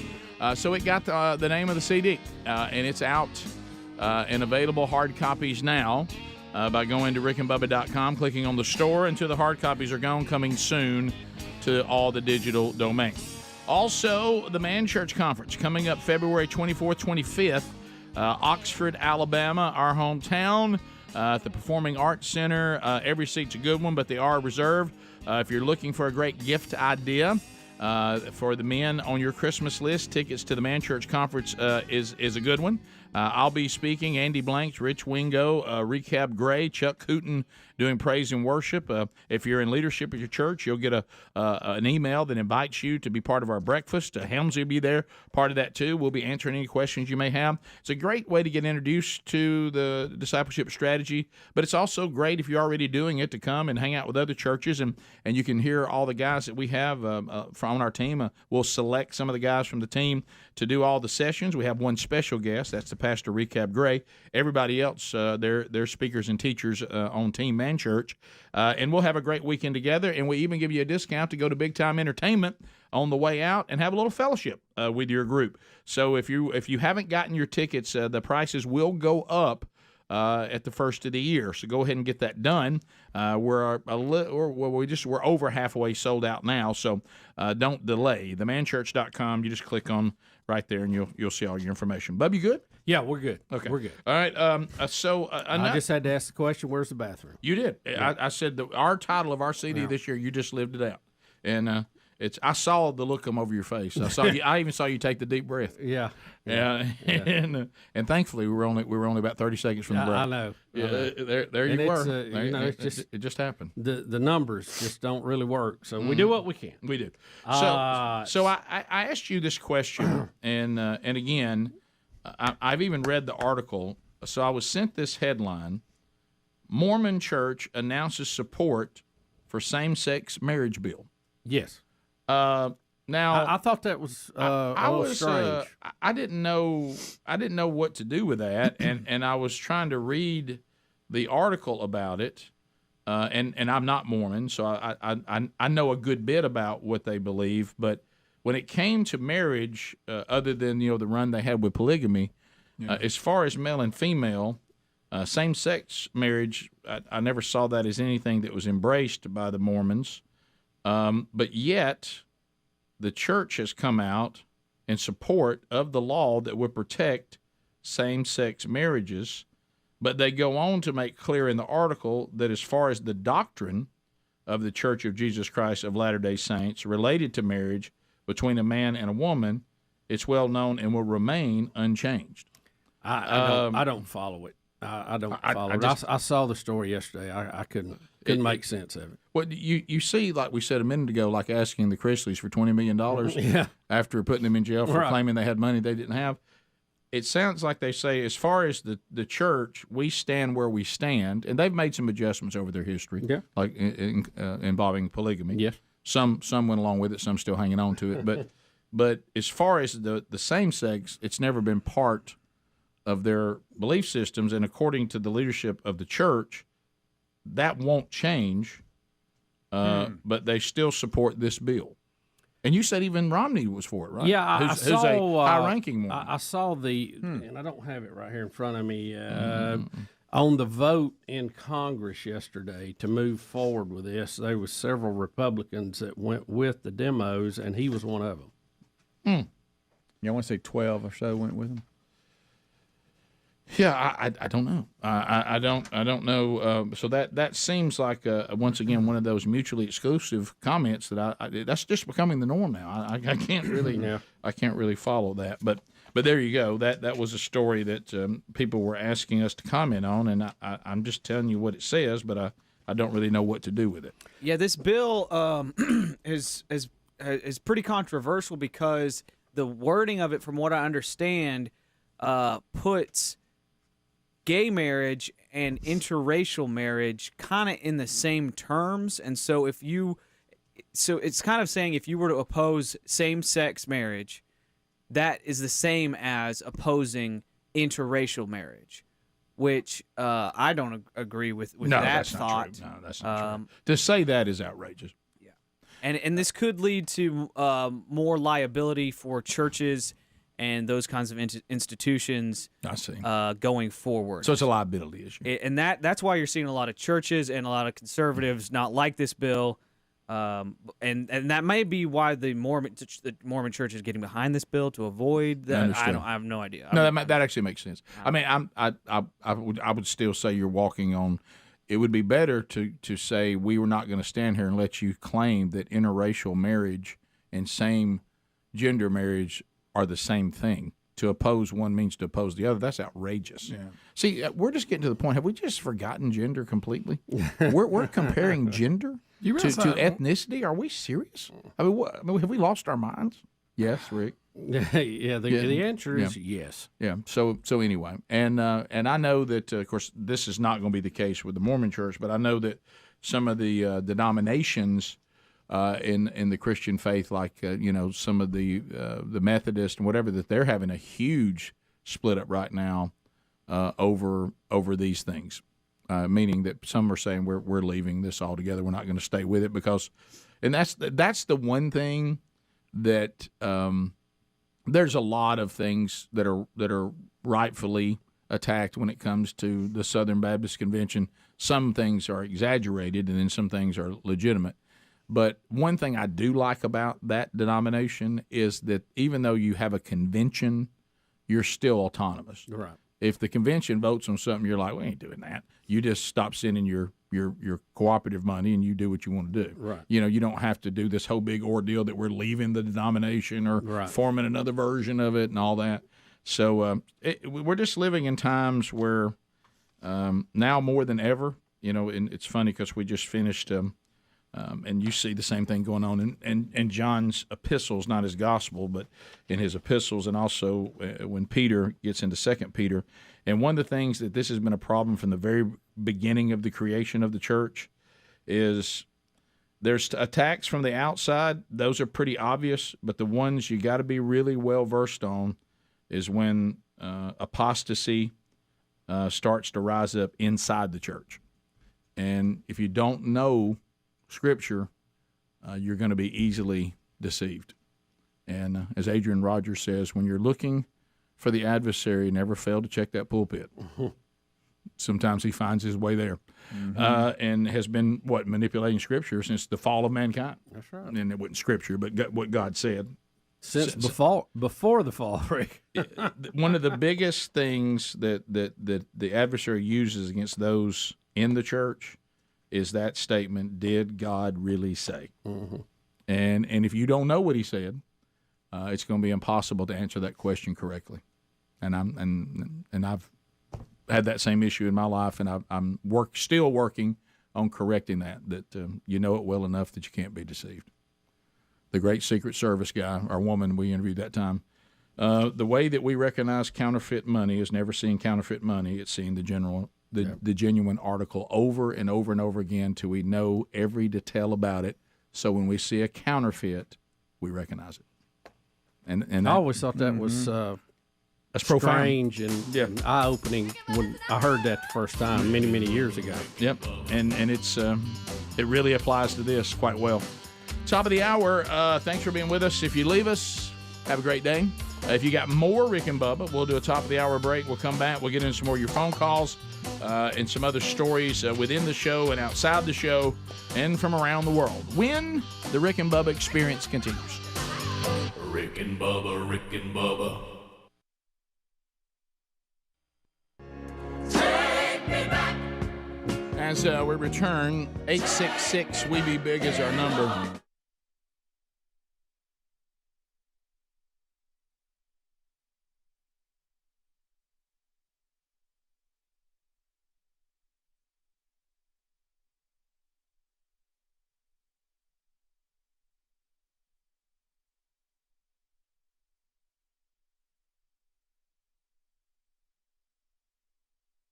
You the very, very dark, twisted, tragic story out of small-town Alabama, there in Calera, Alabama, which I actually went through Calera yesterday, as a matter of fact.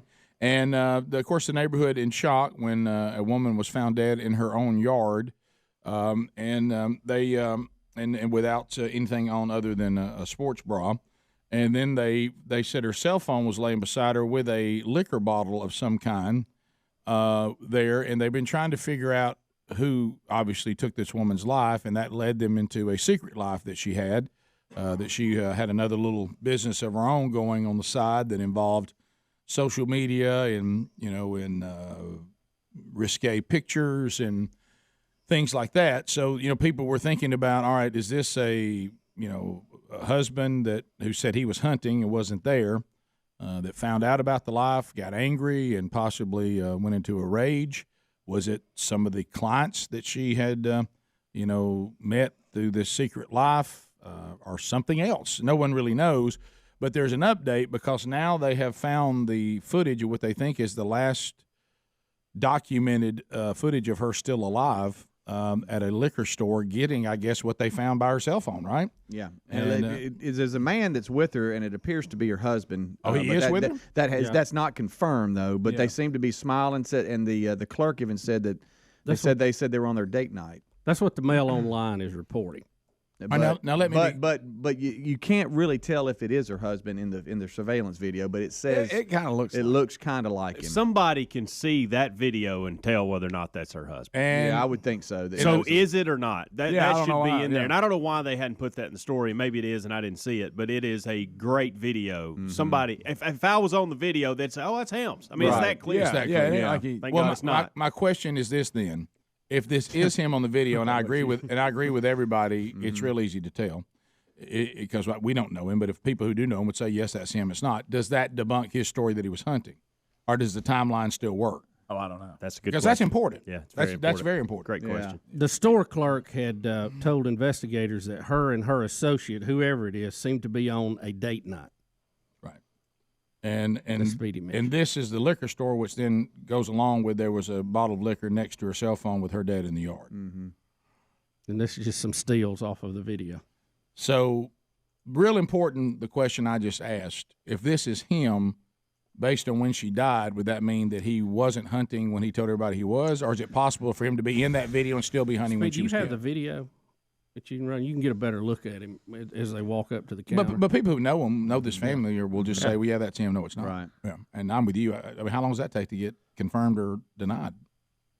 But that's the update. Very strange story. Very strange. It's very odd. And of course, we made these points, but we'll make them again.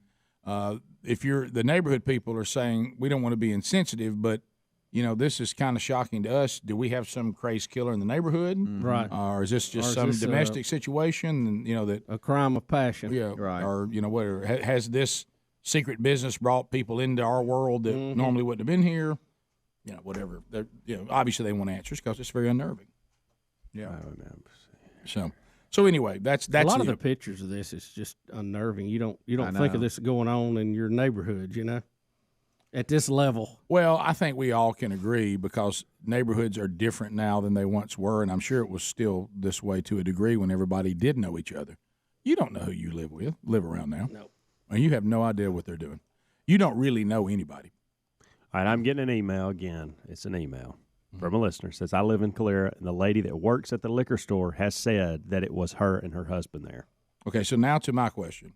Does that make the timeline still where it may? Because they might have said, well, when they're together, when she was killed was the next day, and later he could have gone hunting the next day after they had their date night, so that still doesn't mean that his story's wrong. Or they would say, based on what we see here, what he's telling us can't be true. It's one or the other. Yeah. Right? Right. So she was found at dawn the next morning. Right. Mm-hmm. Well, I mean, that if this is the night before, he said he's hunting. Well, yeah, and right. And I want to get out, but is that not what we? Well, could he have gone hunting the next morning? Yeah. Did he leave out that night to go hunting? I don't know. Yeah, I don't right. know. That's right. We need to know. And plus, he could have said, "I left that morning before sunup and went hunting." I don't know what happened after I left. Yeah. I told Adler if this goes unsolved for more than a year, he has to do a podcast on it. Oh, one of those podcasts where you try to find. By the way, I had a podcast start on my phone uncontrollably, and I couldn't figure out how to stop it. And I eventually just had to go to another something else, go listen to a song or something to get it to stop. I'm yet to figure out how it came on my phone. I'm yet to figure out how it started playing, and I didn't know how to stop it. Yeah. So there they are at the store. So give them a little goodbye there on the walk out there. Look like a little pat. All right. We all do it. It's our why. I mean, absolutely. I'm out. I probably don't do it. I'll public. do that 3 or 4 times a day. Probably don't do it, in front of the people. But I do when I. Well, here's the thing. I do, but I don't know that people can see. Like a camera. The only.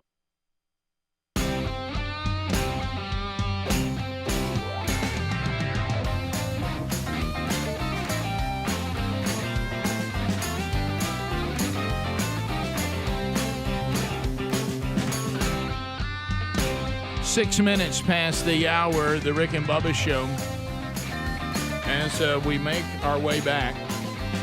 All right, Speedy, the real Greg Burgess, Helmsy, Eddie Van Adler, all here and ready to go. And your phone calls will be part of the show. Welcome back, Bill Bubba Bussy. Rick, glad to be here, and thank all of you for being with us. We only ask for 5 hours each and every day, and we hope that you have logged your 5 today. Yes, or 4 at least. And thanks to all of you that do this in so many different ways.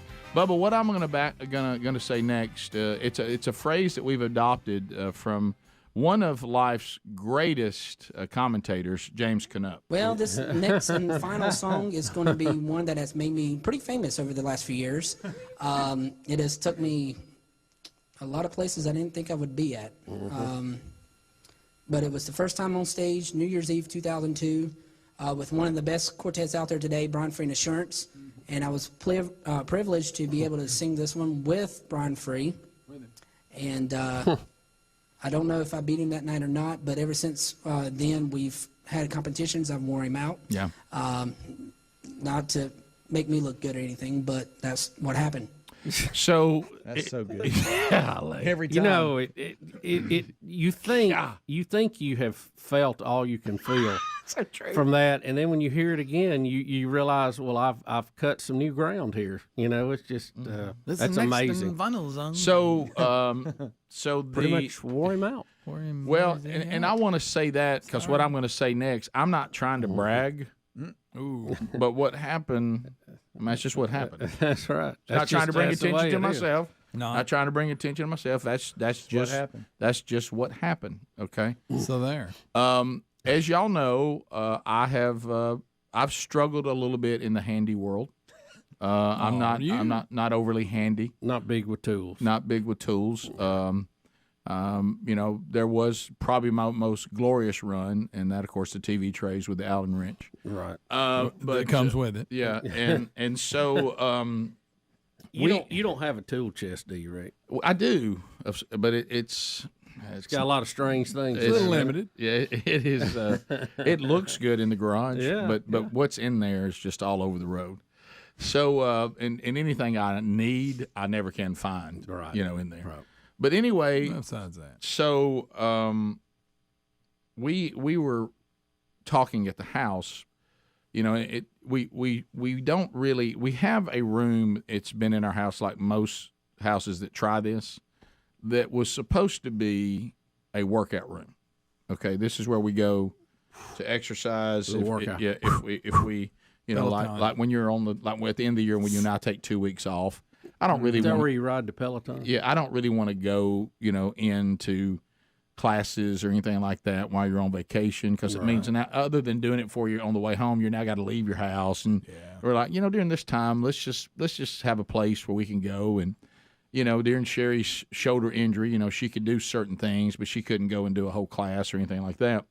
So we have a Peloton in there, we have a treadmill, and there's a really, really cheap, not really appropriate bench with a few weights and stuff, but it's not slinging iron. Got a few dumbbells, got some of that kind of stuff, and so Sherry was like, I tell you what we really need, and I don't think anybody's ever said what we had to say, and she said, Greg, you and I've talked about this. I love a rower. And Helmsy, you too. I love a rower.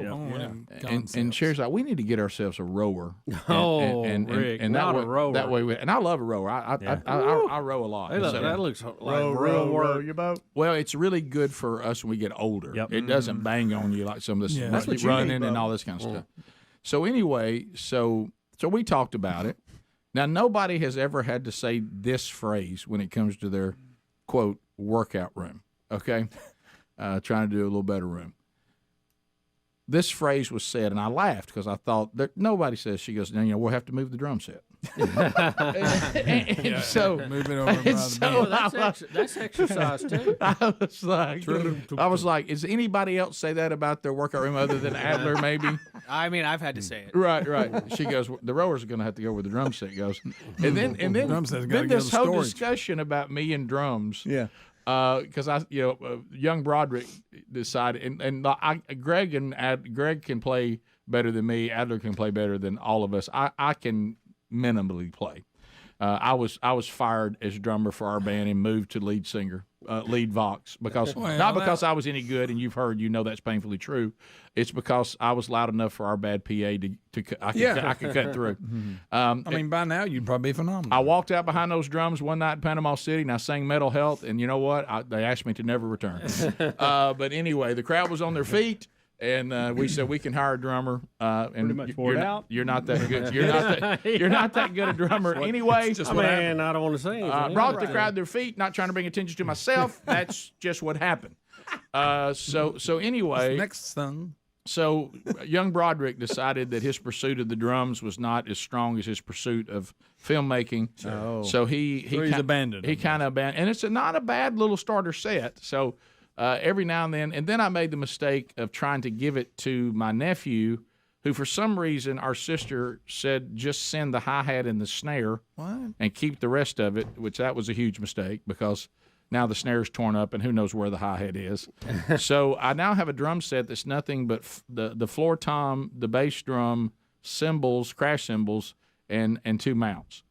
So I've got to get another snare and a hi-hat if I want to keep it alive. So I was kind of like, look, I think I'm done with these drums. And Sherry literally said it was weird. So you don't ever want to play drums anymore? And I was like, baby, how many times do I play the drums? Yeah. I said, nobody likes to hear people play the drums. Except the guy playing. Except the guy playing the drums. And then this came, well, why don't you take them down there to the farm and put them in the barn? So we're going to put drums in the barn. And I said, so maybe someone will play it while I'm sitting on the green. That's what I said. Yeah, I said, so now let's take it. Let's walk that scenario out. We're having some gathering of family or Sunday school class or some group. Okay, we're all got our tables set up. We're trying to serve a meal in the barn, which works beautifully. We've got both ends open to see the beauty of the farm, and every kid in there goes over there and is banging on drums. That's what we want. She goes, yeah, that won't be good. And I said, because every kid under the sun is going to go bang on those drums. Yeah. And loud. And she said, well, I hate for you not to be able to go play, drums if you want to. I said, it just doesn't happen a lot. So let's move the drums, okay? And we'll go move them into another place that I've always talked about we do things in that we won't ever do either. So let's go, I'll put them in there, and then and eventually I'll either give them away, or whatever, or if I decide to use them, I've got to go get a snare and a hi-hat anyway, and we'll set them up at another time, another place, or we'll get rid of them. But let's move them for the rower. Okay. So put them in there by the foosball table you used to use. So then I knew that a rower or something would not come. It can't. It can't come to your door completely assembled. That's just not possible. No. Did you get the type like you used the? Did you get the concept? Concept 2? I got the Rogue. Okay. Which was same style. That's actually even better, I think. Yeah, Same good. style. And by the way, strangely, they're the better light. one was actually less expensive. I found that to be odd. Yeah. But it's really perfect and it's simple. That's my point. They're simple. Yeah, and so stick 'em in the corner. I don't need all the bells and whistles. I just need a row. So anyway, Row. and I don't need a screen telling me where we're going. I just need a screen keeping up with what I'm doing. So anyway, so I look out on the porch. Rogue sells that. I think that's what he I got. look out on the porch and I'm like, oh my gosh, there it is. And there's this huge box, huge, out on the porch. And Sherry goes, hey, the rower's here. And I'm like, and I think to myself, oh no, Days changing. Days changing. And Hope it comes with I'm its own tools. I'm about to move a drum set and put together a rower. And I thought, this is not how I saw today going. No. I really pictured me cold outside, kind of rainy, kind of whatever. I kind of pictured, a nice cold evening. I really saw myself in my sweats on the couch. You know what I mean? Which is a good place to be. So we come back. Oh no! Look, I'm not. This is not about bringing attention to myself. It's just what happened. I mean, I'm telling you, in my as I'm getting older, I'm starting to realize I've limited myself a little bit. You could have been a handyman. I don't know. Missed your calling, Rick. I'm telling you. So we'll be right back. More Rick and Bubba coming up. Rick and Bubba, Rick and Bubba. We probably see that's a camera. So I'll do it just to make Amanda uncomfortable sometimes. I know nobody's seeing us, but I'll do it. Oh, yeah. No, that's all. Yeah, no, absolutely. She loves that. Makes her mad. I think everybody could have saw that was standing in the store. Yeah. Oh, no, that was definitely, I mean, for a minute you think they're on the same football team. Yeah, right. Nice work. She just made a big tackle there. Oh, wow. I forgot about that. Right. Forgot about that part of it. So, a lot of unanswered questions. It is. It's a very sad, tragic situation. Yeah. And people want answers, and we'll get them. This is just like me sitting there waiting to go. I mean, we're going to get some answers. That's right. Everybody's trying to, I love, and law enforcement and the investigators are saying it right. Guys, I know y'all want us to come out with some grand, would you let us do our job so we don't come out and say something's not right? Right. Give us a minute to gather all the stuff, and then we'll give you all information when we can give you accurate information. Right. And that is it, but we always want it now. We want to know right now. And sometimes when they adhere to that, they make a mistake, and they're trying to learn from the past of when people have gotten out there too quick. So they're doing their job, and hopefully there'll be some answers for everybody who wants to know. Your phone. We continue. Jessica, welcome to the program. Go right ahead. Hey, I probably have touched on this, but I'm not sure. I might have missed it. They're trying to pass a state law to where you can't play tackle football for under the age of 12. I've heard of somebody pushing that. Wow. Yeah, I don't know. I know the law, that ought to be a parent's decision. I don't think the government. That's ought to what I that. think too. A state Amen. law. Hey, I was like, my gosh. What's next? You're going to take Libertarian bicycles Bubba. away? You're going to make them quit climbing Well, trees? What else? they you made gonna you start wearing helmets with a bicycle. Yeah, but I mean, I don't kids know. gonna I just wanted to know if y'all knew more about it. I got to tell you, our parents were very, very dangerous, and we were better for it. Yeah, True. I mean, we lived on the edge. How about this? We've accomplished more than all these people have been protected. I mean, I know. who you going to put on the job? A guy that was playing tackle football from the time he could breathe, or a guy that's been put in baby oil all his life, been protected, hoping nothing bad would ever happen to him? And wearing skinny jeans. Yeah, come on. Hey, sorry, Adler. Yeah, but to the point, nothing ventured, nothing gained. To the great point, though, our state has a lot of really big problems that I like to see them get resolved. And I think them worrying about parents letting their kids play tackle football at what age is none of their business. Yeah. You got other stuff to deal with. We'll take care of that. If we decide this isn't the way to go as parents, we won't do it. But we don't need the state to come in and mandate it. Yeah, they got plenty to take care Y'all of. got other stuff you need to be doing. It's like we were growing up. I always wanted a motorcycle. My mom and dad said you ain't getting one. Oh yeah, I don't too like dangerous. them. Too dangerous. And you're not getting. They made that decision on their own. But there were people who gave them to their kids, and that was fine too. You know, whatever. It's your choice. Right. Yeah. Well, it goes back to this again. I love how they want to tell us to be parents, and then the areas that we need some help, they won't. They want us to parent through things that they're going to make us deal with. But then you say, now that's something that maybe we want. Nah, I say y'all got to be a parent there. And they but act you're like right. that everybody's required to play football. You do choose. You're not required. Nobody's going to make you play. The last time when I played, I don't recall this. Now maybe I don't remember it. I don't remember Harry Hendricks from over at Lee Brass in his coveralls. Yeah. I don't remember him riding through Chew Acres, #1, catching little boys like the child snatcher from Chitty Chitty Bang Bang. Yeah. And carrying us off and putting helmets on us and throwing us against each other and forcing us to play. I just don't recall that. Yeah. What I remember is anybody who didn't want to play football didn't. Right. Yeah. And that was it. The story's coming out of Illinois from yesterday. A proposed ban for tackle football, as the caller said, under 12. It says here that a Democrat had a conference in Chicago. A representative, Carol Sent, I guess is her name, introduced an act that would say that you cannot play tackle football under the age of 12. It States was a can get proposed state law that Ridiculous. came out yesterday. It's great, completely. Look, ridiculous. I'm not saying It's an act after a former Bears player that died in 2011. Look, hate that happened, but that doesn't mean the state gets involved. In Yeah, I mean, and you can have the opinion that it's not good to play, and that's fine. I mean, you may have a valid point. Then don't do it. But that's fine. But the state doesn't need to be deciding that. Well, how about don't do it if you don't want to? Exactly. You may go, you know what? They made me a good argument. I'm not going to let my kid play till he's 14. I'll give you another example of that. You should wear a seatbelt if you're in a moving car or a roller coaster or anything else that's moving like that. Great idea. We didn't always do it. We should have done it. We were lucky. We didn't have a bad wreck.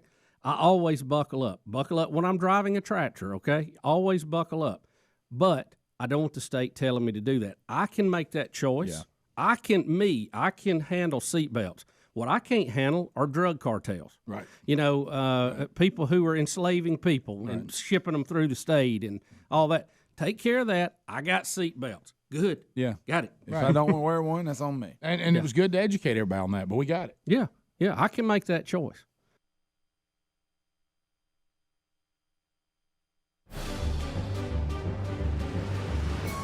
We're back 21 minutes past the hour. Rick and Bubba show. Oh, handyman here.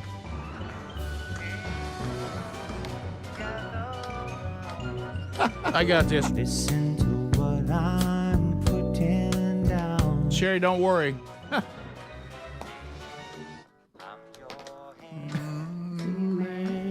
So, trying to bring attention to myself. This is just what happened. That's just how it went down. Now, what kind of tools do you prefer, Rick? Do you Well, have a Bubba, particular brand or? Yeah, I like those that are various colors, multicolored handles. So I grabbed the box. Sherry helps me get it down the steps. I've moved the drum set, and all I can think to myself now is no, because if I sit down at a drum set, I don't know why. Every time I sit down, I will play "Walk This Way." Sure. I will do the drum fill from "In the Air Tonight." Yes. I will play "Rock and Roll All Night" and "Party Every Day." And for some reason, we got the beat. All right. So, but anyway, fun song for a drummer. Yeah, and then the basic beat that you can play at any time, anywhere. Billie Jean. Billie Jean. So anyway, so that's done, and now I got the box down there, and Sherry stops me. You're just really, really always so supportive in my handy skills and always trying to build me up. She says, "Rick, please, I'm just going to ask you, just please, just do not go to step 2 and assume step 3. Will you please just do the first step they say? When it's completed, do the second step they say. You mean follow the directions? Just don't. No way. I'm going to ask That's you. kinda hard. I'm going to ask you not. And she goes, I pray there's not a picture of this in there. Yeah, that's what I do. I usually look at go the by the picture. pictures, Yeah. and then when I get stuck and something doesn't seem to go together, then I go back and read the Yeah. directions. Yeah. I don't read the directions till I'm hung. She I always have parts left over, and I think I'm done. I go, that can't get me right. Well, that's far. Oh, wait a minute. It was Yeah. way back here. So she said, I know it's going to be a lot of things in there to distract you, and you just want this to be over. Just follow the steps. Don't do another step till you've completed one step. And and please, I'm asking you, don't look at the picture and then think you can figure it out. Do you know that all these things, Rick, lead to you frustrated? It leads to whatever we bought not operating properly. And just take your time. We're in no hurry. I've got something I got to do. Just go down there and just take your time. And all I can think of is, I'm in over my head. And so I get That's a lot of moving parts on a rower too. I get down there, and then there's always that first moment, isn't there? Open the box. How much of it's already put together? Oh, yeah. How much? Yeah. And so I look in there, and I'm like, hey, this thing is mostly together. Okay. It's mostly together. Don't let her know that, though. But that'll never be mentioned. And so I go, wait a minute, and I'm opening it up, and I'm like, I think this thing's going to fold all the way out. And so I start trying to Click, click, Do click. you see part bags? I start trying to mess with it, and then I see one little tiny sandwich bag, and I go, Lord help me, please, Lord help me. And I look, and there literally is only 8 screws in it. And then all of a sudden, inside the box is the screwdriver for those screws. Oh, yeah. Oh, and they send you a good one too. Yeah, it's great. Sure enough, good one. It'll strip out quick as those screws. No lifetime warranty on it. I promise. No. And then I look, and then Look at that style. And then I go, then I pick up the instructions, step 1, and I look at step 1, and in the back of my mind, I can hear the voice of my wife. Please tell me that you will follow the instructions. Just do step 1 first, Rick. Just follow, and all of a sudden my eyes, they start looking at the picture of it. Don't look. And then it's almost like I can hear, Rick, don't do that. Are you looking at the picture? It's like, and I'm like, how's her voice in my head? and so go back up to 1. Hear your eyes. Just take something and put it over the picture. And I literally just said, I got to cover that up. And so I covered the picture up with one of the pamphlets in there, for other things I want you to. I'm visual. I got to see the picture. And step 1, and I look at these 2 things, and I'm like, I don't even know what those are. Oh no! And I start looking around for them, and then I see them, and then Ricky got 8 screws. and then I know that one of them's bigger than the other one. And I'm like, what is this? What is this thing? And I'm supposed to take one and lay it over the screw holes, and then take the longer one and lay it over that, and then the screws have to go down through both of them and one's going like this. And what I realized, this is when you flip it over, this is going to be the legs underneath the wheel. Oh wow! Wait a minute. And I'm light like, bulb came on. And I'm like, and so I think, well, how do you hold these things together like this? So I get down like I'm crisscross applesauce, and I'm letting one lay up against my chest, and then I'm trying to get the screws to go down there, and then all of a sudden, I have tightened like there's no tomorrow, and I'm just about to say, not trying to bring any attention to myself, and I look over because I didn't read everything in step one. Sure. Suggestion: please don't tighten all screws until you're done. That's the key. How tight you think them screws are right now? Tight. You got to loosen them up. Tighter than Dick's hat band. Yeah. Probably stripped half one of them out. Right. Stuff to bring and it back. I'm like, then of course, what do I do? It's hot. So you got to be able to move it, Rick. So anyway, it's fine. If they She's took still in the your time, mind if going, they "No, took it's not." if they took the time to put it in the directions, you probably need to do it that way. And then I hear in my head, so you're not going to loosen those screws up. So you were going to skip that? It says now, is it loosen the Sherry's screws. voice? Yes, sir. Yeah. So you're not going to loosen those screws. You know, there's a moment, Rick, that I'm going to walk down these steps, and if I walk in there and you've messed this up, it's gonna be drama. You know that. I know. You're right. You're right. So I loosen them up. Okay, well done. Yeah, a little harder than it needs to be. Right, because you really got them tight. Oh, really sweating now. And so then I look and I'm like, I think that's all I really have to do, and now I just need to take this and now go over to under the wheel and find those two holes or four, and then put these 4 screws in that, and now the legs are on it. I think I got it. Then you can tighten everything. Yeah. Oh yeah. And he forgets to go back and tighten everything. So I look at step 2 and that's it, and then step 3 I couldn't understand the picture. I kept looking at it on the last part. I'm like, what has he got his hands on? I didn't think you were looking at the picture. Well, no, I shouldn't have. and so I kept working with it, and eventually I realized all I've got to do is connect this like a puzzle, but I hate puzzles. But anyway, so I just kind of lifted up. I got it, and all of a sudden it's sitting there. Hates puzzles. And I look around, and I take the screen, and I pull it up like that, and I'm like, oh, I think the rower's up. Sherry! Hey, Sherry, come on down here. Got a rower going. Knocking off some calories. And so what I thought, did you try it before you called? I did, and it worked. And I thought to myself, that sounds desperate. So I went the other route. Walked up the steps. Had the box. Let me get this box outside and haul it off. She goes, did you get the rower set up? Yeah, it's working fine. Nothing to it. Already did a workout. That 500-piece puzzle was nothing. Sweating a little. And she said, was it complicated? I said, complicated. Woo. You wouldn't Parts believe it. lying everywhere. I said, it's running like a dream right now. I said, I really thought, it took a lot of time and incredible skill. Not trying to brag, that's just what happened. Rick and Bubba, Rick and Bubba.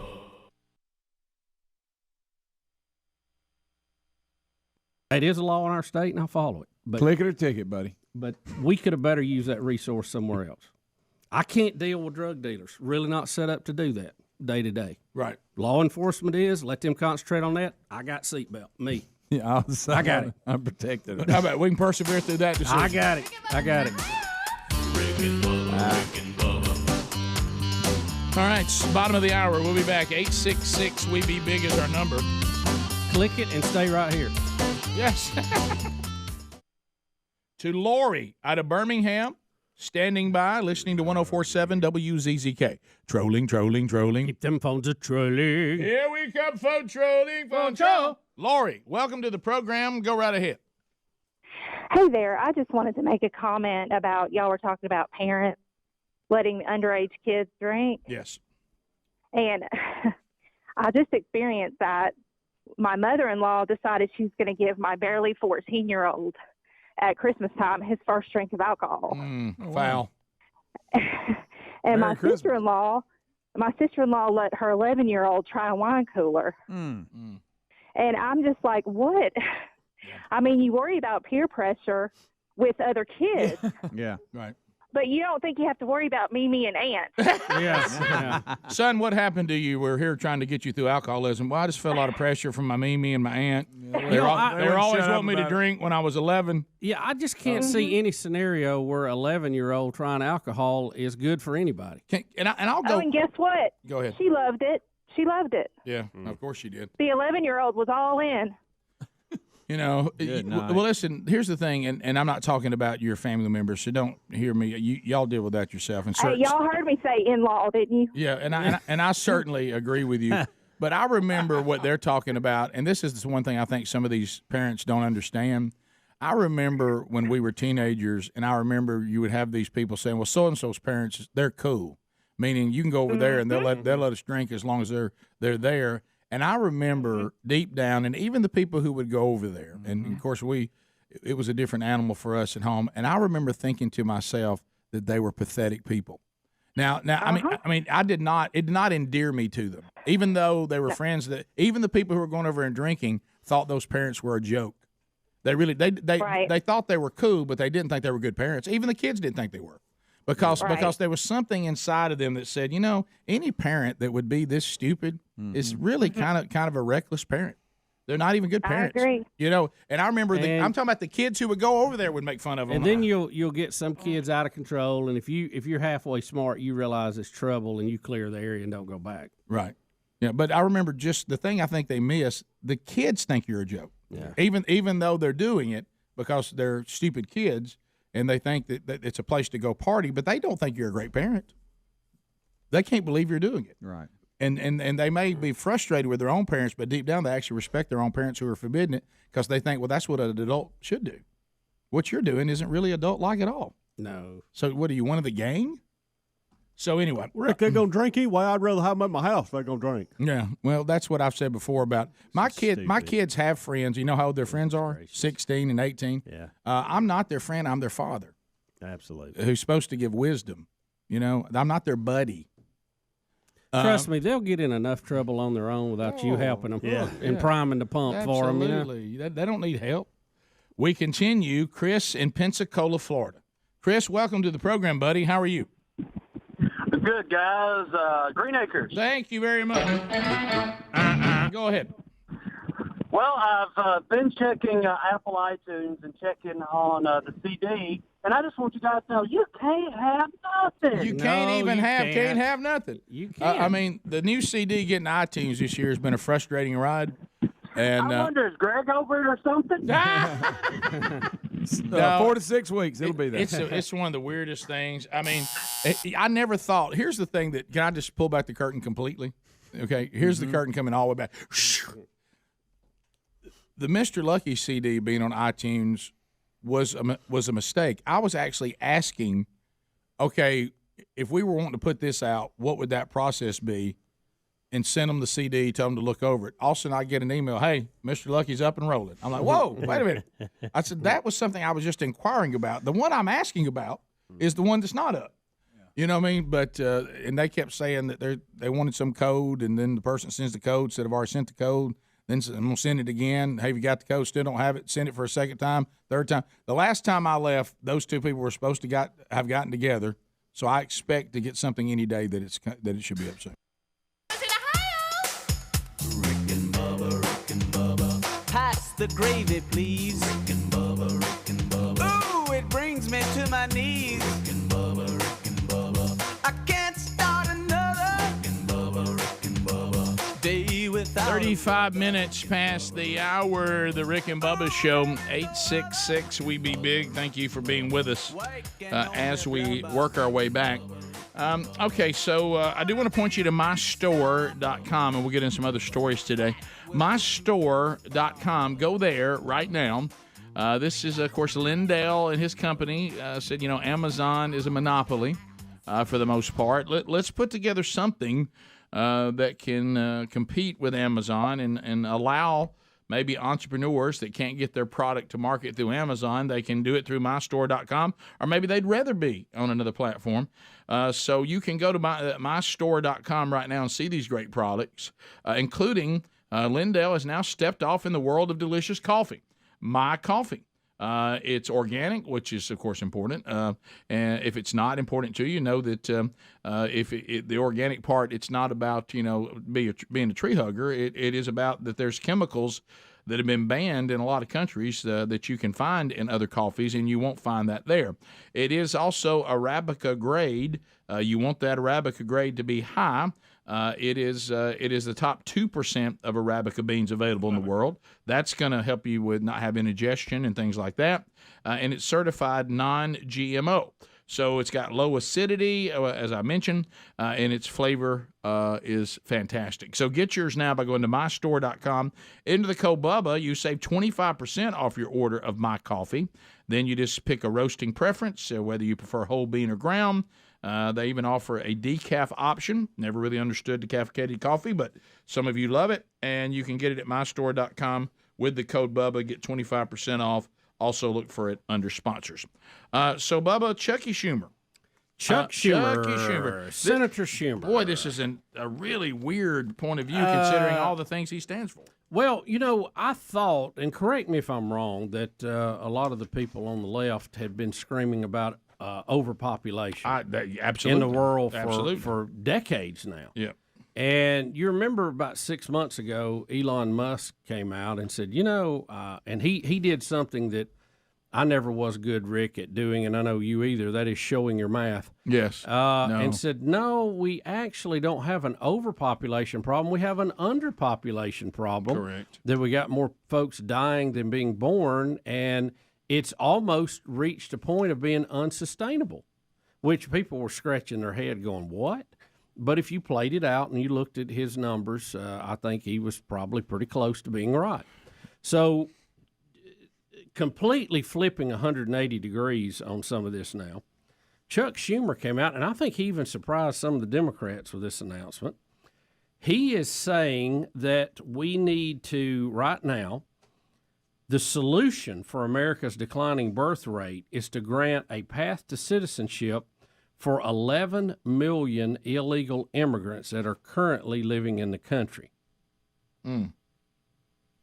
So that makes more sense when he's using that as a solution. You kind of see why he's going down this road now. Now, many have reminded Schumer of the irony that he and the Democrats support abortion, yet are complaining about low birth rates. Yeah, it is. And are looking to absolve illegal border crossers to solve the problem. It just seems like there's a lot of lack of logic here, isn't it? Well, let's start with your first point. The left and all the leftists around the world are lamenting and crying that we're overpopulated. All right. Doesn't seem like this country. Telling people not to have babies. Correct. Remember?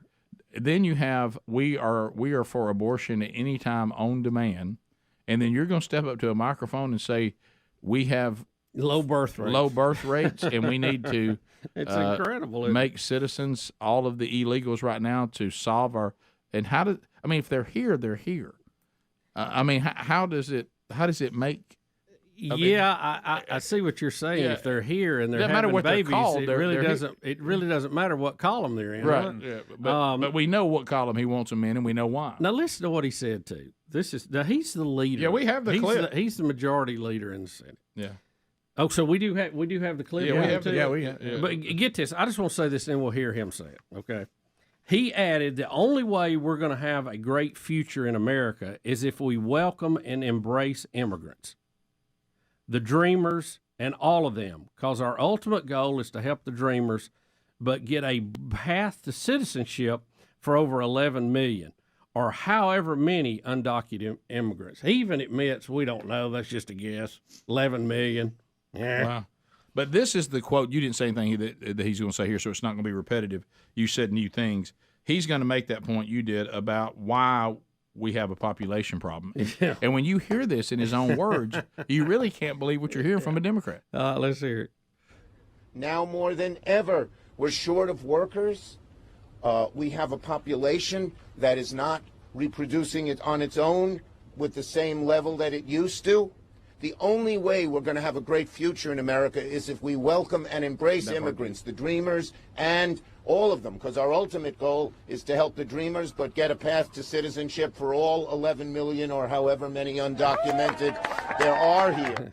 It could be 11 million, might be 20. We just don't know. But however many. But the population part, that doesn't even make sense. I mean, what is he talking about? Oh, Rick, it's just another way to tip the scales for the election. Yeah, exactly. That's all it is. That's the end goal. And I just so is this some new idea he's come up with and he hadn't really thought it through? It is amazing to me that so many of our elected officials who are elected to take care of the electorate that is here, and that they're so concerned about everybody else. Maybe the population issue is based on the fact that we don't know whether we're male or female. Yeah. Let's start there. Yeah.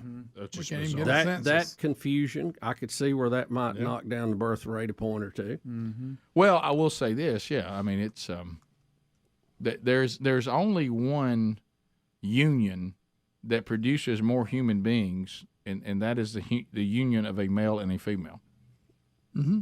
Nothing else. You mean the way it was laid out? Nothing else reproduces human beings. Right. I hate to be a Debbie Downer, but I mean, for those of you that somehow think that children come from other places, they really don't. Why do you have to be so heteronormative, Rick?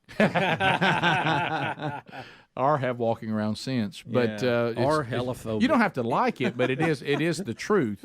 You know, that's the problem with the truth. You know, sometimes somebody says, if I don't like the truth, I declare it's not the truth. No, you may just not like it, but it doesn't cease to be the truth. Mm-hmm. If people don't want to have kids and they don't want to have a family, that's It's their own great. That's business. fine. That's But their if own there's business. any party that's encouraging that and really pointing people towards that lifestyle, it would definitely be the Democratic Party. I mean, when Roe v. Wade got overturned and everybody was freaking out, there were many pieces written in legitimate news stories about how this is such a tragedy that this person, this woman, this pregnant woman, is going to have to carry this child. In fact, they're never going to get to go on vacation again. That was like the whole argument of the piece. It's like, well, they now have this beautiful family. What a shame they didn't get to do Instagram pics with their feet in the sand. You know, like, and there was a huge backlash to that too. People are like, "Do you understand what you're saying?" Yeah, no, and I've said it before. And we introduce them to a car seat. This hormone therapy that we're doing on kids is just another example of people being robbed of one of the most beautiful things on life in life, and that is having and raising a family. Have you seen? Well, they've tried to. They demonize. They're destroying the family unit as a whole. So it's their fault. Right. In America. Yeah, and if I could add one thing back to and it's fantastic. It's certainly your business. If you choose not to have children, that is your business, and that it's none of our business. Now, something that I would ask you not make my business, though, please don't make your pets your children and then call them that. If you can have pets and say you'd rather, I've even heard these are our kids. Oh, and I'm like, nah, they're not. Don't look like it. They're your pets, and that's wonderful. You may say I'd rather just have no kids and only pets, or some people like kids and pets. Some people like kids, no pets. Some people like no pets, no kids. But let's not say that a pet is anything other than a pet. That's it. And a pet's such a good gig. Yeah, they're a blessing sent from God for us to enjoy. But they're not your children. And it would be wonderful to me if you would not refer to them as that if I'm around. Yeah. Yeah, and you know, just that you ever seen that family unit? Like we're mommy and daddy and these are our kids. Nah. Oh yeah. Nah, we goof around with that sometimes. No, I'm not talking about that. I'm talking about the people who don't have kids and say these are our kids. Yeah, they're dogs. You know, and that's wonderful, but they're not kids. So let's try that. But I don't understand. I know what Schumer's doing, and I think he's so desperate to do it. He's coming with any idea he's trying, and this one's going to fall a little flat, probably even with Democrats. Yeah, you could tell he stayed up late. He thought, hey, I got an angle here. Somebody just told Bill Gates that Chuck Schumer said we don't have an overpopulation problem. He didn't know what to do. Yeah. So.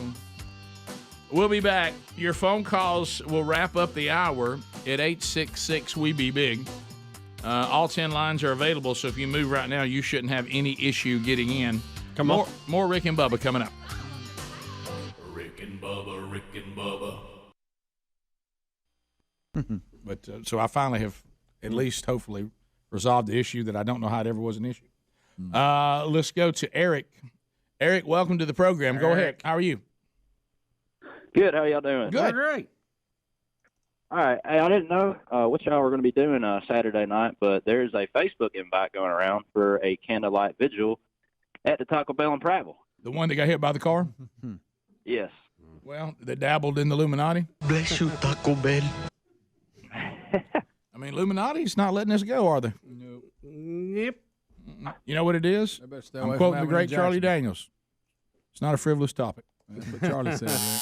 I like Charlie's a those wise man. Yeah, I won't be available for that vigil, but I certainly respect it. I like those new chicken stick things they got. I think they don't have them anymore. Wait a minute. Why? They were limited time. They were limited world? time. Guys, It's a test.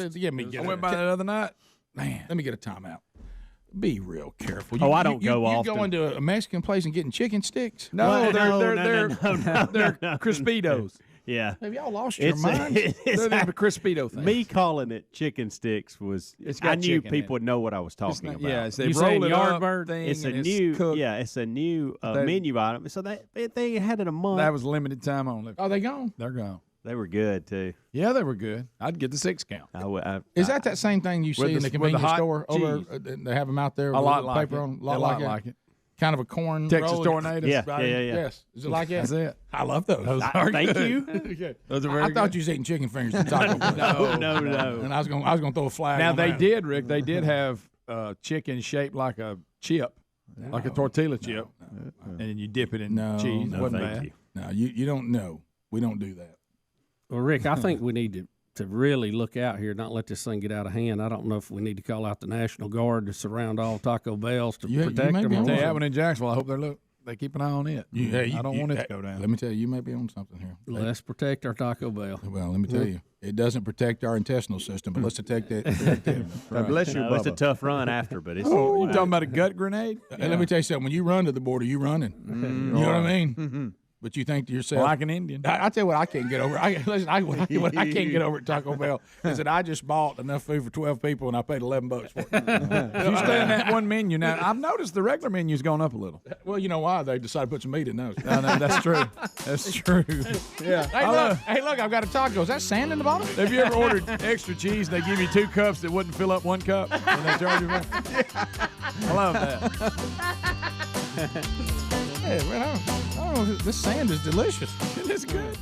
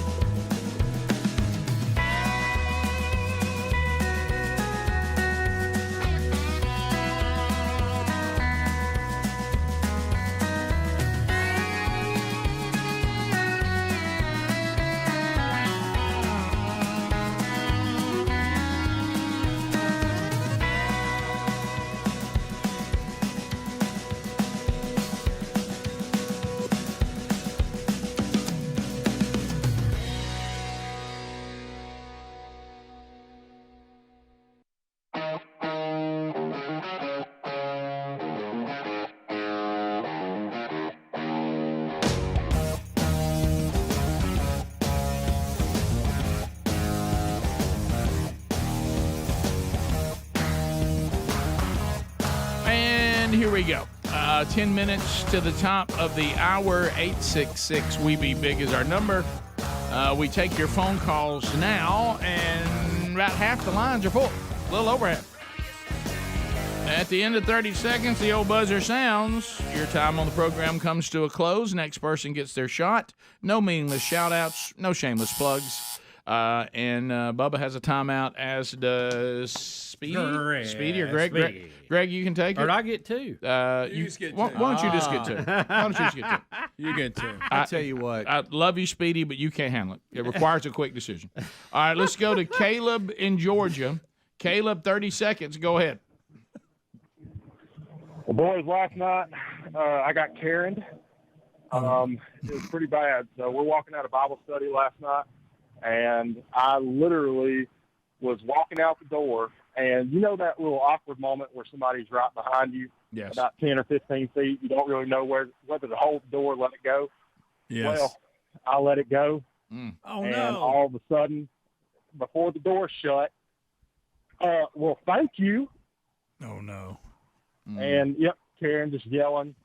So, I mean, at a church, too. So Yeah. that's what kind of threw me off. But I stayed. Everybody's I was like, man, looking I'm at sorry. Yeah. Not a lot of Holy Spirit but there. that's my question is, well, that was my question is like, how close is too close to hold the door for somebody? Or That's how a good far one. That's is a too tough far to one. hold the door for I've somebody? I think about 3 to 4 steps. Is too You're far. right. I've been in that position. I have too. Yeah. You look And- back, and I'm like, it's going to be a while before you get there. How long- Especially if I'm holding it on the outside where it's cold. Yeah. Oh, yeah. Yeah, I'm thinking, I Now, thought if you I'm were on closer. the inside, I might hold it. I'm thinking, I'm with you. I think 3 to 4 steps. That's a good question. That's a great Very, question. very It's awkward a good point moment. we all have to live with. Yesterday, awkward moment. JC held the door open for someone that was coming, and I thought, that's nice. But it was a mom, and her son was recovering from knee surgery. And so, he's kind of, he's hopping Right, along, right. and JC's waiting, and they're down by Big Boy. Oh boy! But it was like, long if you time. don't hold it, then it's going to shut when they're like 5 steps know, it's a away, lot. and it looks rude. So he just kind of held it open, and it was like a long time. I started getting really uncomfortable because she was like, "Oh, thank you." That's a long time to stand there. I'm coming. And all you can think about was traffic. Oh yeah. You wouldn't Jordan, hurt his head. And he kind of looked at me like, "Wow." So Yeah. there. All right. Jordan is out of Huntsville. All right, Jordan, fire it in there. Jordan, go ahead. Yeah, I wanted to hear Greg play along with that song Blondie sings, Heart of Glass. It's got a good drum beat to it. I'm going to see if Greg can stay up with that. You want Greg to play Heart of Glass by Blondie? Come on, Jordan. I'm trying to get it in my head. I can't. It's been a minute. It's got that. Honey, It's got that techno love, beat to it. Oh, yeah. Na, na, na, na. Yeah. Not a big Blondie fan. No. You no, didn't like Rapture? no. I did. I thought the video it was fun. North Carolina. Corey standing by. Corey, 30. Go Some ahead. people think Betty looked like Deborah Herring. I can see that. Hey, morning, guys. Hey, how you doing? Morning, guys. This question's for Rick. I love the story about the rower. Yeah. How motivated were you to work out after putting that together? 0. That's I got on it, did a couple of pulls, said, yep, that works, and I moved on in there to where I wanted to be, and that was on the couch. Went over to the crushed ice machine, scooped me with something in a little plastic cup, put me a little orange juice in there, and sat down and chilled. That was a good deal. Yeah. So, but today's the day. I'm on it today. You know what? You know what we always Did say. you oil it good? Grease it? Whatever. You're going to you do test to it today. No. Rick, you got to grease. Well, there was no call all for them that. moving in there. parts. No, they never didn't call for that. Oh, you're going to I'm just telling you, didn't call for that. I'm I just just following hate to see instructions. you tear it up. Tony and After you Helena. work so hard to put Get it some together. WD-40 on there. ZZK. Tony, go ahead. Gun oil. Hey, guys, how are you? We're great. Hey, what makes politics so sickening is the hypocrites is that Trump offered amnesty and path to citizenship for the Dreamers for funding to build the wall, and they both said no. And now they're trying to bring path to citizenship. Yep. It's such hypocrisy. It makes you want to throw up. I think politicians just think that human beings don't have a memory. Yeah. It's like they pretend we don't have one. Well, folks, we've tried the amnesty thing before. Reagan did it. Yep. And it was supposed to put the end to illegal immigration, and it didn't happen. It only made it worse. Charles in Montgomery, I-92, WLWI. Charles, go ahead. Hey, fellas, I've got a cat that is not my baby, it's more like I think he gets more lap time than I do with my wife. Careful. But this second thing will fetch.